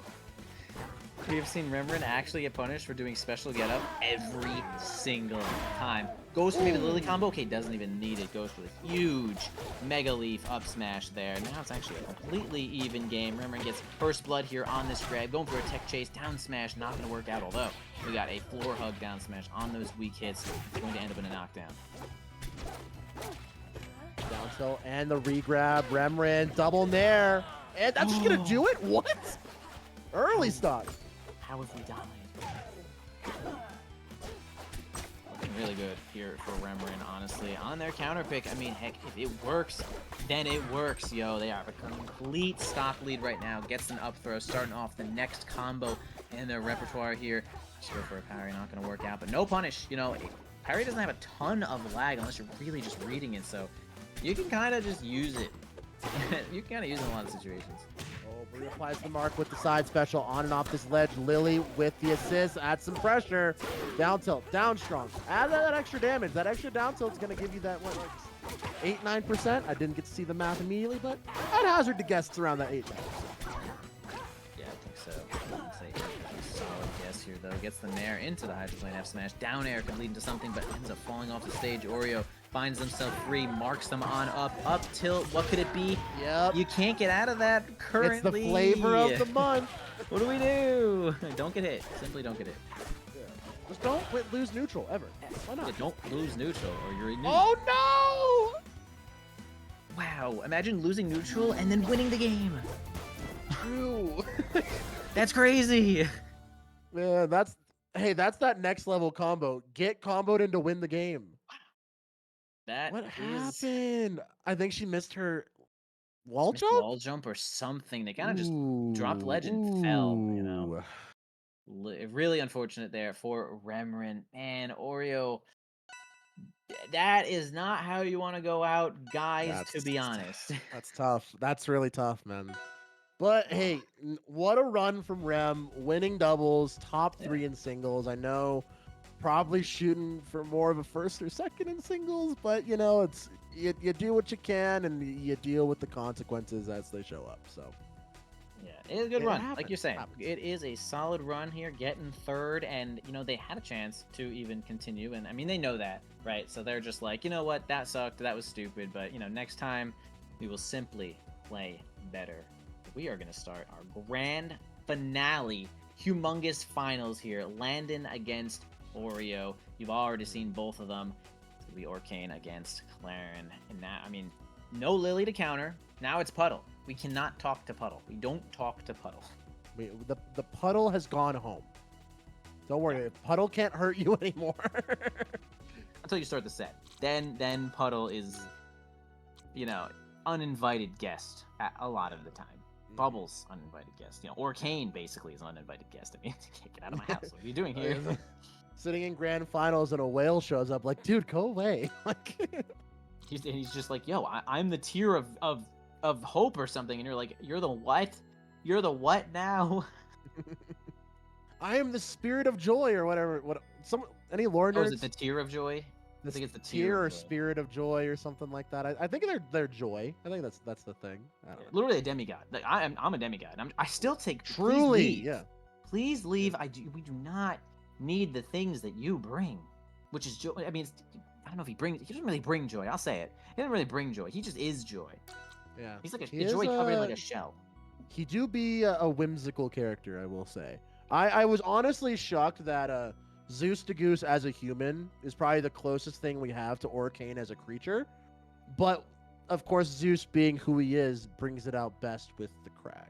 So it's, True. Zeus is basically the opening of joy, unless you're getting punched in the face, and he's having fun. You might be having he fun. is. He's the one crag that if I just get mercilessly 3-stocked over and over, I'd probably still be having fun. Because I'd hear him go, eh, and I'm like, all right, everything's fine. yeah, for sure. But Shout out Zeus. Enough about Zeus. Enough about Zeus, guys. We have, well, if only Orcane was here, I'd be like, oh, we have another god, haha. But we don't. We actually just have a panther who learned how to time travel and a rat who are going to be fighting each other to the death for what? For literally what, dude? Yeah, who would win? A time-traveling, lightsaber-wielding panther or the guardian of the forest? Hold on. She's a rat. A rat! Also, A rat. she has no hands. She has hooks. She's even worse than before. She has no hands, no thumbs, no nothing.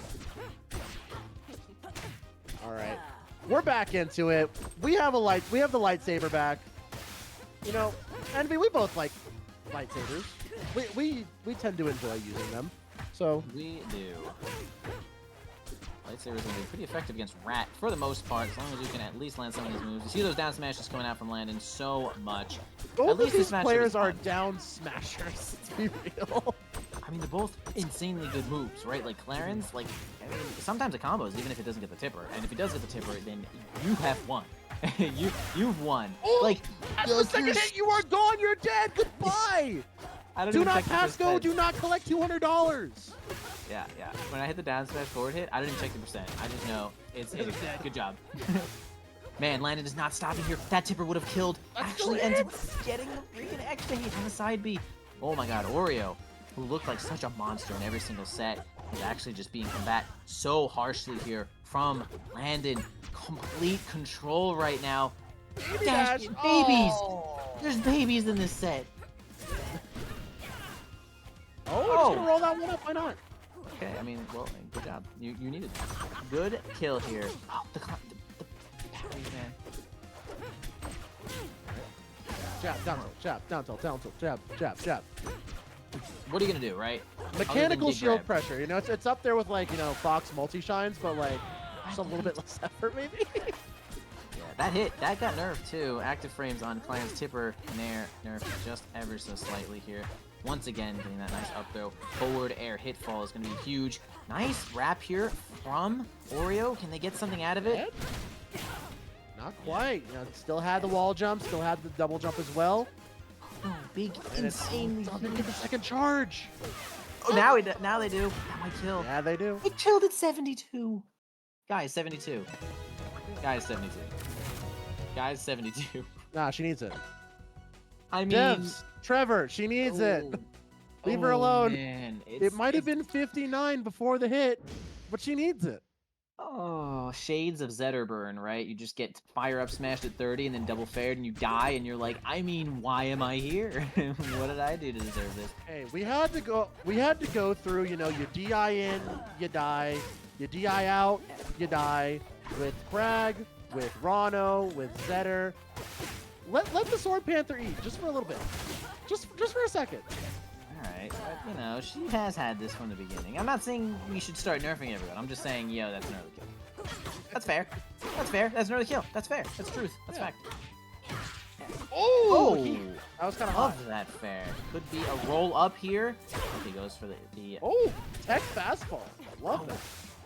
Damn, getting the ledge in between Clarence up B is insanely hard, but would probably result in a stock every single time. Special The get rare special get up from Landon. Yeah, it's the first time I've seen that in the few sets we've commentated. Yeah, that. Should be able to get ledge. Yep. And Terry's there for the assist. Yeah, Terry. Love putting Terry on the board. Oh, slain with huge tipper F smash. Yeah, just get Terry out there. Honestly, like, really good to have Terry on out. It's tippered already. Down smash. We love down smash in this matchup, right? These two guys love it. Finds the grab. Fair. Hit fall fair. Gets that re-grab in certain situations. Yeah, went for neutral B there. I actually respect that. Smack. Okay, goes for the up tilt this time. They mostly going for down tilt here, but it's gonna work out. Sometimes I see Maples also go for the backup side B. Tries to delay this up B to try to snipe out some options. And no Mark, no Terry, no nothing. Gonna go ahead and deem that stock forfeit. We have a stock lead for Landon. Yeah, rough and don't get the text on those up Bs there, though. Here's a lot of text coming out from Landon, yo. Oh, and confirms that kill. Huge for Oreo. Ends up being an even game right now with Landon currently at 1 game here. What's it going to be? Once again, hit fall, up air. Falling up air was so heat. Run off neutral B would have been hot. Oh no, we're dead, bro. I mean, I guess that counts as a mix-up, right? Up being so unbelievably early. Although attack for Landon. It's actually going to get them on that ledge really quick. Landon, 1 game away from sealing up this entire tournament and sending Oreo... sending Oreo... Where are they sending Oreo? Into, like, the Shadow Realm. The Shadow Realm. I was gonna go with, like, you the know, forest you drop floor. I think that's the lore where, like, Sylvanos is just killing people on the forest floor, but, like, all the good little critters get protected by Maple in the treetops. Lore nerds, someone tell me. You're right. I was gonna go with more of like I dropped the Oreo in the glass of milk, and now it's really soggy kind of thing. But I couldn't really get there. Either way, hey, going on to Ho Dojo and neutral kill. No. Okay, we have to watch out for dying really early here if we're Maple. True. Thoughts on Only that? if we're Maple, though. Only if we're Maple. Oh, God. Landon does not care. Landon does not care, dude. Landon wants to go home. Landon wants to go to his Sunday barbecue. Oh, I want to go too. Please send a dress. I would love a barbecue. Send a dress. We want burger. Oh my god, I love burger, and perhaps maybe Oreo loves burger too, and we're just misconstruing what they enjoy. You know, we thought they liked Oreos this whole time, but maybe they like bringing it back here. Oh my god! Landon Oh, is tech master. Wait a minute. Dead? Special getup, bro. Smack again. Down smash? Yeah, we're trying. I think if he I think he tried to empty pivot. That totally would have. That's a tipper, by the way. It didn't tipper. That didn't tipper. I'm telling you, it didn't tipper. I watched it. That's a tipper, by the way. Alright, Oreo, man. Another mountain to climb here. We're looking at the summit of Mount Everest. Trying to climb as hard as we can, but we are still kind of losing neutral. Goes for a fat read. Probably didn't need to. Made this kind of fast. Up B. Okay, that's a stock. That's one. Lily gonna get countered as usual. and they get stunned. I mean, they were not ready. You could parry that. You can actually parry Clarin Thing stun, and I think she goes into parry stun, but I cannot say for sure. But that'd be lit. Alright, gets the ASDI down, tech jab. Get that. The helicopter move is the heat this patch, so Maple players abuse it while you can, but doesn't look like it matters to Landon. Landon really going for broke there with the down smash one more time. Side B struck, comes on ledge. Yeah, a nice aggressive option there from Landon. Once more, gets the floor hug on the dash attack. This could be big, maybe big for Oreo actually. Oh, manages to avoid the fastball fair. Whoa, that was crazy. Okay, it's gonna be dead up attack from the ledge here. It gets kind of reversal once again from the aggressive option. Gets hit one more time. Dead? We're going for insanity. Oh god, they're alive. It was calculated. Okay, suddenly we're at last stock though. We are. We actually are at last stock. Oreo maybe looks for the Poppy one more time, bro. The Poppy could be the one to do it. Are we dead? We're not dead, right? Not dead. Smack. That's a mark. Oh, we're gonna SD. Oreo trying to unplug. Trying to unplug Landon's controller. That might be the way he wins this set. More for Genetic Fields if anyone's played 9. Try to get them to unplug the controller. Oh, he tried to the down smash coverage, but the tech in place up tilt was too strong. Oh, What the hell is going on? Oh my gosh, that was a diagonal Great tether. tech Nice from Landon. tech. Oh, this tech was huge. We're still alive, bro. No tipper. Big edge guard situation. Gets a hit. Okay, they won't be able to get lethal just yet. We're so dead. That You're might have been so the, dead. the least saucy way to finish it, but it's effective. We're going to the barbecue. Oh, we're Beers going to are on barbecue. Landon. Woo! Beer on Thank Landon. you. All right, Landon's family shall be providing all the burgers anyone ever wants here. GG's to Oreo getting second place here, though. Landon was really putting on a clinic and making a name for themselves once again in this Rivals of Monthly of Rivals of Aether of Monthly of Rivals. Anyway, you guys know what the tournament is. Either way, that's GG's, bro. That was sick. I enjoyed it. I had a great time. I just got to watch Chill. and chat shit. It's the best part. I liked talking about Orcane being a shell. That was fun. Yeah. And if you guys want to have fun adjacent to Rivals of Aether 2, the second version, the sequel of Rivals of Aether, you can add another 2 to your gameplay by playing doubles in the Rivals of Aether 2 doubles dojo. You guys were curious where that plug was going to come from. I found it. Oh So my god. there's a link that I can post, and I completely just lost it. But I am Lost the link. a big proponent of doubles. Doubles is great. I think it's the best way to play the game. We have locals every Friday. Woo! Come and play in them. Our doubles champion from this event has won the last 2 weeks. We need someone to beat the French people, the Quebecois, per se, of Remrin and Poilu. If you think you can do it, you at home, join the Discord. Play on Friday nights. Or you can play all the way throughout the week and just enjoy doubles. It's a pretty cool thing. So if that's something you're about, I'm about it. I know Envy's about it. Envy's a big doubles head. But that's been me, guys. Doubles, Hada doubles, synonymous. Also, shout outs to Zeke, Coach Zeke for the shirt. My goat. And that's all I got. Also, big shout outs to Kreestab. Kreestab, I said it last time I was here. Kreestab is low-key the goat of the online scene. He runs tournaments for every platform fighter I've even heard of and not heard of. He's so responsible for the community. He helped me build the doubles dojo. So he does not get the flowers he deserved. So big shout outs to Kreestab. Dude's the goat. Yeah, love that, dude. And Brad, I see you, bro. You're right. I am I am a ROM hack creator. Nah, I'm messing around, dude. But either way, yeah, that was a super good tournament. Shout outs to Kreestab. Shout outs to Hada for helping me commentate this tournament, or maybe I helped them. Either way, nice work, Team nice effort. duo there. Yeah, team effort, bro. 50% on each side makes the heart full. Whatever, dude, guys. We are out of here. Congratulations once again to Landon. Such good gameplay. Second place there for Oreo, and third place for Remrin, right? Oh no, sorry. Was it third place for Remrin? Third place for Remrin. Absolutely. The shell of joy. Either way, that's it for me, bro. Good commentary. Loved it. Always great commentary. Always a good time. Kreestab, you got anything for the people? people? If you're anywhere near Western Mass, like Albany or Connecticut or even like Boston, anywhere in New England, you should come to Prodigy next Sunday or next Saturday. It's a tournament that we have in Western Mass. There's a $100 pop bonus for rivals if we get enough players, so that would be cool. Besides that, I guess I'll see you next month. Woo! See you next month, boys. Woo! Mark your calendars. We will see you guys next time. Thank you so much for joining us. Have a good weekend. See you guys.